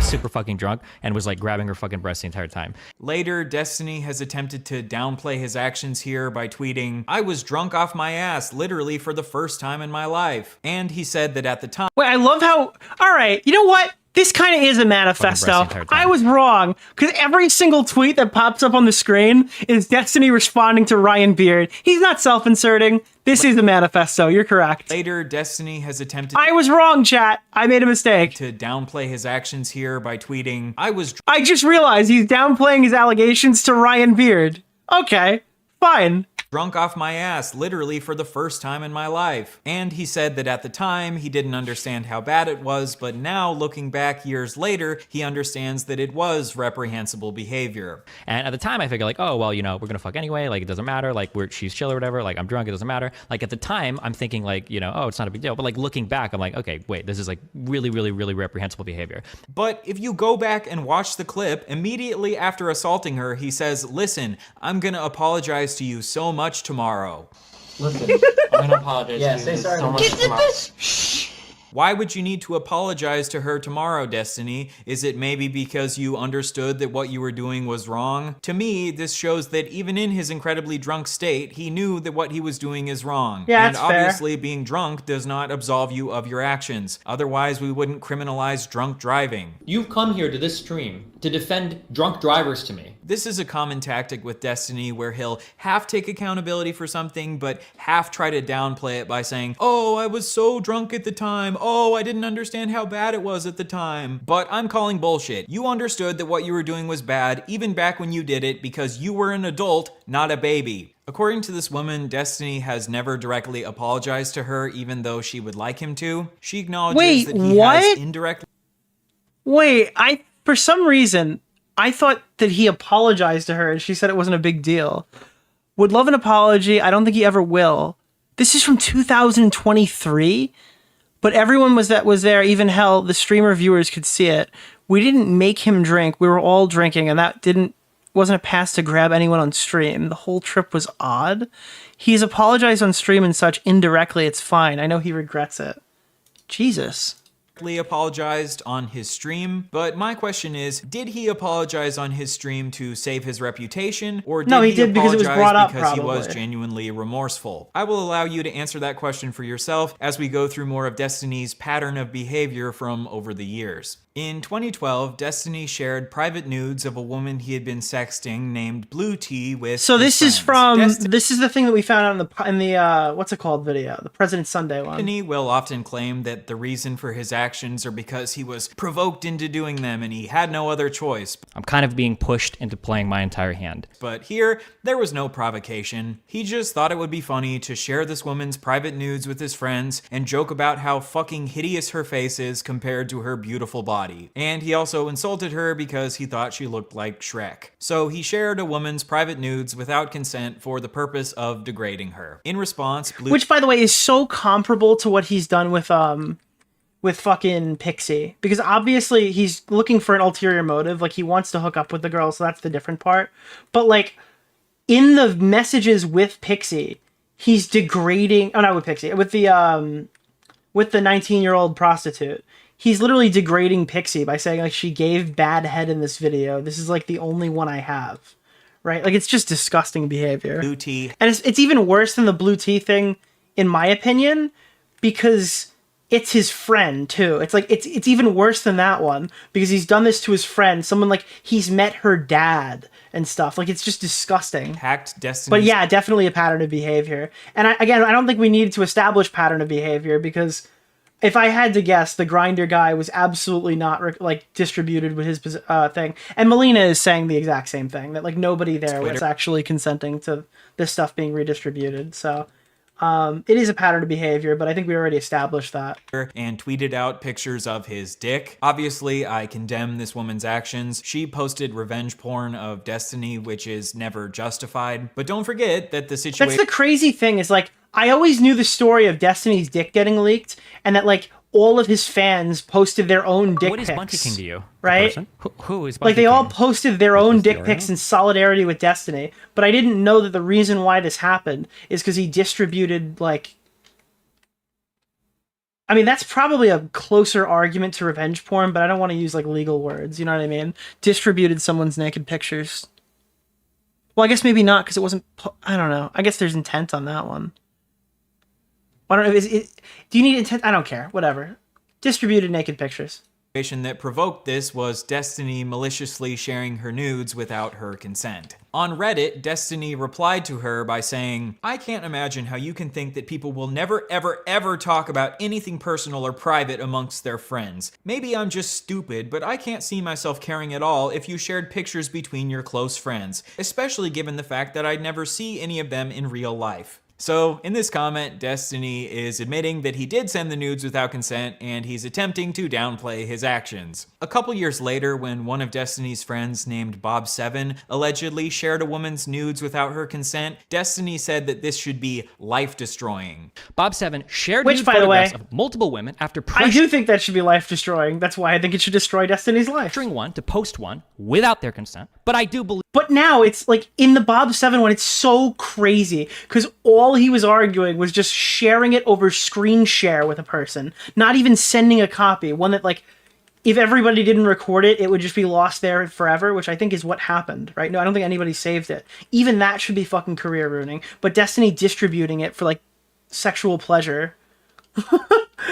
People are like, guys, we gotta give him another chance. He's good for the atmosphere. He's good for politics, dude. I believe that these are relatively life-destroying revelations. But when Destiny does it, he justifies it by saying that he wouldn't care if someone did it to him. This is known as the personal preference fallacy, arguing that something isn't wrong simply because you wouldn't care if it was personally done to you. Even if Destiny wouldn't care if someone And it's shared like, his nudes. if he didn't do this shit with Pixie, I would say, well, there's like 10 years apart there, dude. Like 2012 and what was that, 2022? It's like it's a really long time in between. But Destiny still does it, so who cares? Yeah, I mean, like, yeah, whatever. Yeah, Destiny's a total hypocrite. Which I doubt. That doesn't make it okay for him to do it to someone else. And a couple years later, Destiny demonstrates that he knows that sharing nudes is wrong by... I think the Bob stuff was in 2021, right? Is that how far back that was? Laughing at this clip of someone explaining how it's wrong. The guy sent the nudes to like his buddy, and the buddy sent it to the other buddy, and it just like the whole school had her nudes. Wow. Right? That's cray. That in and of itself is another example of like violating consent. Like, even though, you know, for so long we were trained to be like, oh, consent has to do with like, you know, like sex. Did you guys know that if a bitch breaks up with you and you send her nudes to everybody, even that's wrong, guys? Him laughing like this is him sarcastically showing that he obviously understands it's wrong. So I think even back when Destiny did this, he understood that it was wrong. He's just pretending like he didn't understand that it was wrong. Like, I'm not going to compare React content to, like... I'm not going to compare React content to distributing your friend's naked pictures. Okay, it's not the same thing. What I will say is I think Destiny had a very similar thing with React content. Where it was like, yeah, I mean, this is probably bad, but I mean, I do it, so I'm not going to be critical. It just seems like that's been his, like, thing. Is like, rules for me, not for thee. But now it's, like, extremely obvious how deep that goes. To avoid rules for thee, not for me. Taking accountability for his actions. Destiny has a long history of really not liking when women post about their negative sexual experiences online. Real talk. Pre-watch. Does he put the React shit in this video? I wouldn't expect the React shit to be in this video. It's like harming women, distributing naked pictures. Opening up about quote unquote your rape and shit on Twitter is incredible. Rules for me, not for thee. That's not like, you don't need to watch the video to know that Destiny was literally distributing his friends' naked pictures and fucking being a horrible husband while going on like Fresh and Fit and all these different red pill podcasts talking about how stable his relationship is and how everybody else doesn't treat women well. You don't have to be a rocket scientist to see this guy's like a fucking career hypocrite. Really fucking weird and should never have been normalized. I have no idea why the fuck people encourage others to trauma dump on social media. It's insanely unhealthy. This was in response to a Hey, Shade Tree, thank you for the 5 gifted. woman sharing an allegation about how she was Can I stealth. say something She to you, was Nick? allegedly I having really sex like- with the man. Why? She had established the boundary beforehand that he needed to wear a condom during sex, but in the middle of sex, he removed the condom, which is a form of rape. I agree with Destiny that Is this sometimes really trauma lolly? dumping on social media can be unhealthy, but sharing allegations on social media obviously has the possible benefit of holding people accountable for their actions. And putting the words "your rape" in quotation marks say something to obviously you, Nick? implies that I he's really casting like- some level Wait, no, nothing. Hold on, I'm so confused here. I forgot what this. I like remember what this is, but I don't remember what this was. of doubt onto Can I her say something story. to you, Nick? It's one I thing really to like wait to see Why? evidence before Who was that? you fully believe someone's story that they post on social media. It's another thing to instantly cast doubt on their story just because you're Can I say annoyed something that to they you, Nick? decided to I post really about like it you. on social Why? media. This controversy started because Destiny had retweeted someone who tweeted, "If you knew he took off the condom and you couldn't even bring yourself to say anything, you shouldn't be having casual sex." A dude slips his condom off during sex after I asked him to wear one this week, and it's been bothering me. But I was like too awkward to say anything. Not even the first time this happened. Stop doing this, men. A bunch of people got mad at Destiny for retweeting this, so then he tweeted, "If you are noticing someone is taking a condom off and you can't say anything, you probably don't have the emotional maturity to engage in sex. You should probably just grab a caretaker or something and stick to masturbating to furry porn."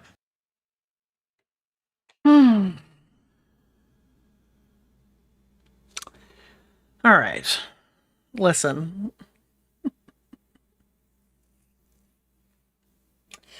All right, this is obviously the worst possible time to say something like this. I don't entirely disagree, but he's obviously being super dramatic. I don't know. Again, the woman hasn't harmed anybody. I understand why this is in here. Sorry, people got But it is kind of true. I don't even know. more mad at this tweet, so then he tweeted, "Sorry, I want to apologize for my last tweet. You should treat every single woman you come across like a retarded child who's incapable of voicing an opinion about..."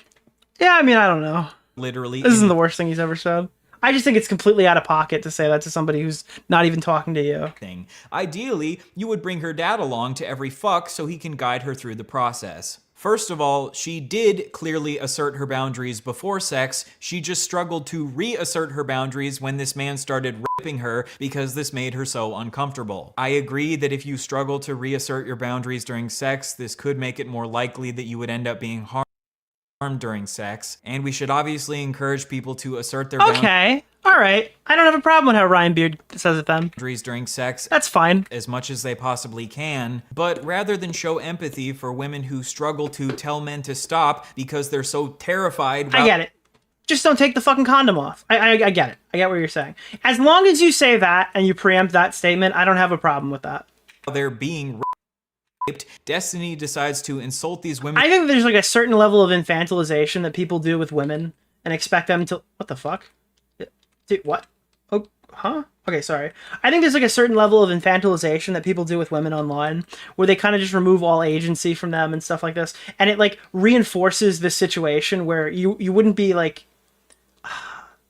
Anytime that you criticize any action a woman takes online, people are like, you're a fucking rape denier. You're a fucking this. You're a fucking that. Or like they try to like paint you in the most malicious way possible. But if you reinforce stuff all the time like that, I feel like you're just making it... You're doing these people a disservice. I don't know. I'm not really explaining this super well. I don't think it's like normal to just confront somebody randomly who hasn't like engaged with you at all, who's just venting on their social media timeline, the correct procedure for sexual acts. But I do see in a lot of these allegations, like, this woman couldn't have possibly done anything here. And then like the allegation is like, they didn't say no. And then people are like, they shouldn't have to say no. And then it's like, well, how does consent work then? Like, yeah, I mean, it's very contextually dependent, obviously. But I think if you just kind of never engage with that at all whatsoever, it like reinforces the ability that these whole like retroactive consent and stuff like that can exist. Women's emotional maturity and call them retarded children. According to a neuroscience article in the journal Nature Human Behavior, victims frequently report immobility during... Again, it's really difficult to navigate this stuff because there are like a 1,000 different ways that a situation can be bad that aren't necessarily tied to like direct threats or like, I don't know. Whenever people talk about rape, their mind is like immediately Brock Turner dragged a fucking drunk girl behind a dumpster and raped her. But rape could be like literally anything as simple as taking off your fucking condom without your girl knowing, and like when she specifically asked you to keep it on. So I don't know. It's extremely difficult to have like a broad conversation about this when it encompasses so many different things.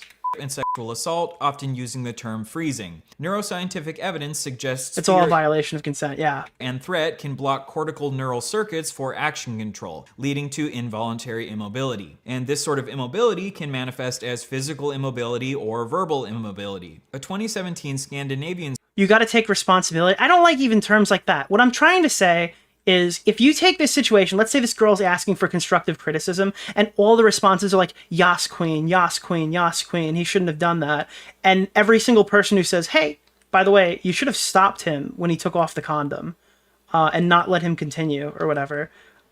I think that like there is value to that other half of the discussion, because even if in that case the person froze up or whatever, other people reading this are thinking like, yeah, if this is me or whatever, I'm just going to go this way about it. I think it's important to like engage with both of those things, but just not in a situation where this person's literally not asking for advice, just kind of venting their own frustrations. Study reported that 70% of the 298 women who had visited... Well, just stop the assault. I get the joke that you're making there, but like not everything is like a physical altercation. Like the condom came off. Okay, we're done having sex now. Like unless these people are like giga rapists. Like, yeah, that might actually, like, fix the situation. Sure. An emergency clinic within a month of experiencing sexual violence. Encouraging to speak up is different than mocking her for freezing up. Yeah, exactly. And that's the issue with this. I think he explained it well when he pointed it out.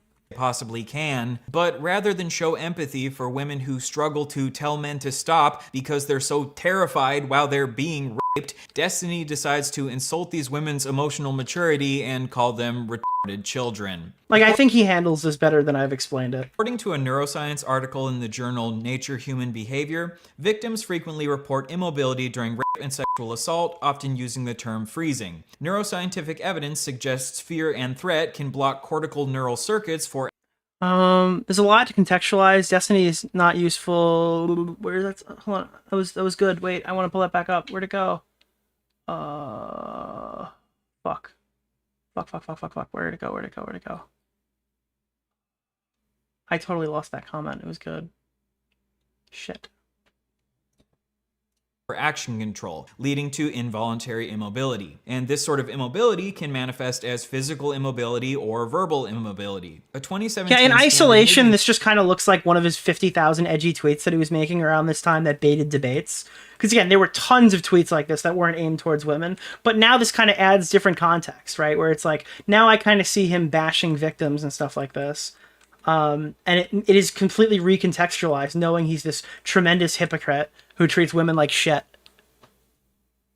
Study reported that 70% of the 298 women who had visited an emergency clinic within a month of experiencing sexual violence had experienced significant tonic immobility or paralysis when it happened. So when women struggle to reassert their boundaries while they're being raped, this isn't because they're children with no emotional maturity. There are actual neurological reasons for this behavior. When the streamer Hans of Harkir brings up the fact that these women could be having a freeze response when they experience stealthing, Destiny disregards this and says that a victim couldn't possibly have a freeze response just from seeing a man take his condom off. Freeze up is some shit where you're like in a fucking traumatic situation and somebody's doing some crazy shit. Not like you look down and you see that some asshole is trying to slip a condom off. Like, oh, I'm frozen out! I can't fucking think! I don't take the condom off! I'm fucking completely frozen!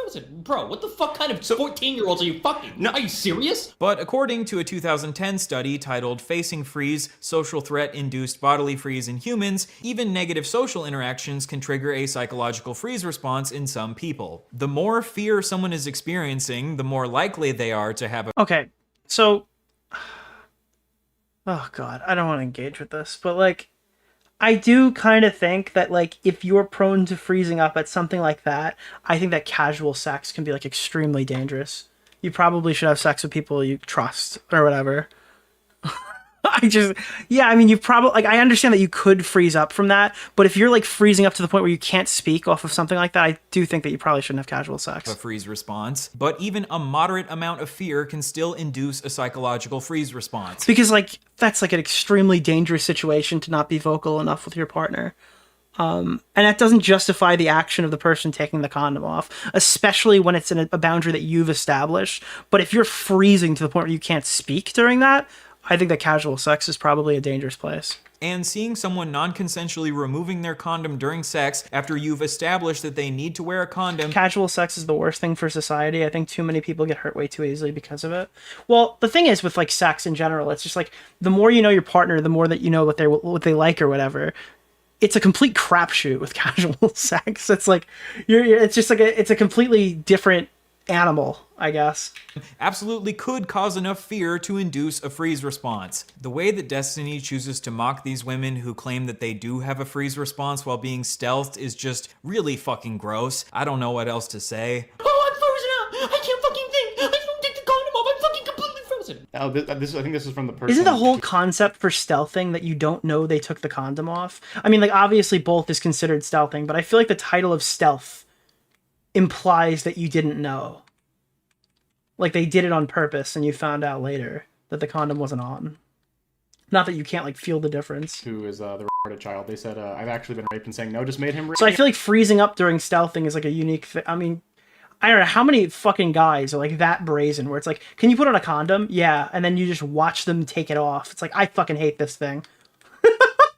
Like that is like a uniquely retarded thing. Harder. I know that's like a disgusting act. No, this is not incomprehensible that I would just walk away from that situation.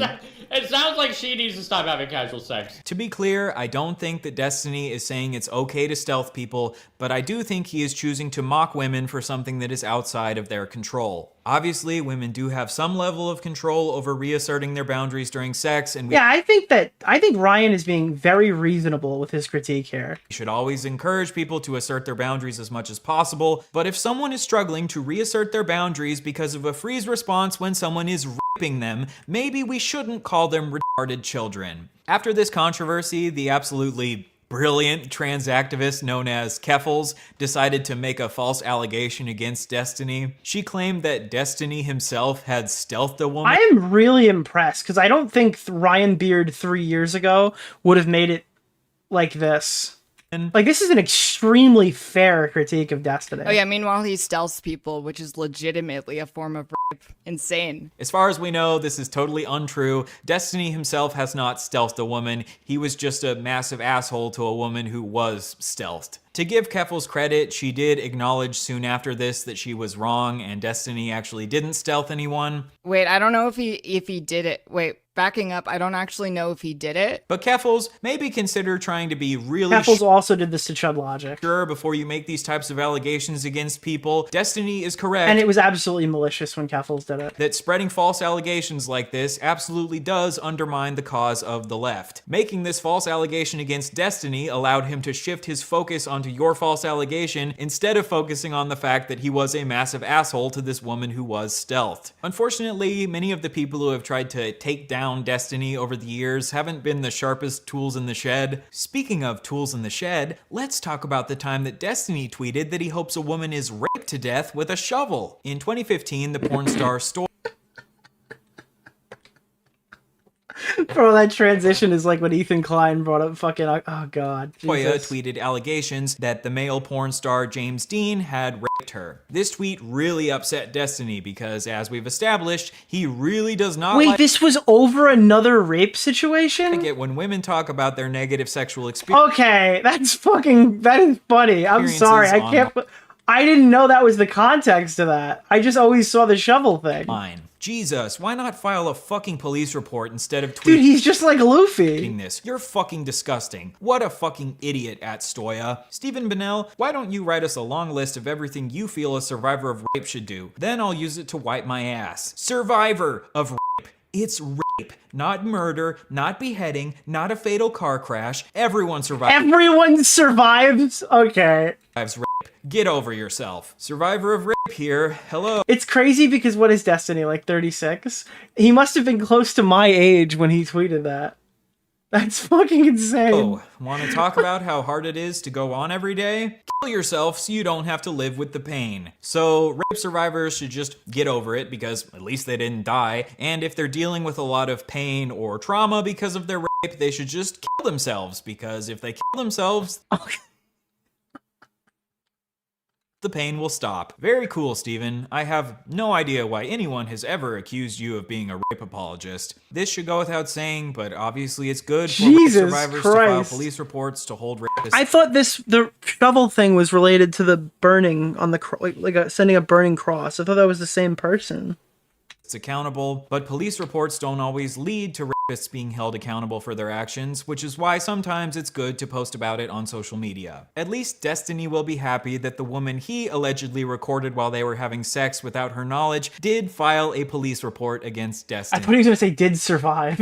Good job, Cherry. You have done things in the Destiny-approved way. Right after this, Destiny got into an argument with another woman about how James Dean didn't respect Stoya's safe word. As Stephen Bennell, ignoring a safe word and not stopping when someone asks is ignoring consent and is rape. Go fuck yourself. Kill yourself, you fucking cunt. I hope you get raped with a fucking shovel until you bleed out your fucking vag and die. That's the screenshot I've always seen. I never knew the context. Holy. This right here is probably the most violent, vitriolic language that I have ever seen Destiny use in his entire career on the internet. And it just so happens to be in response to women talking about their negative sexual experiences. My question after seeing... Again, though, it's just like, it's so obvious, especially in hindsight, seeing how little this guy gives a fuck about women. I think that probably the, I don't want to say the dam breaking moment, I'm just shocked that, like, Destiny was still sexting Anna during the Mr. Girl arc, like a year after. That's the craziest shit to me. This woman is unhinged. This woman is unhinged. There's nothing I can do. The only thing I can do again is continue sexting her. It's just such a fucking crazy thing. That is like insane. Like, he obviously fucks a lot of women. He obviously fucked through half of Twitch. But I mean, he doesn't. I'm just saying, this guy literally he started a polyamorous relationship instead of just realizing that he needs to like sleep with one woman and like not cheat on his wife. And then started doing polyamorous podcast appearance promotion to like explain why. And he's never pushed that on his audience, but like, he's just a serial cheater who apparently needs fucking Vyvanse to stop like fucking everything that walks. Is why does Destiny have such an intense hatred for women talking about their negative sexual experiences on the internet? Is it because he just cares so much about these women and he doesn't want them to harm their own mental health because trauma dumping on the internet can be really damaging for them? Or Obviously is it maybe not now. because a culture where women feel comfortable coming forth with allegations on the internet can lead to women like Pixie and Cherry and Melina coming forth with allegations against people like Destiny, exposing them for being massive pieces of shit? Were there any like Deadpools of people who had like a thing that Melina was going to do an allegation on Destiny? Did anybody bet money on this? Because I mean, it's time to cash, you know? Will again allow you to answer that question for yourself. We'll get back to Destiny treating women like shit a little bit later on, but now let's... Do you think Hasan does this with his orbiters? No, I think that's the one difference. I think Hasan fucks hookers instead. That's my guess. I think he fucks hookers and not even hookers, porn stars rather. Doesn't he just fuck through porn stars instead of streamers? It's probably not healthier, but also healthier for business. Let's pivot to Destiny harming children. For some strange reason, a lot of people like to label Destiny here a pedophile. So in the next section, we'll get to the bottom of whether or not Mr. Bonnell here really is a certified EDP 445. Is Destiny really a pedo, or are these just false, slanderous allegations meant to try to dethrone the debate bro king? Let's find out. In 2012, when Destiny was 23, he shared in a group chat with a couple of his friends the messages, "You want to see the sickest shit in the world? So many fangirls. I had one that was 15. She wanted to meet and hook up. dude, she's 15, what the fuck? But she sent me pictures that made it so hard to say no. Then Destiny linked a picture of this girl in a bikini in the chat and said, girl on the left, so hard to say no. Gonna get arrested one of these MLGs, man. So in these logs, yeah, it's just gross. When Destiny was 23, he said that it was really hard to turn down hooking up with this 15-year-old because she looked so good in this picture of her in a bikini. He then shared this lewd image of a child with his friends and said that he's gonna get arrested someday. Well, like I said, a woman just filed a police report against Destiny, so we'll just have to wait and see if his prediction comes true. A couple years later, in 2015, when Destiny was 26, he shared in his chat, I would fuck the— Wait, that's even crazier with the clip of him saying that like 19-year-olds are like a fucking 15-year-old to him, dude. That's even crazier. The shit out of that 15-year-old, what the fuck? There's no way that chick is 15. So now we've seen two separate occasions where Destiny says that he's attracted to 15-year-olds. Ironically, this conversation where he's sharing a picture of a 15-year-old in a bikini with his friends is the exact same conversation where he also shared that other woman's nudes without her consent. Sharing non-consensual nudes and sharing a picture of a child in a bikini in one Nick, we're the quick emotes, a red flag moment. You gotta hit the red flag, yeah. Conversation? What a certified Destiny moment. This is what we in the business call a Diddy-stiny party. A common defense that Destiny fans will give when he says that he wants to have sex with children is that he's just joking. For example, these tweets where he says, you were hot at 10? Any pics? Yeah, this is a complete joke. Check DMs. Like he knows Courtney. Like this is a person he knows. I will defend this picture. Jesus, I've never wanted to bend someone over the hood of their little tyke so bad. I do think these tweets are jokes, very strange jokes, but I don't think that him saying— But the other stuff obviously wasn't. He wanted to hook up with this 15-year-old was a joke. You know that classic prank where you send your friends pictures of kids in— No, I don't know the classic prank, Ryan Beard, and I feel like that's the point. In bikinis and say how hot you find them as a joke. And to help prove that this wasn't a joke, here are some clips of Destiny doubling down on his attraction to this 15-year-old in a debate with someone named Mr. Mediker. Of this chat log, I was talking with a bunch of other esports. Bro, this fucking clip, we played this during the first stream. This clip is insane. And we were basically talking about how crazy the fucking jailbait is in the gaming communities. It's ridiculous. I think I said something along the lines of like, there are 15-year-old chicks that are like hot as fuck that will like try to send you pictures to like fuck you at events and shit. And it's like, you have to be really careful when you navigate that. So what is the admitting to jerking off to 15-year-olds then? What is that in relation to? I never admitted to jerking off. I think I just said like this, I think the log is something like this 15-year-old chick was trying to send me, or was sending me pictures of herself and she was hot as fuck. It's like really hard to like turn down some of these people. I think Wait, how old was she?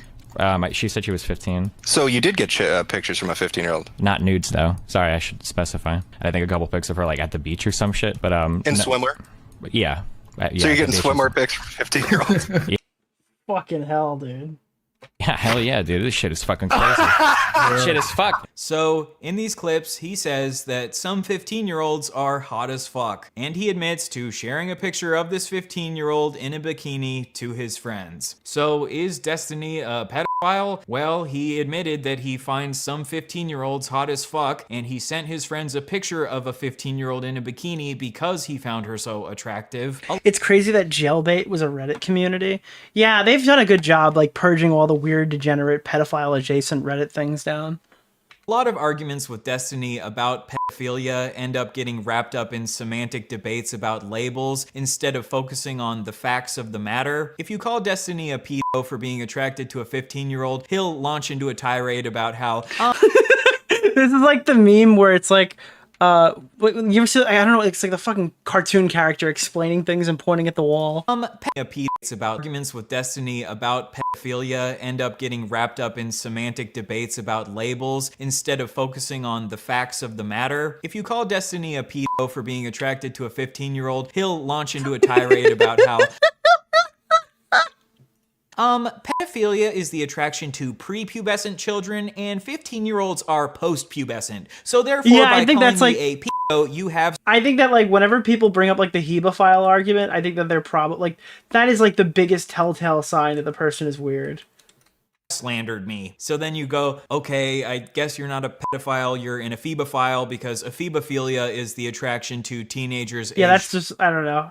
I feel like your life is better if you hadn't heard those phrases yet. 15 to 19. Like that's like I don't know. That's the biggest red flag that you're dealing with a pedophile is you're like, actually, have you heard of an amoebophile? So then he'll go, no, no, no. Aphebophilia is the primary attraction to mid to late adolescents. I'm mostly attracted to adults. I'm just a little bit attracted to children. There are 15-year-old chicks that are like hot as fuck. So therefore, I am not an aphebophile, and you have slandered me yet again. Also, there's nothing inherently wrong with aphebophilia because 18-year-olds and 19-year-olds fall under the category of aphebophilia, and there's nothing wrong with being attracted to adults, so your normative position condemning aphebophilia in its entirety This is like an Aiden debate. I'm watching an Aiden debate explained. is already a flawed premise, and even if I was a Like this is literally like we're about to appeal to authority. Pedophile, there's nothing wrong with being attracted to children. It's only bad if you act on that attraction. So therefore, you have slandered me in countless ways, and my community will now harass you for years. See how you've now had an exhausting 20-minute debate about labels instead of focusing on the fact that Destiny admitted to being attracted to some children? God, this is actually like a really fucking good video. Like he's explaining these arguments and extremely like you could really tell he spent 3 years figuring out how to make this correctly. And admitted to acting on that attraction by sending a picture of a child in a bikini to his friends. This is the debate bro way. Crush your opponent through This has like exceeded all of my expectations so far. pedantic arguments about semantics, so you never have to actually take accountability for your actions. Do you think he just had this sitting on his hard drive and was like, all right, guys. Well, obviously not sitting on like a script that was just ready to go. And he's like, all right, I gotta put Pixie in this. Let's go. As far as we know, I don't think Destiny falls under the clinical definition of pedophile, but the colloquial definition of pedophile is someone who is attracted to children, and Destiny is at least somewhat attracted to children. There are some 15, 16-year-old chicks that like look pretty fucking hot. Like I can't help that. Like some people mature fucking older. Destiny defended another streamer who got exposed for having sex with a 14-year-old by saying, even if he did bang a 14-year-old, no, that's not what pedophile means. Go look it up. Jesus. Seriously, if you don't understand. What is Bunty King to you? Okay. A person? Who is Bunty King? Nicholas Holy DeOrio? shit. This one's from 12 years ago. Understand the difference between being attracted to someone that happens to be young and being attracted to someone because they are That's like, but 12 years ago is still my age. That's how old he was. Like 12 years ago, this guy was like a little bit younger than me. young. You have absolutely This is no some shit business that like Turkey Tom at 21 wouldn't get away with. whatsoever commenting on the issue, period. It makes you look uneducated. I really want to see someone use this argument in court. Your Honor, I didn't have sex with that baby because I'm attracted to babies. I had sex with that baby because it just so happened to be a really hot baby. Most babies are not hot, but every once in a while, one of those extra special babies rolls their stroller on past my goon cave, and I just can't help myself. But this does not make me a pedophile. You look really uneducated right now. You know what, Destiny? You can feel free to have your pedantic definition of pedophile that only applies to being specifically attracted to Cosmodor defense? I'm not really familiar with Cosmodor did. prepubescent children because of the fact George that just they always are references prepubescent. him. And I can say that I think you are a freak for saying as a 26-year-old that some 15-year-olds 26 at that are hot as point. fuck, Oh, and for as okay, a that's- yeah, that's 23-year-old insane. sharing around a picture of a 15-year-old in a bikini. Deal? The next child-related Destiny incident The next child-related Destiny incident is when him and his friends, the Bro Squad, watched an 8-year-old boy shake his penis for them on a live stream. I shouldn't tell this because I'm gonna get fucking arrested. Or child protective That's always a great way to start a clip. services. I used to be part of this horrible thing called the Bro Squad. Okay.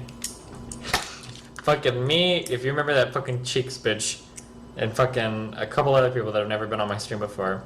We're part of the Bro Squad, and what we would do is we would go around Justin TV streams, trolling the shit out of these people. And we went around from fucking channel to channel, like fucking around. Like it was this horrible shit. We went to this channel with this fucking like, this kid was like 8 years old, and he was fucking broing out with everybody in this chat. For whatever fucking reason.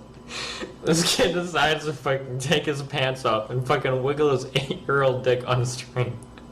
I don't know why you would ever, like, there's so many different questions. The first one that comes to mind is why would you ever even get on stream and talk about this? Why would you not immediately click off? Why? Like, there's just so many. Okay. I can't even believe it. Oh my fucking god. It was like, I didn't even know, like, we were on Skype, we were like, holy shit. Like, we had You don't see that Homelander is currently in the corner about to I-beam him? That's true. That's probably what's to happening. do like a double take because we didn't even fucking know, like, what the fuck was on. Like, we were looking at like an 8-year-old dick, like, on the fucking screen. And his fucking brother. And his brother, we called him Captain Push-Ups, would like come in the room. And this guy was like fucking 14 years old. He had his shirt off and he was like this. Like watching this stream the entire time and shit. Oh my god. As far as what Destiny says in this clip, they didn't ask the child to pull his pants down, but I still think it's very bad that him and his bro squad didn't immediately click off of this live stream the second that this child exposed himself. If a child exposes themselves to you, I think you have a moral responsibility to immediately click away from that shit. But I guess Destiny and his bro squad thought it was really funny to sit and probably report it and laugh while staring at an 8-year-old's penis. Next, a couple years later, Destiny planned to kill a kid. Apparently, this kid was DDoSing Destiny's website. I think the only time, like, because we interacted with that clip previously, I think what did he say at the end of it? That, like, that's why he stopped engaging with those people. So that was where my charitability came from. I thought he got off of there and he's like, yeah, this is fucking crazy, and then stopped interacting with those people. But I don't know if that's the case. I don't have the clip on hand. DDoSing is when you overwhelm a website with fake internet traffic, causing it to shut down. And because Destiny's website was shut down, he was no longer able to make money from it. Oh, I did troll the shit out of the DDoS kid. That's a guy, that's one of the people, like, legitimately, like, you have no, like, it's actually kind of scary, like, how close I was to getting people together to go down to his house and kill him and his family.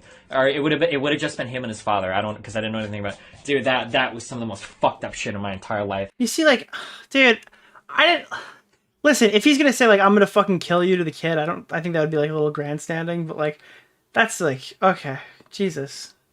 What? Like, I don't know, dude. I was that's so crazy. fucking close to doing it. And his father is, yeah, it's an insane. But I was making so much money on Twitch, and I don't know if Nathan was involved in yet, but for whatever reason, I decided that the current life I had wasn't worth the risk of. Oh my god. Oh my god, I was so close to this fucking address. I had fucking streets mapped out and fucking you had no fucking idea. That's when I first started getting. Okay, this is fucking insane. He had streets mapped out. Okay. Alright, dude. Alright. Interest in, like, owning a weapon. I got a permit to own a gun and everything. Destiny obviously never went through with killing this kid, but the fact that he legitimately... Why has nobody ever put this clip in when they explain the DDoS kid stuff? Every time I hear about the DDoS kid, it's a clip of Destiny saying, like, I'm gonna fucking kill this kid, and then him trolling him. Why has nobody ever included the clip of him saying that I've got his address, I'm coming to his house, I literally was gonna hire people to kill him and his dad? Like, I'm just so fucking confused. Ultimately plan to kill him is unhinged. Were you really considering it? Yeah, of course. It's actually kind of scary, like, how close I was to getting people together to go down to his house and kill him and his family. How old was the kid in relation to you? I think the kid was probably 16. I think I was 22. Destiny has defended this to this day, saying that if someone is stopping you from making money, this justifies killing them, even if they're a child. If you came outside every single day and some guy was slashing your tires and he wouldn't stop and you called the police and nobody wanted to do anything, despite having proof for it, you're like, well, I'm gonna have to attack this dude and maybe even kill him. Yeah, sure, go for it. Obviously, I agree that someone maliciously taking away your primary source of income is incredibly... I think there's a difference between having these thoughts and then actually going through and executing them. But I also think there's a difference between having these thoughts and then, like, planning this out and then ultimately coming to a long decision not to go through with it. And I don't know if he's being a bit over the top when he's explaining it to people, but I don't, it's like there's 3 different degrees here, and he's not at 1, he's at 2. Bad, but I think there are a lot of other possible avenues you could explore before jumping to the nuclear option of shooting a child. As much as it obviously sucks to lose your income, I think if you need to choose... Because of his whole position, it's like, I want to shoot this person. I don't think I really care about that, but I don't know. It just seems like he's completely unhinged. Who's between killing a child in cold blood and losing your Twitch revenue, you're just gonna need to put the fries in the bag and get a new job. The next... Like, I always bring this example up where, like, somebody, like, when Britbong was coming after us, getting all of our Twitters suspended or whatever, like, that guy's fucking crazy. Someone reached out and wanted to get us, like, in touch with his girlfriend or something, who wanted to, like, expose him. Like, it was some fucking random person. I don't even know if it was real or if it was ever going down. Everyone just unanimously was like, no, we're not getting involved with that. Sorry. We hate this guy, but not that much. Or whatever. There's got to be some lines, right? But Augie's definitely said this on stream before, that, like, I think he was talking about, like, killing himself, whatever, and we, like, laughed. Like, that's, I mean, there's a difference between, like, thinking thoughts and then engaging with, like, obscene hypotheticals like that. Next child-related Destiny incident is when he encouraged an infamous lolly or drawn CP artist to draw a picture of his 6-year-old child. This artist is a man named Shadman. You might recognize Shadman from the recent controversy with Ava Chris Tyson from Mr. Beast, who was a really big fan of Shadman's work. Shadman has a long history of drawing pornographic images of actual children, including Keemstar's daughter, and because Destiny was aware of this, he encouraged Shadman to draw a pornographic image of his 6-year-old son. This controversy started because Destiny had been insulting the YouTube animation community. In response, Shadman made I remembered Shadman drawing this picture. This drawing of Destiny to make fun of him. So Destiny then responded to Shadman by tweeting, "Hey, at Shadbase, if drawing fan art of me is a tad uncomfortable, you could try drawing my son." All right. This is my first problem with the video.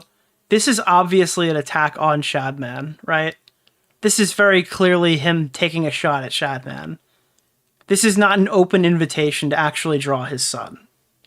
6, so it should be easier for you. To try to be good faith to Destiny, this tweet was obviously a joke. And okay, never mind. This video's fine. There's nothing to criticize. There's every single thing I think to say. I'm pause champing. He immediately says it. Actually want Shadman to draw a picture of his son. However, I still think that goading a known CP fine. artist into drawing CP of your own son is incredibly irresponsible. Because imagine if Shadman took him up on his request and did go ahead and make the drawing in the same way he had drawn Keemstar's daughter. Then Destiny's son would have had to deal with the fact that there would be drawn CP of him floating around the internet for the rest of his life. If there was a known child murderer and you decided to tweet at that child murderer, "Hey, how about you come murder my child, LOL?" I think we would all agree that that would be incredibly irresponsible, even if that was just a joke. In the same way, I think it's incredibly irresponsible to encourage a known CP artist to draw CP of your child, even if it's just a joke. Thankfully, Shadman did not end up drawing Destiny's child like he had drawn Keemstar's child, and Destiny got to have fun making his little... I don't know if I would think of it like that if I was in the moment, where if I, like, imagine tweeting at OJ, it's just like, "Hey dude, my wife's right here, bro. I got a glove in the oven for you," or whatever. If you need to borrow one. Or something like that. I don't know. It's just... I think that's totally reasonable. If Shadman did draw his son, he would be somewhat... I don't want to say, like, directly responsible for the drawing, but he would be... I don't know. You'd have to feel something for that. Joke. What a great comeback. Even though this joke could have come at the expense of his 6-year-old son's safety. Yep. Even though a lot of these situations involving children happened quite a while ago, I still think Destiny has been spreading harmful rhetoric around children even quite recently. A couple years ago, Destiny said that a 30-year-old randomly sexting a 14-year-old would not be grooming. Let's say there's a person that's like 30 years old and tries to like randomly sext like 14-year-olds and 15-year-olds. That wouldn't be, I don't think that would be considered grooming. So that clip sounds pretty bad, right? But we don't want to approach Destiny in bad faith or take him out of context, so let's try to understand the actual argument that Destiny is making. That wouldn't be, I don't think that would be considered grooming. Now, let's say there's a person that's 30 years old and they're specifically seeking out like 14, 15-year-olds to kind of just like talk to them about their school life, figure out what their problems are, you know, be cool because you're old and you have experience. And I'm waiting till he finishes the point before I argue with him. Kind of weaseling like sex talk. That's like grooming, right? That would be like grooming.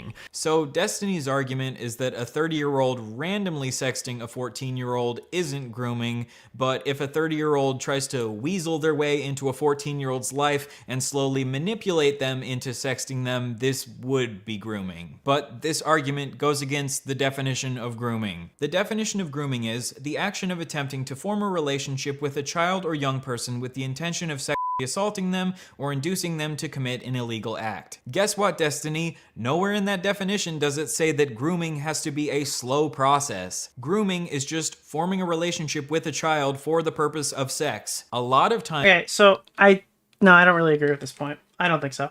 I think that like the whole point of like engaging I don't think all sexting is grooming, like all maliciously messaging minors and stuff is grooming, but I think that most of it is. I typically agree with Destiny saying here. I'm sorry.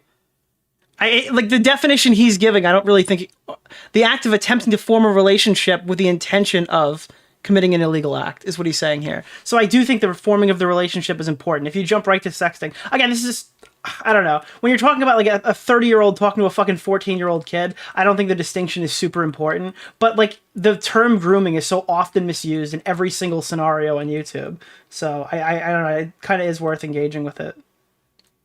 It's semantics. Yeah, I don't know. I don't think that this is as strong as the other points in the video. Definition of grooming is the action of attempting to form a relationship with a child or young person with the intention of sexually assaulting them or inducing them to commit an illegal act. Like if you're just sexting somebody, you haven't formed a relationship with them. I don't know. What, Destiny? Nowhere in that definition does it say that grooming has to be a slow process. Grooming is just forming a relationship with a child for the purpose of sex. A lot of times grooming is a slow process because they have to slowly break down the child's boundaries in order to get them to have a sexual relationship with them, but sometimes grooming can happen very quickly. For example, in situations where the child already has some established level of trust with the person who is grooming them. Okay, but then at that point, okay, then they might have already been groomed. If they already established trust with the person, like, then yeah.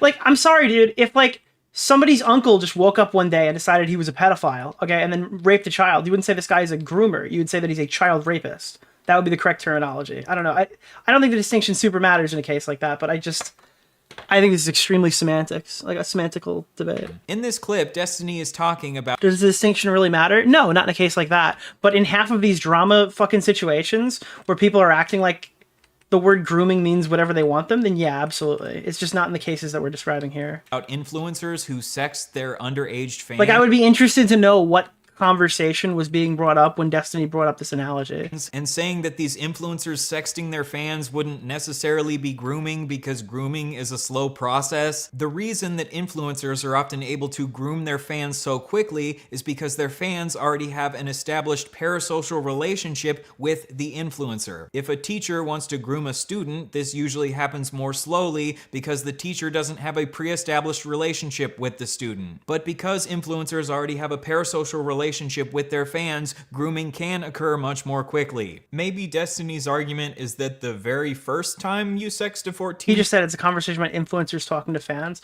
Yeah, I fundamentally don't think that, like, that's the case. I don't think that a person making a Minecraft video and, like, having a parasocial audience automatically makes them, like, a groomer in every situation. I think the term groomer is specifically overused for situations like that. 10-year-old, this wouldn't be grooming yet because you haven't... Yeah, saying every fan you interact with is groomed because they're a fan is too broad. Well, yeah, I mean, yeah. established a relationship with them yet, but this is still a stupid argument because in this context, randomly sexting a 14-year-old for the first time would be the first step in attempting to groom them. You're acting like everyone else is so stupid for not understanding grooming while you don't understand grooming. Destiny would claim that he just cares about definitional specificity, but the specific definitions you're promoting aren't even accurate. I'm not saying that Destiny is making this argument because he wants to groom children, but when you combine him saying that some 15-year-olds are hot as fuck with him sharing around pictures of 15-year-olds in bikinis. Yeah, they come pre-groomed because the guy plays Minecraft. I just disagree with this entirely. With him saying that 30-year-olds sexting 14-year-olds isn't necessarily grooming, it starts to paint a very strange picture. Destiny also got really mad that people were labeling Drake a pedophile. He even had a debate about why it's totally fine for Millie Bobby Brown at 14 to be texting Drake about, like, that's extremely gross and weird behavior. About relationship advice. When you say he's texting her and he wants to give her dating advice, what if she's the one that brought it up first? then you don't answer that or say this is not an appropriate conversation. Should he say something like, "I'm sorry, but it's inappropriate for me to talk to you about high school boys"? 100%. Or what? Like what? Yeah. You do it all the time. When some young person comes up to you and starts saying some weird stuff, you just sit there with this 13-year-old and then you start having conversations extended about them about dating. Yeah, I have before. What do Yeah, it's weird. you mean? No, would I tell if a young person came up to me and they were asking me questions about some like boy problems or some shit? Yeah, I'd probably say, yeah, of course. What do you mean? I'm a 35-year-old man. Of course, I'm gonna have better advice for them than some fucking random high school person. Yeah, of course. Wait. If a 15-year-old girl came up to me and she's like, "There's some weird shit going on with a boy in my high school," I'd say, "Oh no, don't talk to me, honey. Go ask another 15-year-old boy or ask your fucking mom and dad who are gonna tell you to." No. You ask your mom and dad. You don't ask you. Don't ask your favorite streamer. That's weird. No. Wait, why are the parents retarded? Never talk. No. You ask. You go ask your parents. Yeah, it's a question for them. No, dude. I don't know what the fuck. Hold up. Do you think you should be talking to them about sex? It depends on the context. I don't give a. What do you mean? If a 15-year-old asks me, and she's like, "I think I'm gonna this guy at school unprotected," yeah, I'd probably say, "Bro, you're 15. Don't destroy your life. Make sure you guys are using protection." What the fuck? Why would I not say this? Okay, and do you think that most parents finding out that you're talking to their kids about sex and giving them advice, do you think they would take it well? I don't know. I don't give a. They should be talking to their own kids about it. So apparently Destiny has given children relationship advice in the past. Destiny is famously really great at relationships, so I'm sure these children really appreciated his sage words of wisdom. But dude, this video is fucking brutal. Holy shit. If there's one thing that nobody... I thought I was going to click off of this and start going by segment, but I don't want to stop watching it. What the fuck, dude? ...you would ever say about Destiny is that he makes good personal life dating decisions. Destiny also says... Wait, was that the same guy from the debate? Give best good personal life. Isn't that... Was he debating ABBA about Destiny? Okay. You don't give a. What do you mean? If a 15-year-old. Oh my god, bro! I didn't watch the ABBA video, but I heard it was terrible. Is that he makes good personal life dating decisions? Jesus Destiny fucking also Christ! Says that he thinks he would give better relationship advice than a child's retarded parents, and that he would give a child sex advice even if this would upset the child's parents. Who cares if parents don't want you to talk to their kids about sex? Destiny understands your kids better than you do. Destiny, you're a rule utilitarian, right? You believe that we should establish moral rules based on what generally leads to the least amount of harm. But you don't think that it would be good to establish a general rule that it's not safe for 31-year-olds like Drake to be texting 14-year-olds like Millie Bobby Brown about... Nick, there's this guy I really like. How do I ask him out? You should scream at him in the hallway. All right, just yell at the top of your lungs. All right, that's how they know. You know.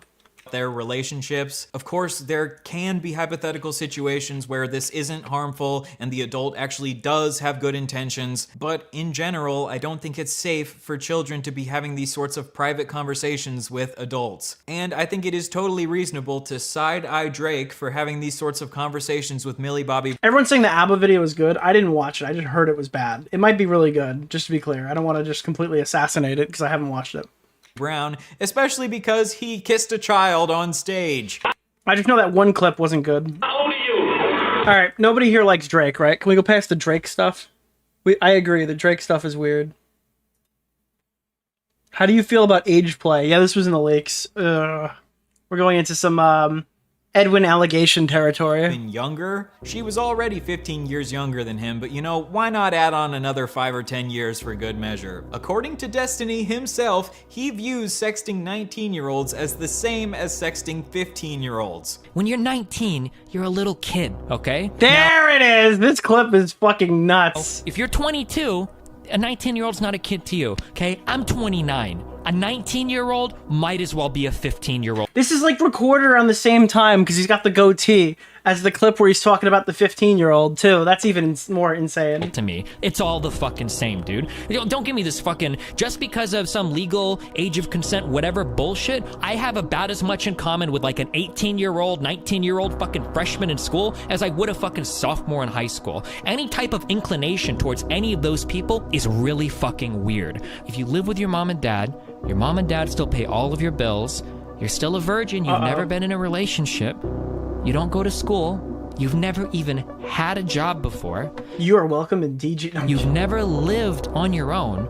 You're a child. You're very much a child. So Destiny views 19-year-olds as little kids. You're a little kid. And says that being attracted to them is really fucking weird. Really fucking weird. Yet here he is 5 years later at age 34, sexting Sexting this a 19-year-old, 19-year-old asking her if she prostitute. wants to do age play with him, and sending her non-consensual sex tapes of his friends and wife. And honestly, it doesn't even matter what my opinion is of this. In Destiny's own words, he thinks this is really fucking weird. Really fucking weird. So, This is fucking great, dude. Holy shit, dude. Destiny, pedophile? I don't really give a fuck what you label him. Sunday, you recorded the wrong guy. You should have just called this dude. I choose to label him a freak. Only freaks engage in the type of degenerate behavior that Destiny This guy had all the receipts for like the last fucking 15 years. He has engaged in. I don't give a fuck about semantic debates about the technical. That's like an evisceration. Yeah, I don't even. How could you even respond to that? Clinical definition of pedophilia.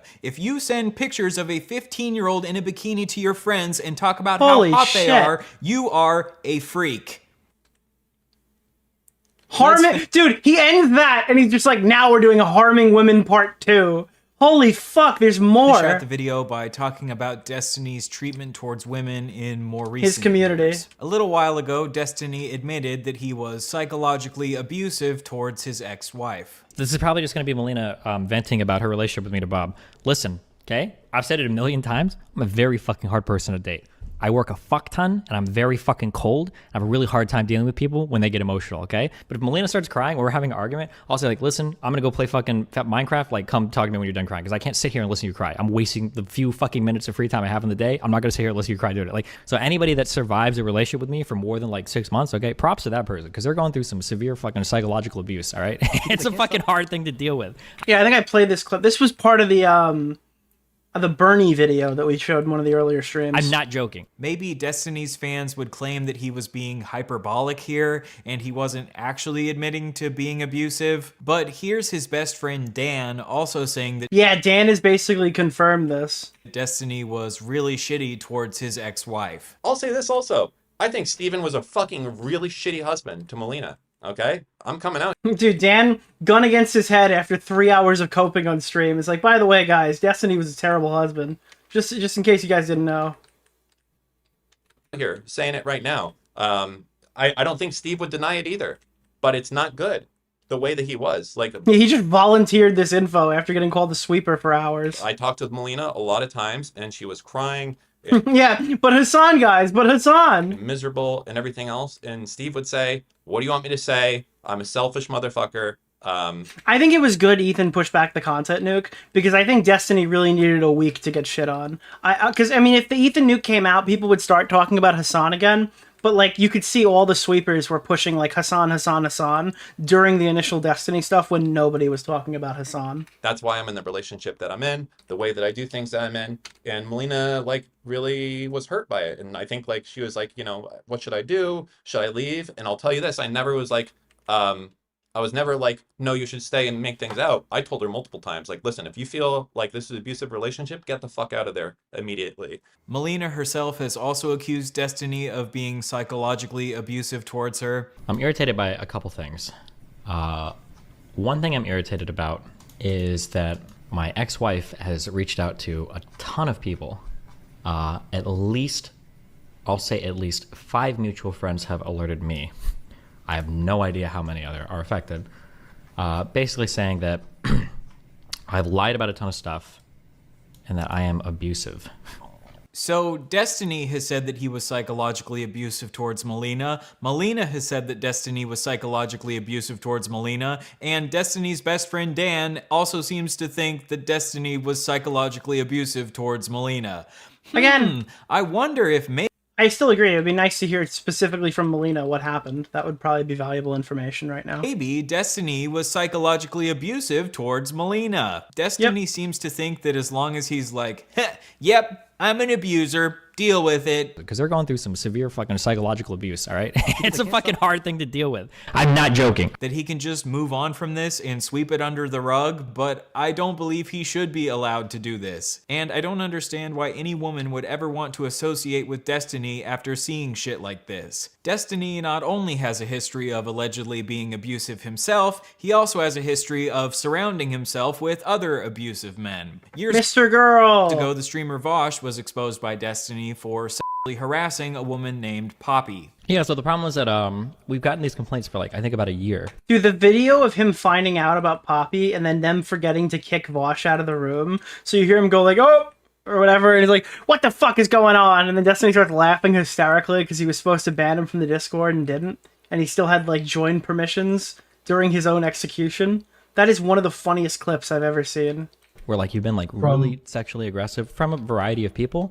Okay. Yeah. Well, no, the worst thing is that you engage in a repeatable pattern of behavior where you try to be very sexually aggressive towards a lot of the women in chat. It's funny because like Vosh's idea of flirting was like just a robot's idea of quote unquote joking. There are a lot of overlaps here.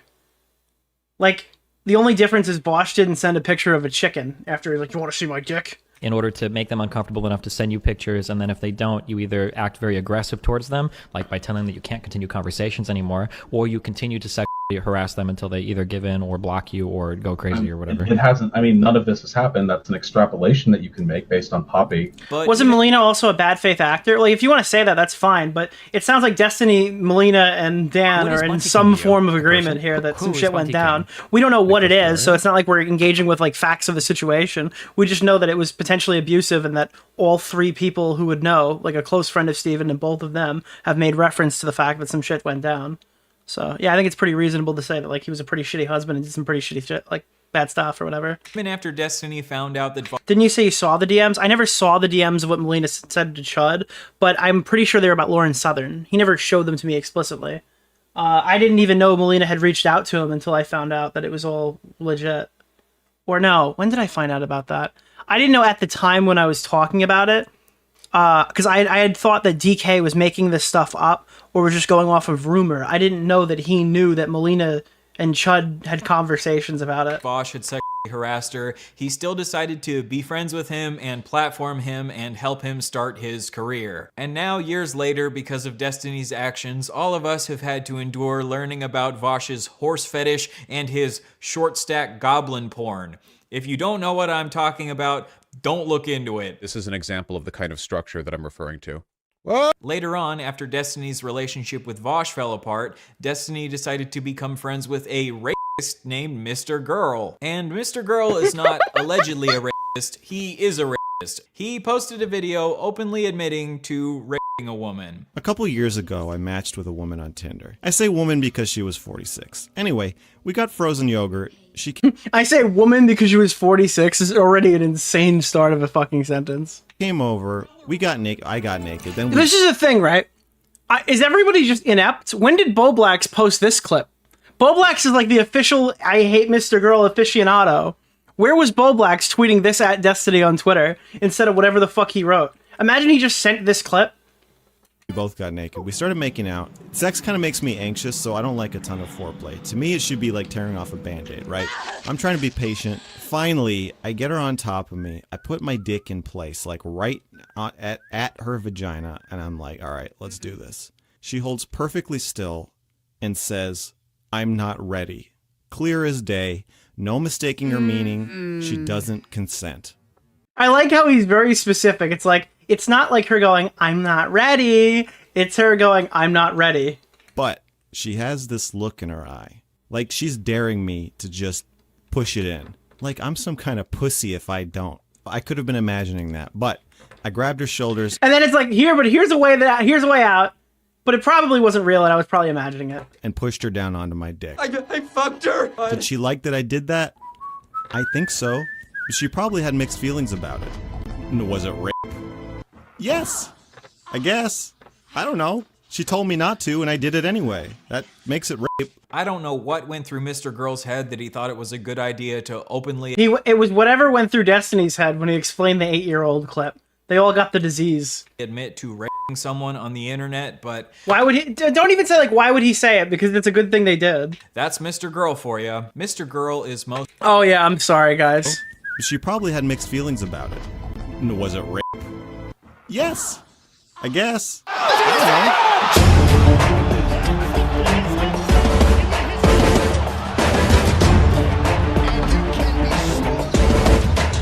There we go, boys. She told me not to, and I did it anyway. That makes it rape. I don't know what went through Mr. Girl's head that he thought it was a good idea to openly admit to raping someone on the internet, but that's Mr. Girl for you. Mr. Girl is most well known for his review of the movie Cuties, where he said that he found the 10-year-old girls in that movie hot. And it juxtaposes these amazing scenes where it's like you'll see the girls playing on a bed where they're stuffing gummy bears in their mouths and they're just totally children. And then you'll see them shaking their booties on this stairway as they make. All right, I don't need the blur either. Get that out of there. Hot. 10 years old is 5 years too young for Destiny's taste, but he decided to become friends with Mr. Girl anyway. Mr. Girl also released a bunch of videos where he was like emotionally abusing his girlfriend on camera. After they had been friends for a while, Destiny and Mr. Girl got into some drama because Destiny had banned Mr. I can't believe I didn't have the fucking gameplay on the screen. I just wanted like a crazy sniper spray, and you're never gonna know. That's insane. Mr. Girl from Destiny's subreddit because Mr. Girl was criticizing Destiny for the way that he had defended Nick Fuentes. And then a few months after this, Mr. Girl released a report called the Destiny Report, where he outlined all of the ways that he believes All right, I'm hoping it's not full-scale Mr. Girl apologia, and I'm hoping he agrees with me that there were things that came from there that were valid, especially now so, but Mr. Girl went completely over the top and was talking complete crazy shit. Destiny is an abuser. And like self-inserted or whatever.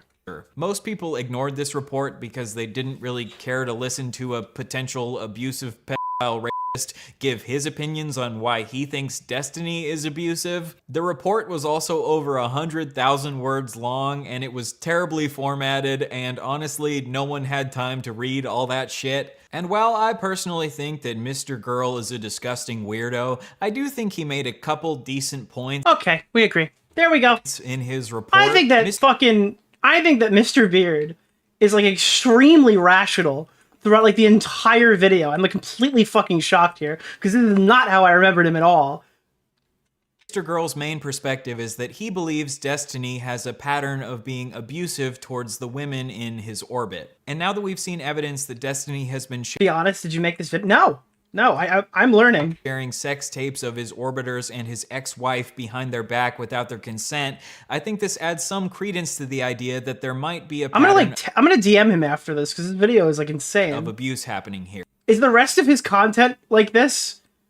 I have a feeling it's not, but like, is the rest of his stuff this well researched? In my opinion, Destiny kind of reminds me of the character of Dennis from It's Always Sunny in Philadelphia, if Dennis was shorter and scrawnier and more annoying. I didn't know I was being filmed. If you're in my room... He doesn't sound far like he was. You're always being filmed. You are. He does. True. He does. It's his thing. It's kind of creepy. In case you haven't seen the show, the character Dennis is known for being a psychopath who's incredibly good at manipulating women. Oh, look, I'm not narcissistic. That's good. I told you guys I was humble. We're a bit Machiavellian, a bit not psychotic. You know what, I think the best part of this video, and I don't know if it's going to come because there's still 30 minutes left, is that all this stuff is pretty good. Like, there's no real weird filler stuff. I think the closest thing to filler is that random argument about, fucking, what's it called? Psychopath, a bit psychopathic. That's what About, like, grooming. That was, like, the only thing that I could see as filler. I'm looking for. The most famous clip of Dennis is where he explains that if you take a woman out on a boat with you, she won't say no to having sex. Like, we're not sitting here and relitigating every edgy thing he's ever said on stream, which is exactly the mistakes that, like, Keffels and stuff would make, right? Like, we would have to be sitting here being... Because he played all those clips. All those clips are in the video, but they're used in the intro segment. Like, we don't have to sit here and be like, the bombing dipshit protester meme again for the 50,000th time. It's the same thing that Ethan did with like playing the Hasan 9/11 clip right at the beginning of the video, just to get it in there, because why not? But like not spending a significant amount of time talking about it. With you because of the implication. The whole purpose of buying the boat in the first place was to get the ladies nice and tipsy topside so we can take them to a nice, comfortable place below deck and, you know, they can't refuse because of the implication. Oh, okay. You had me go in there for the first part. The second half kind of threw me. Well, dude, think about it. She's out in the middle of nowhere with some dude she barely knows. You know, she looks around her. What does she see? Nothing but open ocean. There's nowhere for me to run. What am I gonna... Jesus fucking I Christ. do say no? Okay, that... I've never seen It's Always Sunny. That seems really dark. No, it's not dark. You're misunderstanding me, bro. I think I am. Yeah, you are. Because if the girl said no, then the answer obviously is no. No. But the thing is she's not gonna say no. She would never say no because of the implication. Well, in 2020, Destiny explains that he doesn't think it would be good for someone who has a large online platform to be sexting the women who he has as guests on his show because of the implication. Let's say that I run Yeah, this clip is crazy.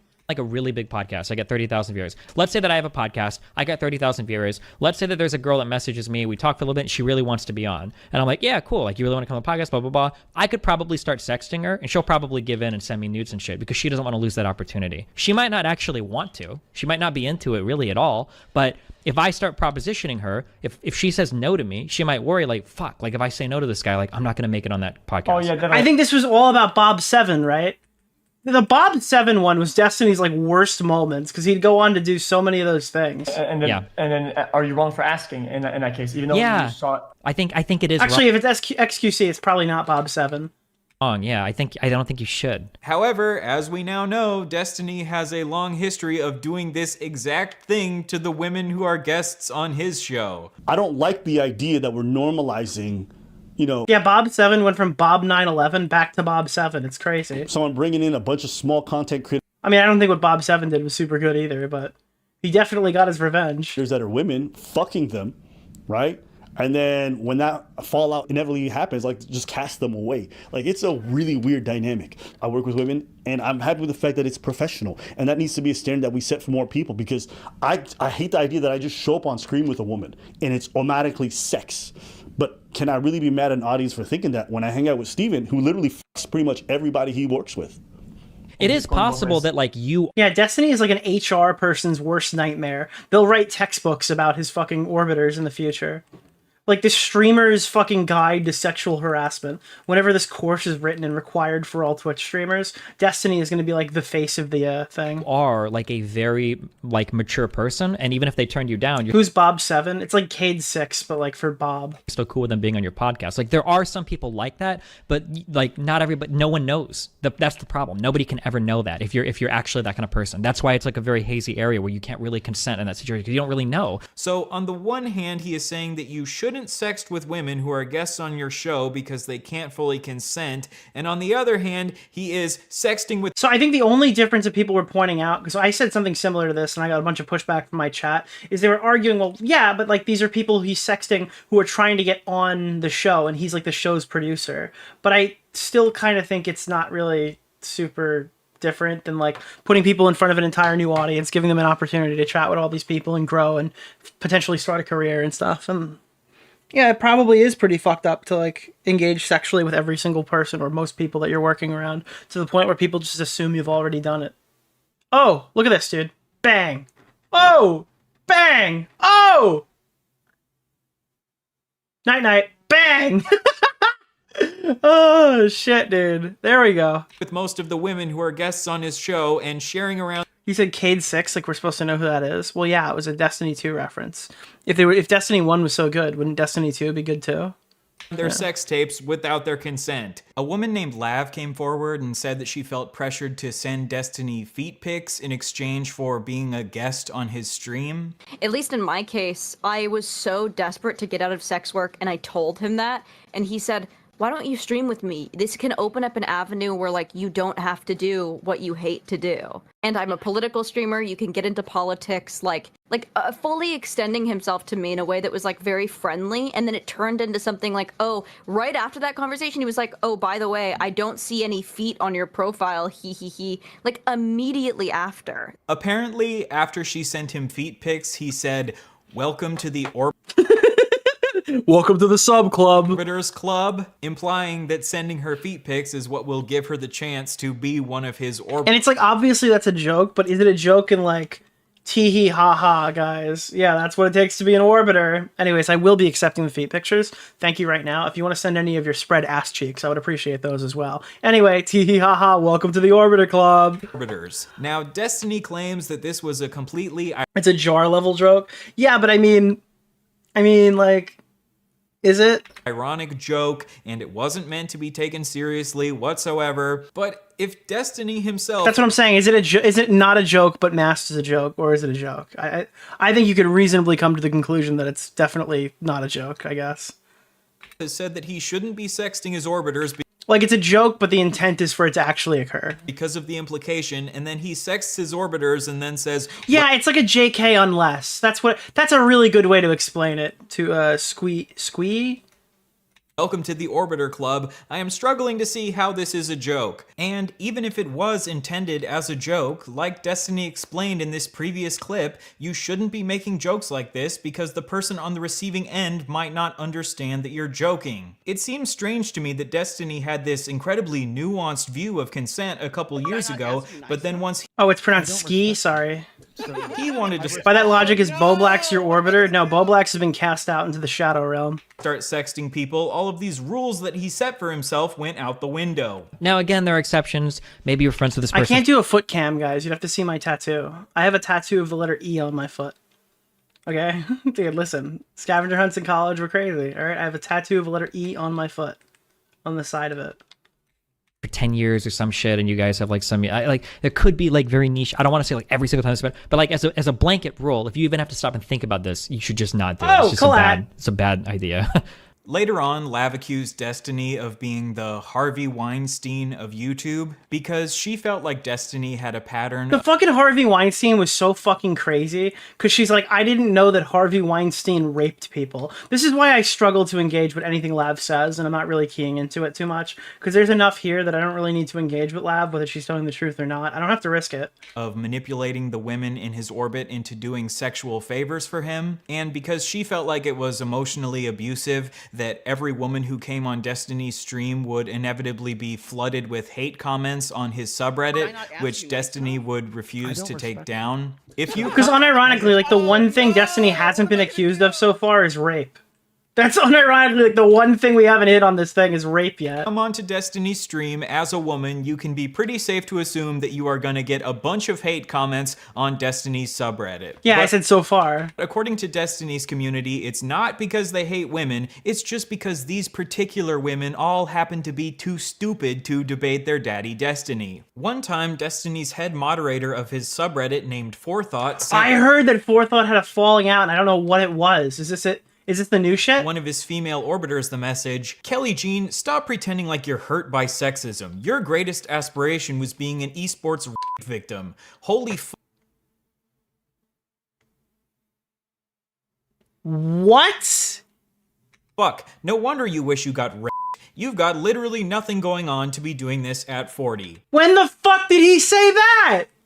After seeing these... Bro, why did Kelly not mention this the last time I was on JSTOG? Holy shit, dude! Messages, Destiny refused to remove Forethought as a moderator of his subreddit. But the whole idea is that if there's no wrong way to treat Kelly Jean or whatever, if that's her mentality when it comes to her, who's to say that doesn't exist? I was just on that fucking stream! I think I asked about Forethought. I think, didn't they say like, yeah, we're not gonna get into that right now.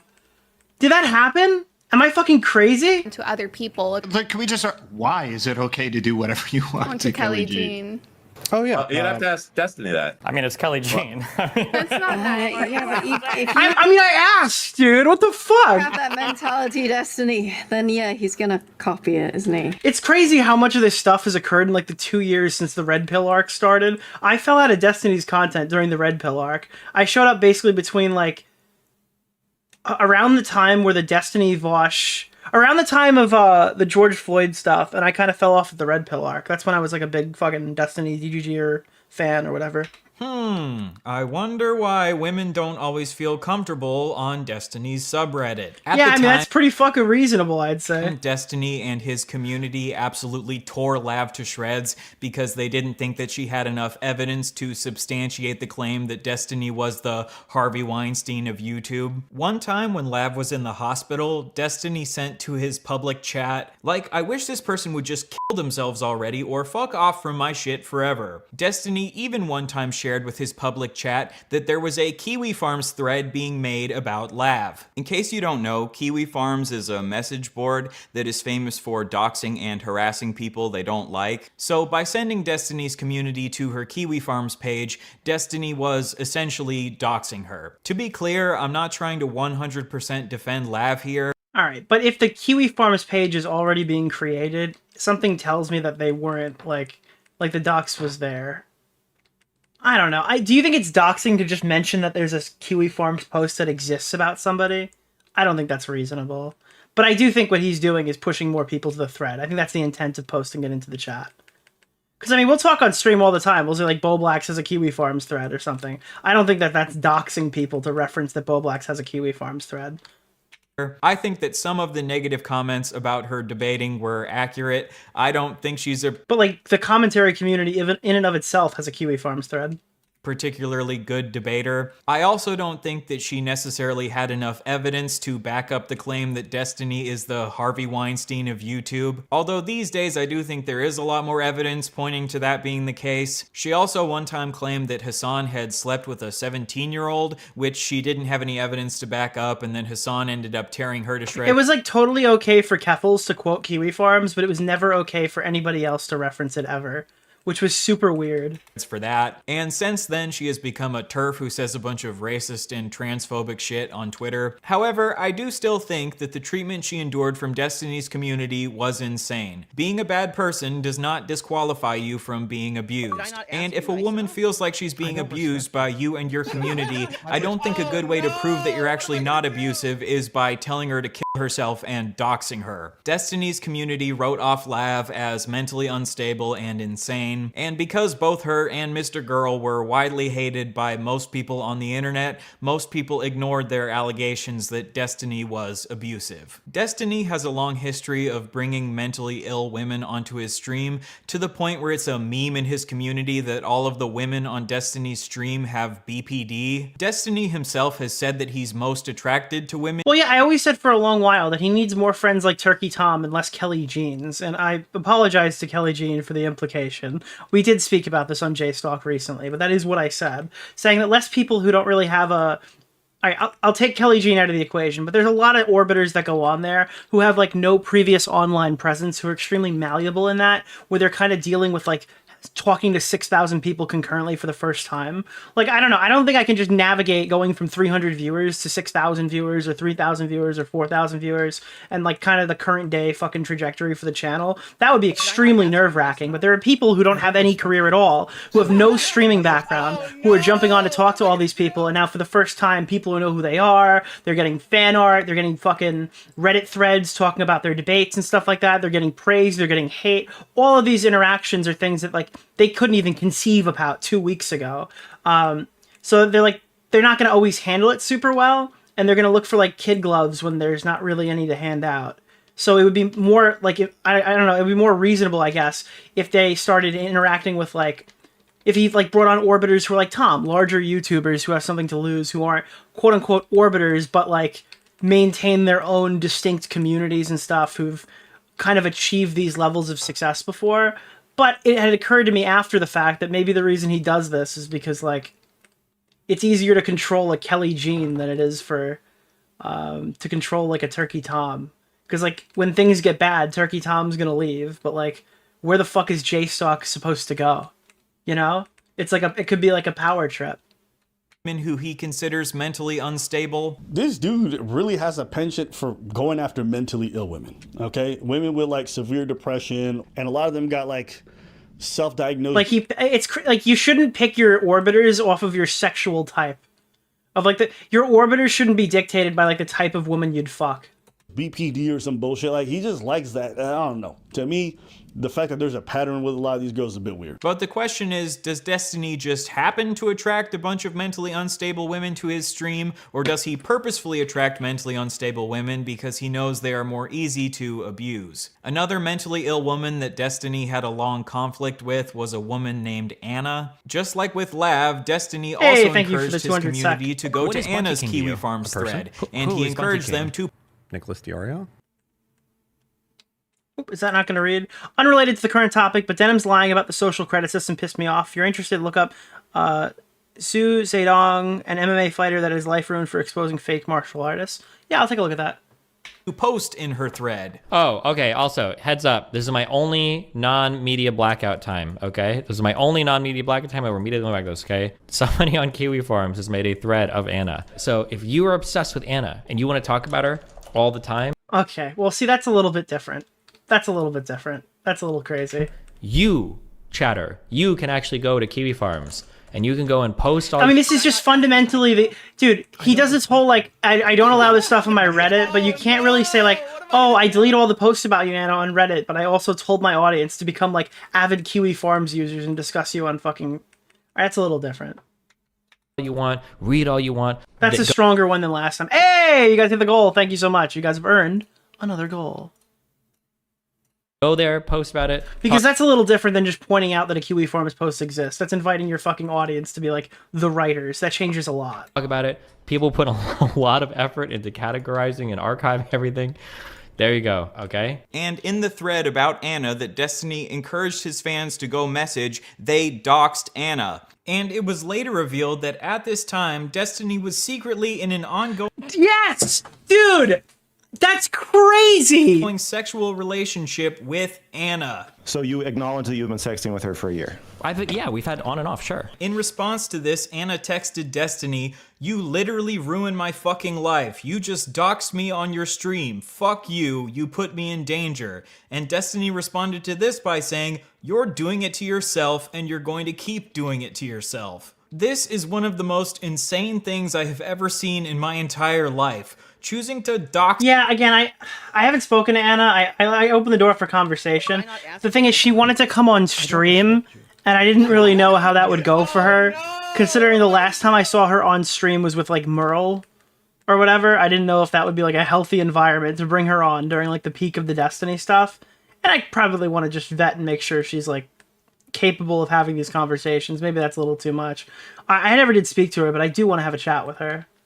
A woman you are actively sexting with just because she pissed you off. I guess if you want to live life by Destiny's rules, if your wife or girlfriend or friends with benefits ever pisses you off, why not just dox her to hundreds of thousands of people? I also want to be clear that I'm not defending Anna. Anna also has a long history of harassing Steven, which is obviously not good. But Destiny also treated Anna like garbage. He not only doxed her, but he also threatened to leak her nudes when she threatened to leak sext messages between the two of them to prove that Destiny had been lying about her. So do you think that leaking sexting and leaking nudes is proportional, or do you think it's a proportional response in the way that you're reacting to that? I think it's about proportional, yeah. Thanks. You don't think that she has more to lose in that scenario? Like, you think that people were going... Oh, like... I mean, she could have more to lose, but I just don't see the huge difference. Dude, Tom Tent. We're getting our Tom Tent right now. This is, like, the most iconic clip of Tom. Like, tomfoolery will forever live on as the guy who was in, like, this clip with Destiny talking about revenge porn. Between, like, sex and nudes. Like, you're leaking, like, personal, like, sexual shit that somebody sent you and, like, trusted you with. Like, in my opinion, this is, like, one of the biggest forms of, like, weird... It's like the Wick clip and the Tom clip. Like, you can never completely forget these people because these are, like, two iconic, like, destruction of Destiny clips. Backstabbing shit that you can do. It's like one of the worst things a person can do is like leaking like private sexual shit like that. I love you, Tom. Looking back at Destiny's stream, is there anybody who watched this video who thought it was like unhinged? Like, are there any like DGG Orbiter reactions or whatever of people like crazy coping about it? From over the years, I found at least 20 different women who had allegedly had some sort of sexual relationship with Destiny at some point. And I feel like the only way to like completely dodge this is to just not talk about it ever. And again, has Destiny watched this on stream? Doesn't seem like a ton of it's about Pixie. He could abstain. I don't know. Maybe it's a little ridiculous to keep asking Hasan to watch that. And everyone's just letting Destiny off the hook from this. Because this is a lot better than I expected it to be. 15 different previous female orbiters who now all hate Destiny's guts, and Destiny now labels them as crazy. The fact that Destiny like, has I had haven't sex seen with anybody pushing for Destiny to react to this video on stream. a bunch of his orbiters and now a bunch of them Maybe hate that him people should. doesn't necessarily prove abuse. But what I do know is that Destiny is not living by the standard he expects. Like, you're not bound to any NDA to cover 3/4 of this video, and you could just skip the parts or just omit the parts that are about Cherry and Pixie. Other people to live by. Again, Something legal. Yeah, like, why? Dude, I don't understand. Like, you can't watch the harming children segment. You can't watch the Anna Mr. Girl Lab segment and engage with any of this.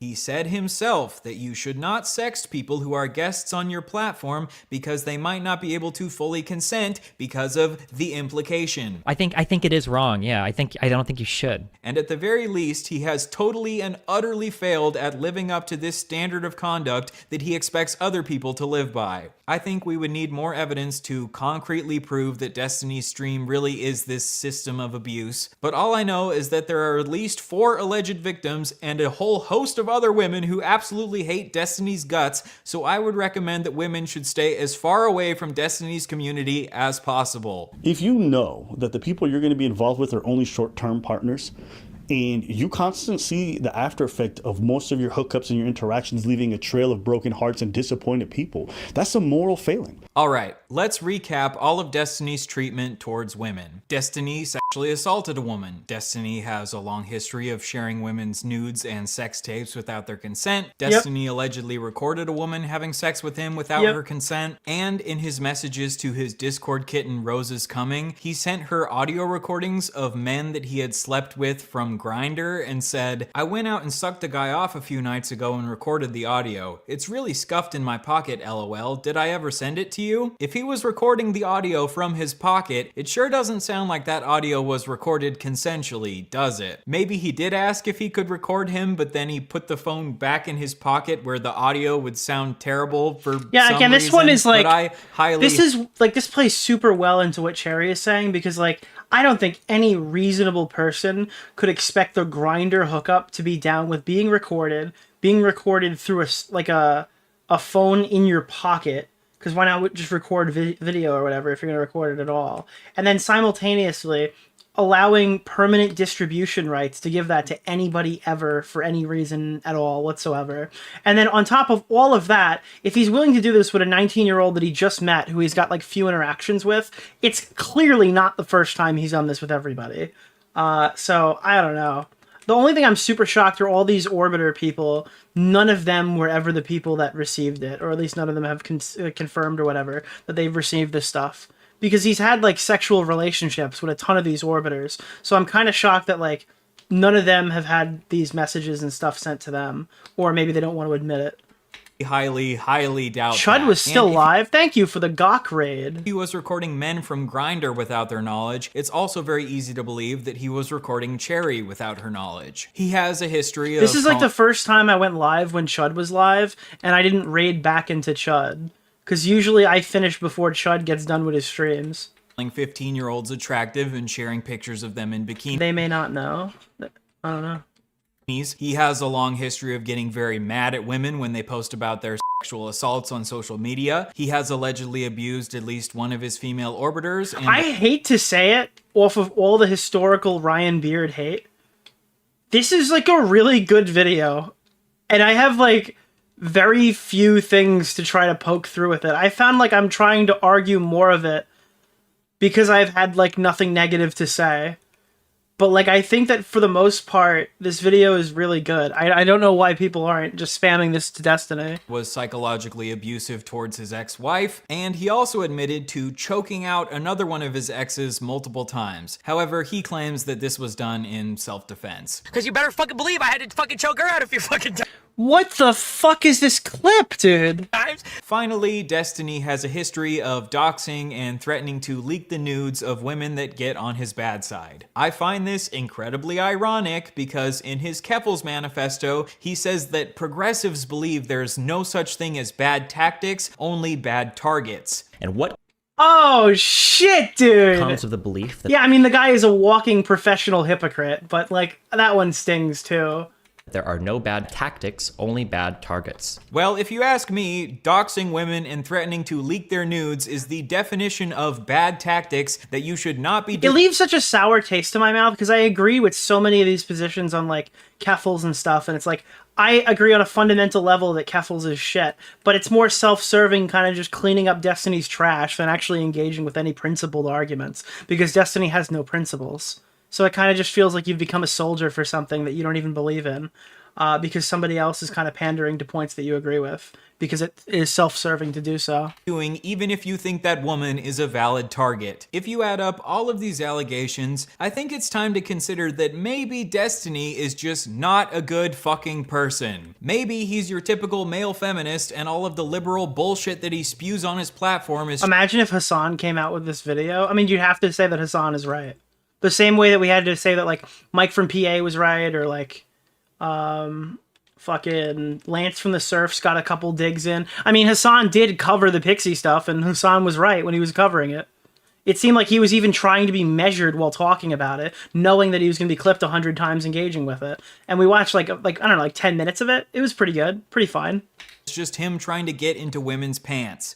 I'm glad it didn't come from... Oh, me too. Yeah, 100%. Had been public. But it doesn't matter if it came from Hasan. He could just watch it on stream and then it came from Hasan, because that's where his audience saw it from. Exposed that Destiny had shared Pixie's sex tapes without her consent. In private, he acknowledged that he had severely, at the very least psychologically, damaged her. But once Pixie came out with her allegations publicly and announced that she was planning to sue Destiny, he went back to his old defensive ways and took accountability for— Dude, as soon as Chud raids me, we start losing games by crazy margins. This motherfucker. Nothing. He posted to his subreddit, "Legal arc beginning in mysterious ways. Such wow." I think I just had a bottle of liquor delivered. Is that what that was? I ordered a bottle of what is it called? Johnny Walker Black Label Squid Game edition off of the internet. I don't know why, but I just wanted it. Is the most millennial cringe way possible to respond to allegations of I'm not even gonna open it. I just want it because it's Squid Game.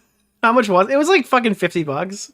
It's just like a regular Johnny Walker. It's just like Squid Game edition. Crimes. In this post, he never takes It's Black Label, but it's got a green label on it because it's Squid Game. But it is Black Label. Direct accountability for sharing Pixie's sex tapes with Roses Coming without her consent, and instead he focuses on— I don't even drink whiskey. I'm like a vodka guy. On how he's a victim too, because his nudes were also leaked by the— Dude, I can't believe the concept of like they've released their nudes in solidarity with Destiny and then finding out what that actually meant is just like absurd.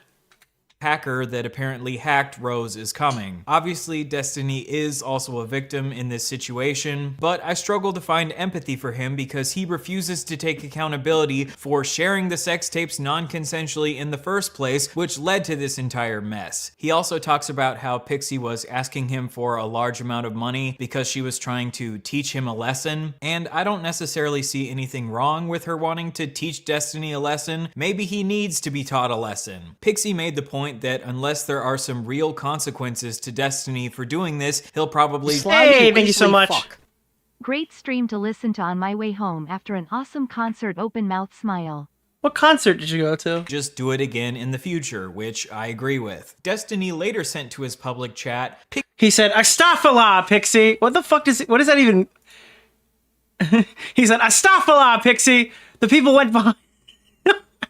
Pixie and the people behind her just want money. Yet this is a blatant lie because she made it abundantly clear to Steven that she would be willing to donate— Destiny's statement was fucking ridiculous. The money he gave her to those mean forgive me, God.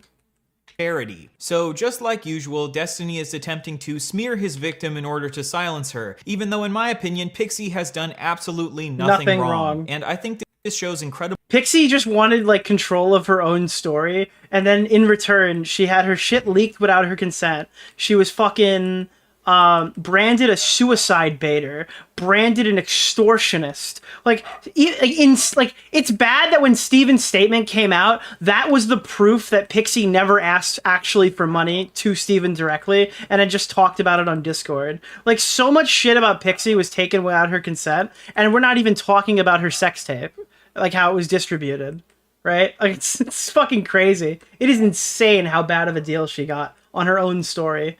And I had to I apologize for being a part of it, even though it wasn't my intention. Moral character on Pixie's part that she's even willing to donate this money to charity, because I don't think she has any obligation to do this. But even with Pixie being basically the... I mean, Pixie lied for years about not sleeping with him. Yeah, who gives a fuck?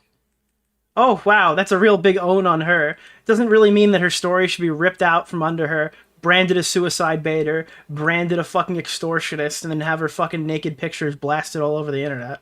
I mean, yeah, hee hee ha ha funny moment, but when we move past it, it's extremely disgusting. Quote unquote perfect victim, Destiny still decides... I don't know if you remember this, but the first time you talked to Sunday on stream, the top comment was to not trust him. Yeah, no, I own the fact that that was my mistake.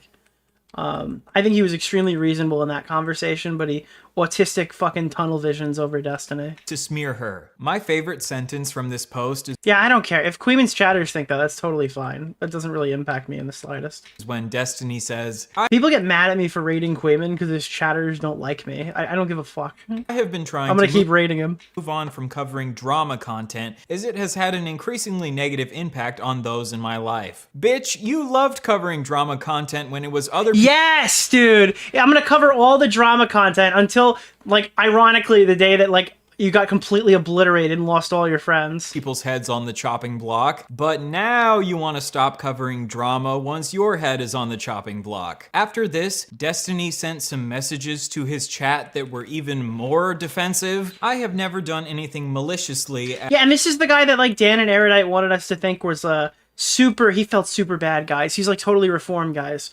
And it's like, yeah, you guys knew this shit like 2 months ago, but the rest of the internet had no idea what Steven's been doing privately or even what actually happened until today. So sitting here talking about rehabilitation on the day we found out about all this weird shit is like extremely gross. I guess that's the viewer's perspective. As any of the fucking insane allegations say, that's fucking wrong? What's wrong? My only crime was being too much of a gooner in 2023 and earlier, 100% sure. Though again, I can't say anything specifically because everyone wants to come at me in court now, I guess. When he says that he didn't do anything maliciously, I think he means that he didn't intend for Pixie's nudes to ever get leaked. Dan and Pixie confronting Destiny was how we even knew about the Kelly Jean forethought messages. By the way, it's forethought. I don't think you spelled that right, but Dan took initiative to argue with him for like an hour on this on the podcast. Okay, that's fine. But like the forethought message isn't the same as distributing someone's sex tape. Like, yeah, we got to take initiative on forethought. That's great. But like, when was that? Was that after December 10th when they all knew that this guy was like an alleged revenge pornographer who was distributing his friend's sex tapes? That would have been the only crime. Yeah, I don't... That would have been the only crime if he didn't send shit to the girl for it to be leaked. Then the crime was that.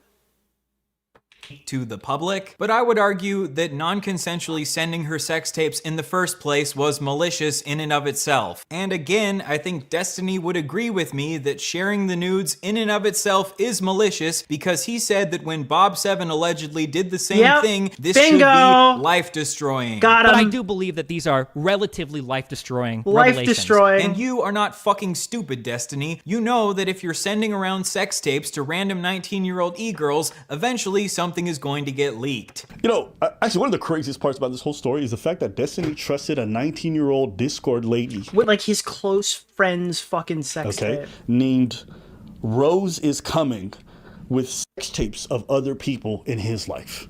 In his life. Yeah. If that's not compromised judgment... I agree with everything he said, even including the expletive that I can't use out loud. I don't know what the fuck is, okay? Also, your only crime is being too much of a gooner? Destiny's just a little bit of a goofy gooner. It's not like he committed any serious... Goofy gooner is a combination of words that I cannot believe I haven't heard before. Like a fucking... Dude, you're a goofy gooner, yeah. Okay. I'm gonna use that. I'm gonna keep that. Thank you. Yeah, all right, fine. Serious sex crimes. He's just a little gooner goblin. Look at my gooner goblin over there in the corner gooning. It is career goonicide. As usual, every single thing that Destiny says is an attempt to downplay, and refuse to take any fucking accountability. Then Destiny sent this to his chat. Bro. Yeah, I mean, Destiny can respond to this video. He might not be able to respond directly to Pixie, and he might not be able to respond directly to Cherry. He absolutely can respond directly to this video. He's just choosing not to. If I need to go on the sex offender list, I'm taking like 20 other streamers with me, okay? But why do you know 20 other streamers that would belong on the sex offender registry? Okay, lol W. Again, trying to deflect from taking responsibility by saying that a bunch of other streamers have done the same shit. If other streamers have done the same shit, then yeah, maybe they should be on the sex offender registry. Recently, another clip of Destiny resurfaced where he talked about how he knew that a bunch of different streamers had committed sex crimes against children, but he just didn't care to expose any of them. This like is the everybody's Medicare gotten one? pics and more from underage chicks, depending on what you've heard in different communities. No, let me finish. In the esports community, okay, everybody has been involved in that shit, okay? And there have been people that have gone way farther than that. Do you know people in the esports? The crazy part is, like, for the first half of what he's saying, you could chalk it up to non-consensual pics, right? Until he says there are people who have gone way farther than that. But the only defense he'd have here is he has no definitive evidence that this has occurred. Now, we know there was a bunch of weird shit going on in, like, the esports Smash community, right? Like, it's not out of the realm of possibility this was happening. Oh no! What am I gonna do? But, like, I mean, this is just an insane... Like, if you can't talk about it, why would you brag about knowing this information on a podcast? That's what, like... Yeah, okay, maybe you didn't have enough information to come forward, then why do we know about it now? I'm not going down that road. There's tons of rumors. Wait a minute. If you're saying you have knowledge of a crime and you're not willing to bring it forward. Well, people talk about it, but like I don't have the means to go and acquire the evidence to like. Yeah, but why the fuck are you telling Mr. Medicare and Tonka Saw on an afternoon Saturday podcast? To like name names and name victims and break like find... Dorito Gate right now, Destiny. Come on, let's hear it. Dude. This is not my job. Listen, okay, I'm gonna be frank. I'm not gonna. This is not my job. Oh, I don't want to talk about it anymore. Oh, I don't want to talk about it anymore. Then why'd you bring it up? Fucking career to go on some fucking vendetta against a bunch of fucking video game guys. Okay, this is not my life. Yeah, because they haven't slighted you yet. Is that why they haven't quite slighted you? Now that his head is on the chopping block, I guess maybe he'll finally expose these abusers that he's been covering for years. And the last thing that Destiny has posted at the time of this recording was an absolutely hilarious meme on Twitter where he said, "Korean barbecue is a little overrated, but I've always loved the short rib at this place." And it's a picture of a Korean restaurant called Goon Barbecue. Again, implying that he's just too much of a gooner because gooner sounds a lot better than sex criminal. He is choosing to be his same old self, making jokes instead of taking accountability. This motherfucker has the absolute gall to release an entire manifesto about how Keffels needs to take accountability for her actions, but then once he's in shit, he takes absolutely no fucking accountability for his actions. Like, is this dude an actual This is fucking fire, bro. Fucking baby? Are you a child? In what fucking world is this the right way to respond to the fact that you violated— Yeah, he doesn't have the goals, guys. —one of your friends and, in your own words, severely psychologically damaged her? This Never is like— in a million years could I imagine being a soulless, heartless piece of shit like this who treats my best friends like actual human garbage. And for you to get up on your high horse and act like you're the moral police of the universe who has any place to judge other people while acting like this is fucking insane. You know, with this whole situation, I don't think... I mean, this is like so far, I mean, it's not really saying much because it's February. This is probably the best video I've watched this year. We'll see how it stacks up by the end of the year, but so far, this is the best video I've watched this year. Steven shared this because he thought it was okay to share. I personally believe, this was my theory, that he shared this because he just didn't care and he didn't think that the other person would ever find out. And that to me is almost worse. Yep. Because it shows that you don't care about... All right, as I've seen more clips of ABBA in this video, I'm starting to think that, like, I was wrong about his video being bad. I'd have to go watch it myself. Wasn't super... I didn't really want, like, hear any of the... I didn't care about any real...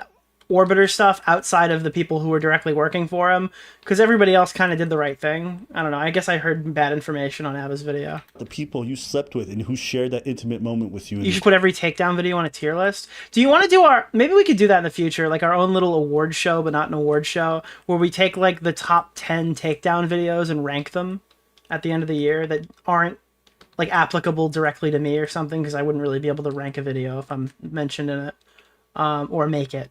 But like we just take like we rank the like as these videos come out, we give it like a nomination or whatever, and then at the end of the year we rank the top 10. That would be cool. That'd be a fun one. Recorded it, and it shows to me that if you are going to be able to avoid the, it's a fine video, but downplays some of the stuff. I don't feel like Mr. Beard has really downplayed anything so far.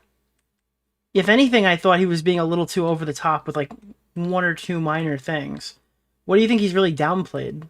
Consequences of it, you'll say and do things behind closed door that are just like so far for this year. The 2 nominations for exposed videos of the year would be this one and then Ethan's video, the 2 content nukes. I don't think that there's anything else that's been super fucking crazy.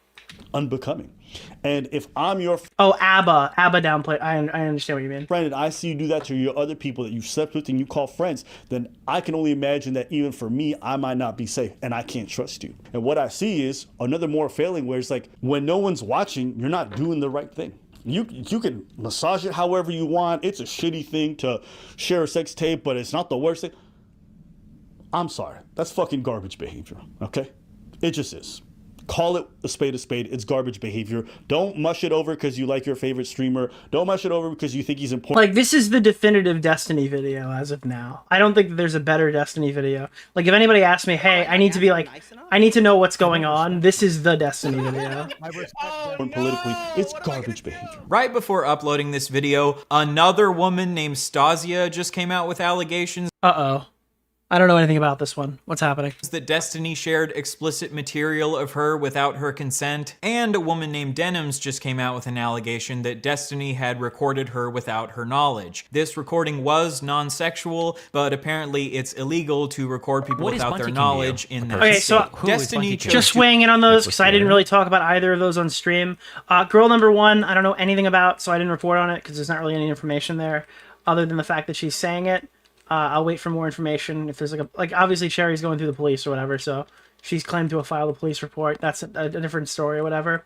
We'll talk about the first one more. The second one, Denims' thing, I don't really care about it particularly. I don't think there's really an issue with how Denims explained it in her stream. If you go back and watch the VOD, not really a big deal. I do think the way that they're portraying her as the 4th girl who's come out against Destiny, when it's a case of like being recorded without your consent due to like the 2-party consent state law or whatever, I don't really care. I don't think it's that big of a deal. I think most people involved in the situation have recorded somebody at some point, but I do think if he's blackmailing her with that information or something, or it goes like further than that, then whatever, sure, okay. I don't think that I don't really see that like, these are not on the same plane. You shouldn't consider her being the 4th girl. But yeah, her clip in and of itself wasn't very bad. It's more Lance's tweet that I have a problem with. I don't consider her next to Pixie or any of these other people. To ignore Stasia's allegations for some reason. Thank you so much for the goal. In response to Denims' allegations, he sent messages to his public chat threatening to leak the recordings of her in an attempt to silence her, showing that he is still engaging in the exact same behavior as always. So I mean, like, I did that to Sunday last week, and it wasn't like a gender thing. We have 4 different women who Destiny allegedly shared nude. It pales in comparison, yeah. I mean, it's like shitter behavior, but we're talking about like the level of severity of things in this video are so high. I don't care about the Denims thing in particular. Nudes of without their consent. One woman that Destiny like, where would you put where would you put him recording Denims and it violating California law in the segment about how he's got really weird comments about 15-year-old girls and boys and the weird like I guess community, like, I don't even know. The community fucking sexting and distributing naked pictures and stuff. It doesn't really fit the rest of the video. Actually assaulted. One woman who felt pressured into sending Destiny feet pics. One woman who... Yeah, we're talking about some pretty massive stakes right now. And you know what else is massive?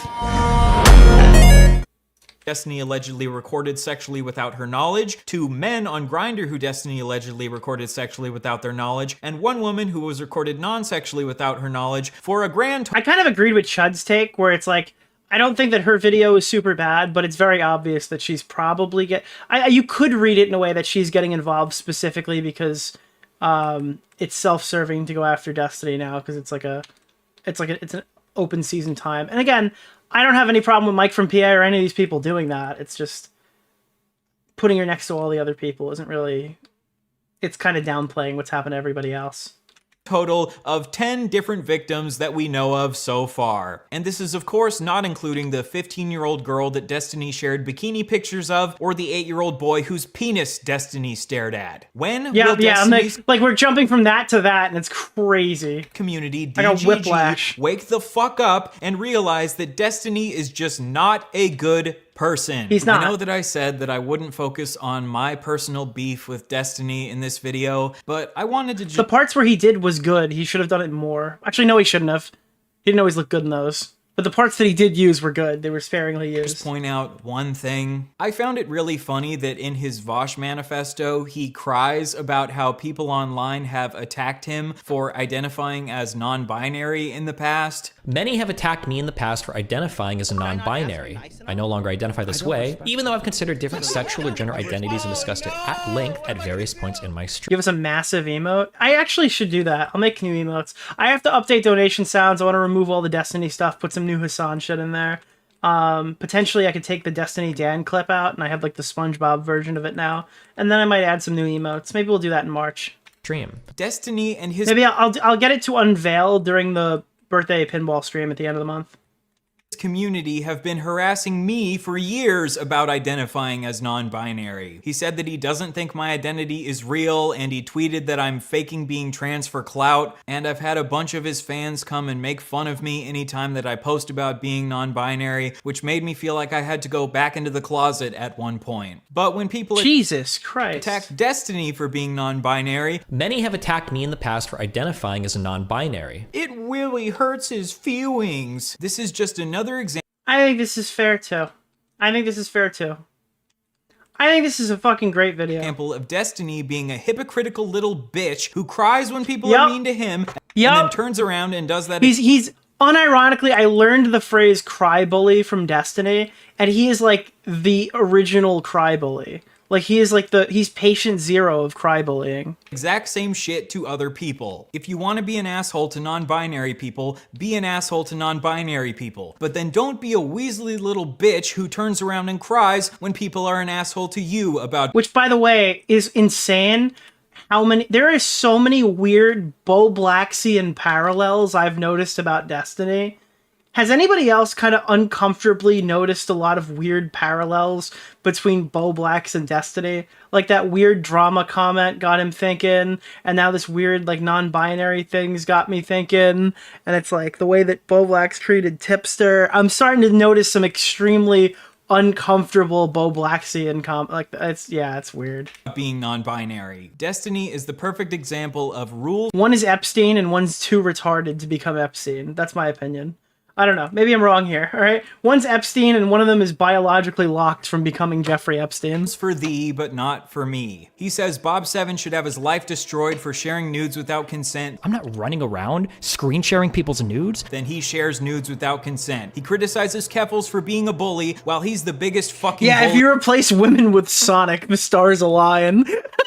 On the internet. He cries about how people on the internet have doxed him, and then he turns around and doxes a woman who he is secretly in an active sexual relationship with. He says, dude, that's fucking I didn't even know the Kiwi Farms clip.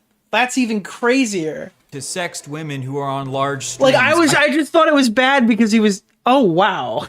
That's just I think it is. That's not good. It's wrong. Yeah, I don't think you should. And then he turns around and sexts every single fucking woman on his large stream. He says it's super weird to sext 19-year-olds because they're basically children. You're a little kid. And then he fucking sexts a 19-year-old. He says we need to hold Keffals responsible for her actions, and then he takes absolutely no fucking responsibility for his actions. My worst crime was being too much of a gooner. If you go back and rewatch this entire entire video. Do you agree with Destiny that his worst crime is just being too much of a gooner? Destiny, you are not too much of a gooner, you are a sex criminal. To this day, Destiny is still refusing to fully take accountability for his actions, as he has done through every single fucking step of his career. According to Destiny, he really hates weasels. He even has a weasel emote that people spam in his chat whenever someone is trying to weasel their way out of an argument or is refusing to take accountability for their actions. Well, Destiny, I think you should get this emote tattooed on your fucking forehead.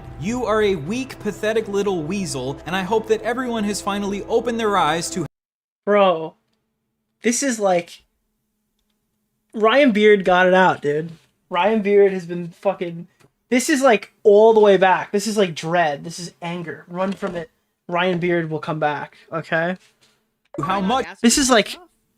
This is like you bully this kid.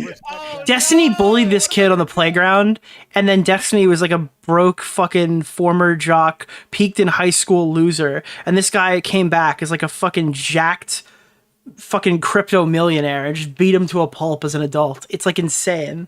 Much of a wriggling little weasel you always have been. I hope that after this you take a long. What is their history? I just remember a bunch of cringy debates like 5 years ago. Long look in the mirror, and you realize that you actually have. Yeah, this is like a Darman success story, only it's in real life. You know what I mean? Like, I'm just expecting Sniper Wolf to show up and be like, it's okay, we can get. Listen, it is very important that you be yourself. Have a lot more in common with Keffels than you would ever care to admit to yourself. You have both. What happens next is shocking. There's a next? There's only a minute left. What else could be in here? Lied to and scammed your audience. You are both oh massive my bullies. God, bro. You both aren't afraid to use harmful tactics to get what you want. And most of all, you both have a pathological need to avoid ever taking accountability. No! So from now on, I shall be referring to you as Keffelsdeny. How's that for a nuke, buddy? Anything else? Really quick before the video.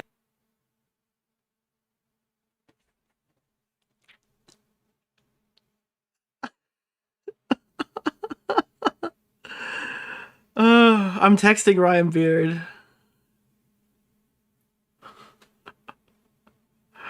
This might be a solid. Oh no! What am I gonna do?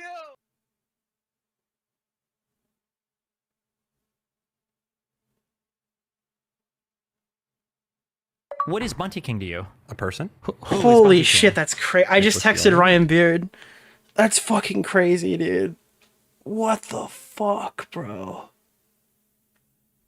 Video ends. I've linked the fundraiser for Pixie to sue Destiny down below. If you would consider donating to that, I would appreciate it so much. If this lawsuit is successful, maybe this is finally an opportunity for Destiny to. I just banned probably an Aiden alt from the chat. You're dodging that Ryan Beard claiming Steven essayed. We covered this in the entire beginning of the video. He's talking about the groping thing. Yeah, that we did a whole part on that. It's okay.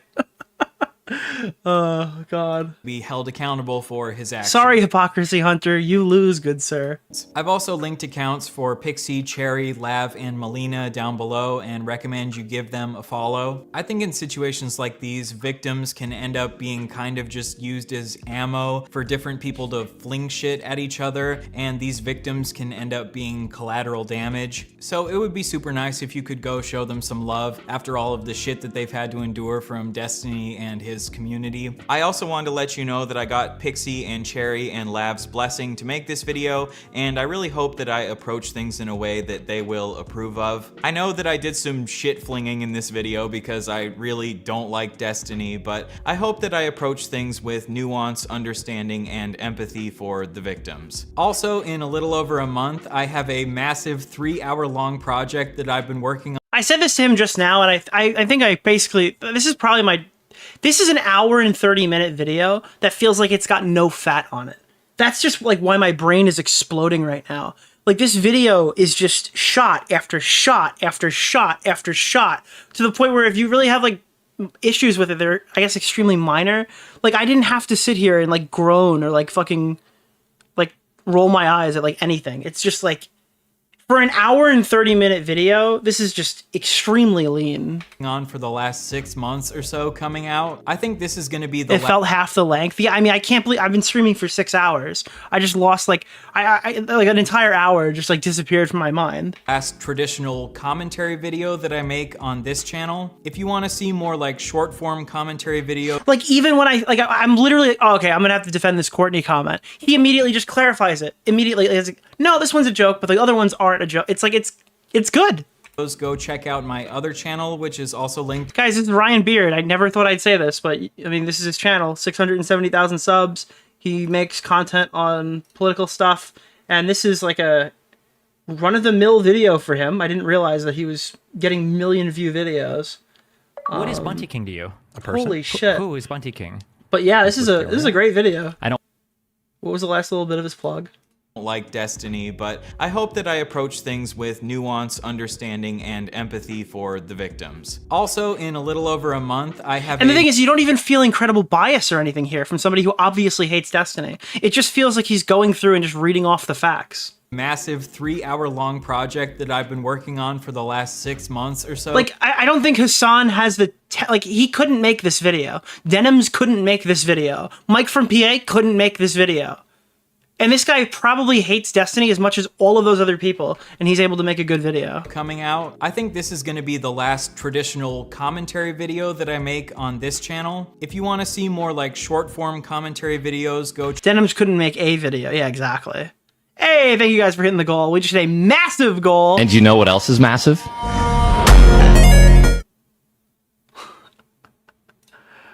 Check out my other channel, which is also linked in the description. Also, don't forget to subscribe to this channel if you want to see that massive project that... The what project? The what? And you know what else is massive?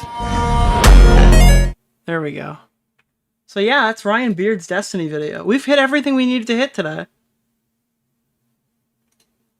Yeah, thank you for making this video and compiling it all in one place. Your point about it being old news really struck me. For someone that works online, I'm chronically out of the loop with internet drama. I only never knew Destiny clips when he attacked Ben Shapiro at Candace Owens. Correction, in the original version of this video, I accuse Anna of stalking Destiny based on allegations that he had made against her. After talking to Anna myself, she showed me evidence that Destiny privately admitted to her the stalking allegations were a lie. I would like to apologize to Anna for promoting this allegation of stalking from Destiny as a fact. I think this goes to show another example of the type of manipulation that Destiny's community have been pushing against its victims. However, I take full responsibility for making the mistake. It's incredibly important to me that I got all the facts right, and I'm deeply sorry to Anna if me supporting this allegation from Destiny brought her any emotional distress. After talking with Anna, we are on good terms with each other, and she said that she's perfectly happy with me leaving this pinned comment and editing the stalking allegation out of the video. Okay. The only thing I would say there is I thought you, like, did they not watch the video prior? They just had consent to release it, I guess. Apparently he responds in here. I didn't just blindly believe Anna. She showed me evidence Destiny has lied. And yeah, I do think, like, people are trying to push anyone away from talking to Anna. I do think engaging with, like, listening to Anna, I think a lot of people, including myself, probably owe Anna an apology for things we've said in the past. I was not very kind to her. And it does turn out to be significantly more complicated than I was aware. Appreciate you calling out this behavior. It's vile. That brother hates women, and I cannot be convinced otherwise. People of YouTube, this needs to explode. This needs to go to all platforms. Again, I don't know why there's not a... I'm going to tweet this video out, too. I don't know. What's the best way to do that? I feel like a screenshot, not a link, is probably the best way to do it. But, because... I don't think... I don't wish just tweeting a link is going to boost it. Here.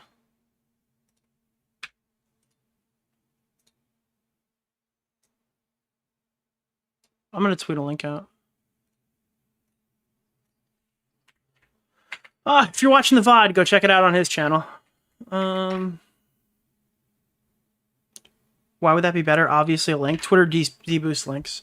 So you just don't tweet links. You put the link under the tweet.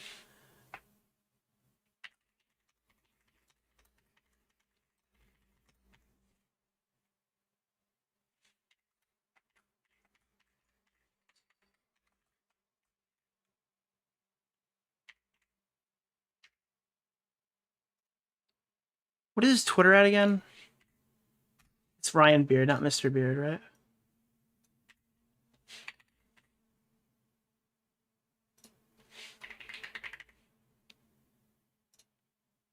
There you go. And then I will link it here.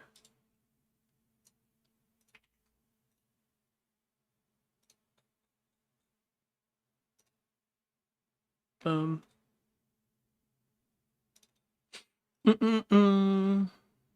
How come your Wiggler doesn't have a cigar? Hellbent made it. I thought it was pretty cool. All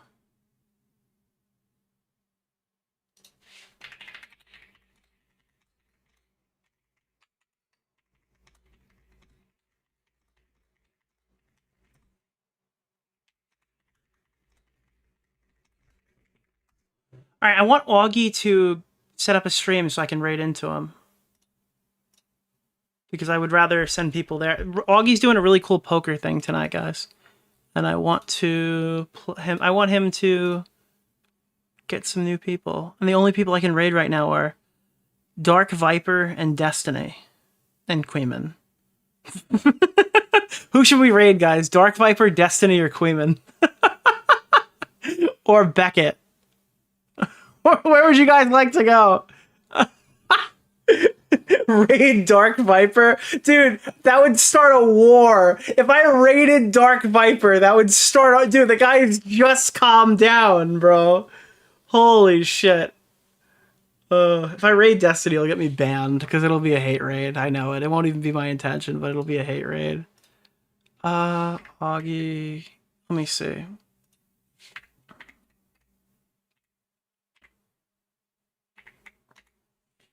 No, he's not put his thing up yet.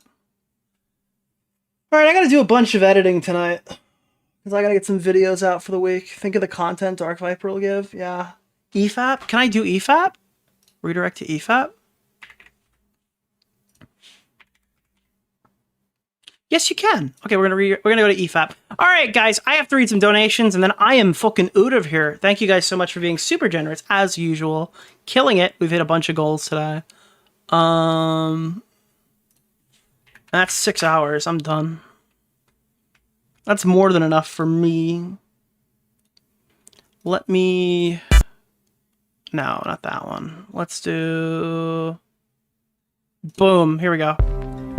Okay. Let me hit earn. Supers. That's too loud. Lower.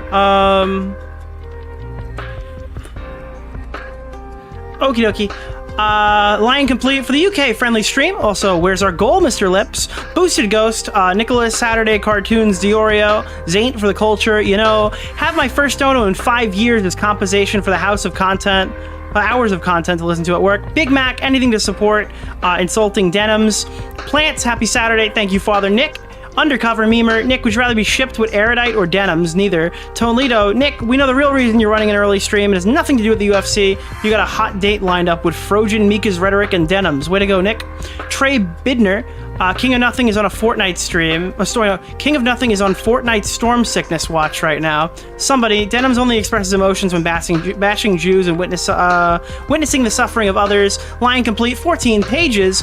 Undercover Memer, you can tell this is serious by the lack of cleavage. Elote Man, goal. The Osmium Air. Guys, remember when Nick said the other day about shipping, I think him and Denims would be great. Also, thanks to another goal.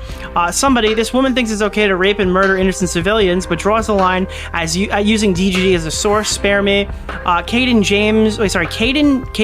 Jones, the resistance isn't perfect. Kami, Denims defeated the point of malicious retarded. She defeats the point of the malicious retarded scale if she's both. Buzzsaw, sorry to hear about the grape. You get 5 big booms. Boom! Boom! Boom! Boom! Boom! Ballistic, go on a date with Denims or do it with Frogan. G's, you are our music. Zeta Ridge 7, let her speak about the allegations. Blown Max. Winter Gaming, Gokunaru did the exact same thing these people are doing, calling Ethan Klein obsessed over Hasan. That guy 6'6", maybe she really just hates Minecraft. Glitched out, well yeah, another intelligent Denims take. Winter Gaming, by the way, Gokunaru made a new video responding to H3 calling him obsessive, throwing a bit of shots at Shud Logic. Oh god, dude. I don't know, whatever. Master Beef, remember how Tectone was recently accused of SA by his ex with no evidence, and Denims came out supporting her doing so, not because she believes her, but because of his vibes and making fun of Frogan for the veterans take. Gorbert, the same people who'd rather be in the woods with a bear than a man, are now insisting that terrorism would never in a million years rape somebody.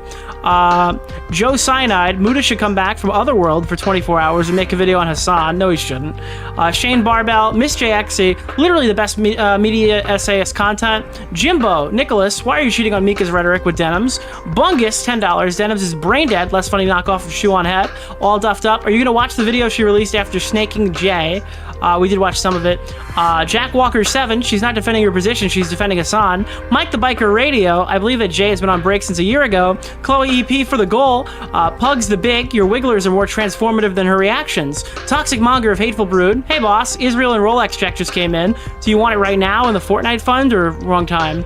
Tone Lido, it wasn't Rolex, it was Frojan making sure you had the reservation for tonight. Grizzly, Nick, please stop pausing and talking over the debate. It is very annoying. Jack Walker 7, how do you know you lost the argument on stream? The opponent reads the chat.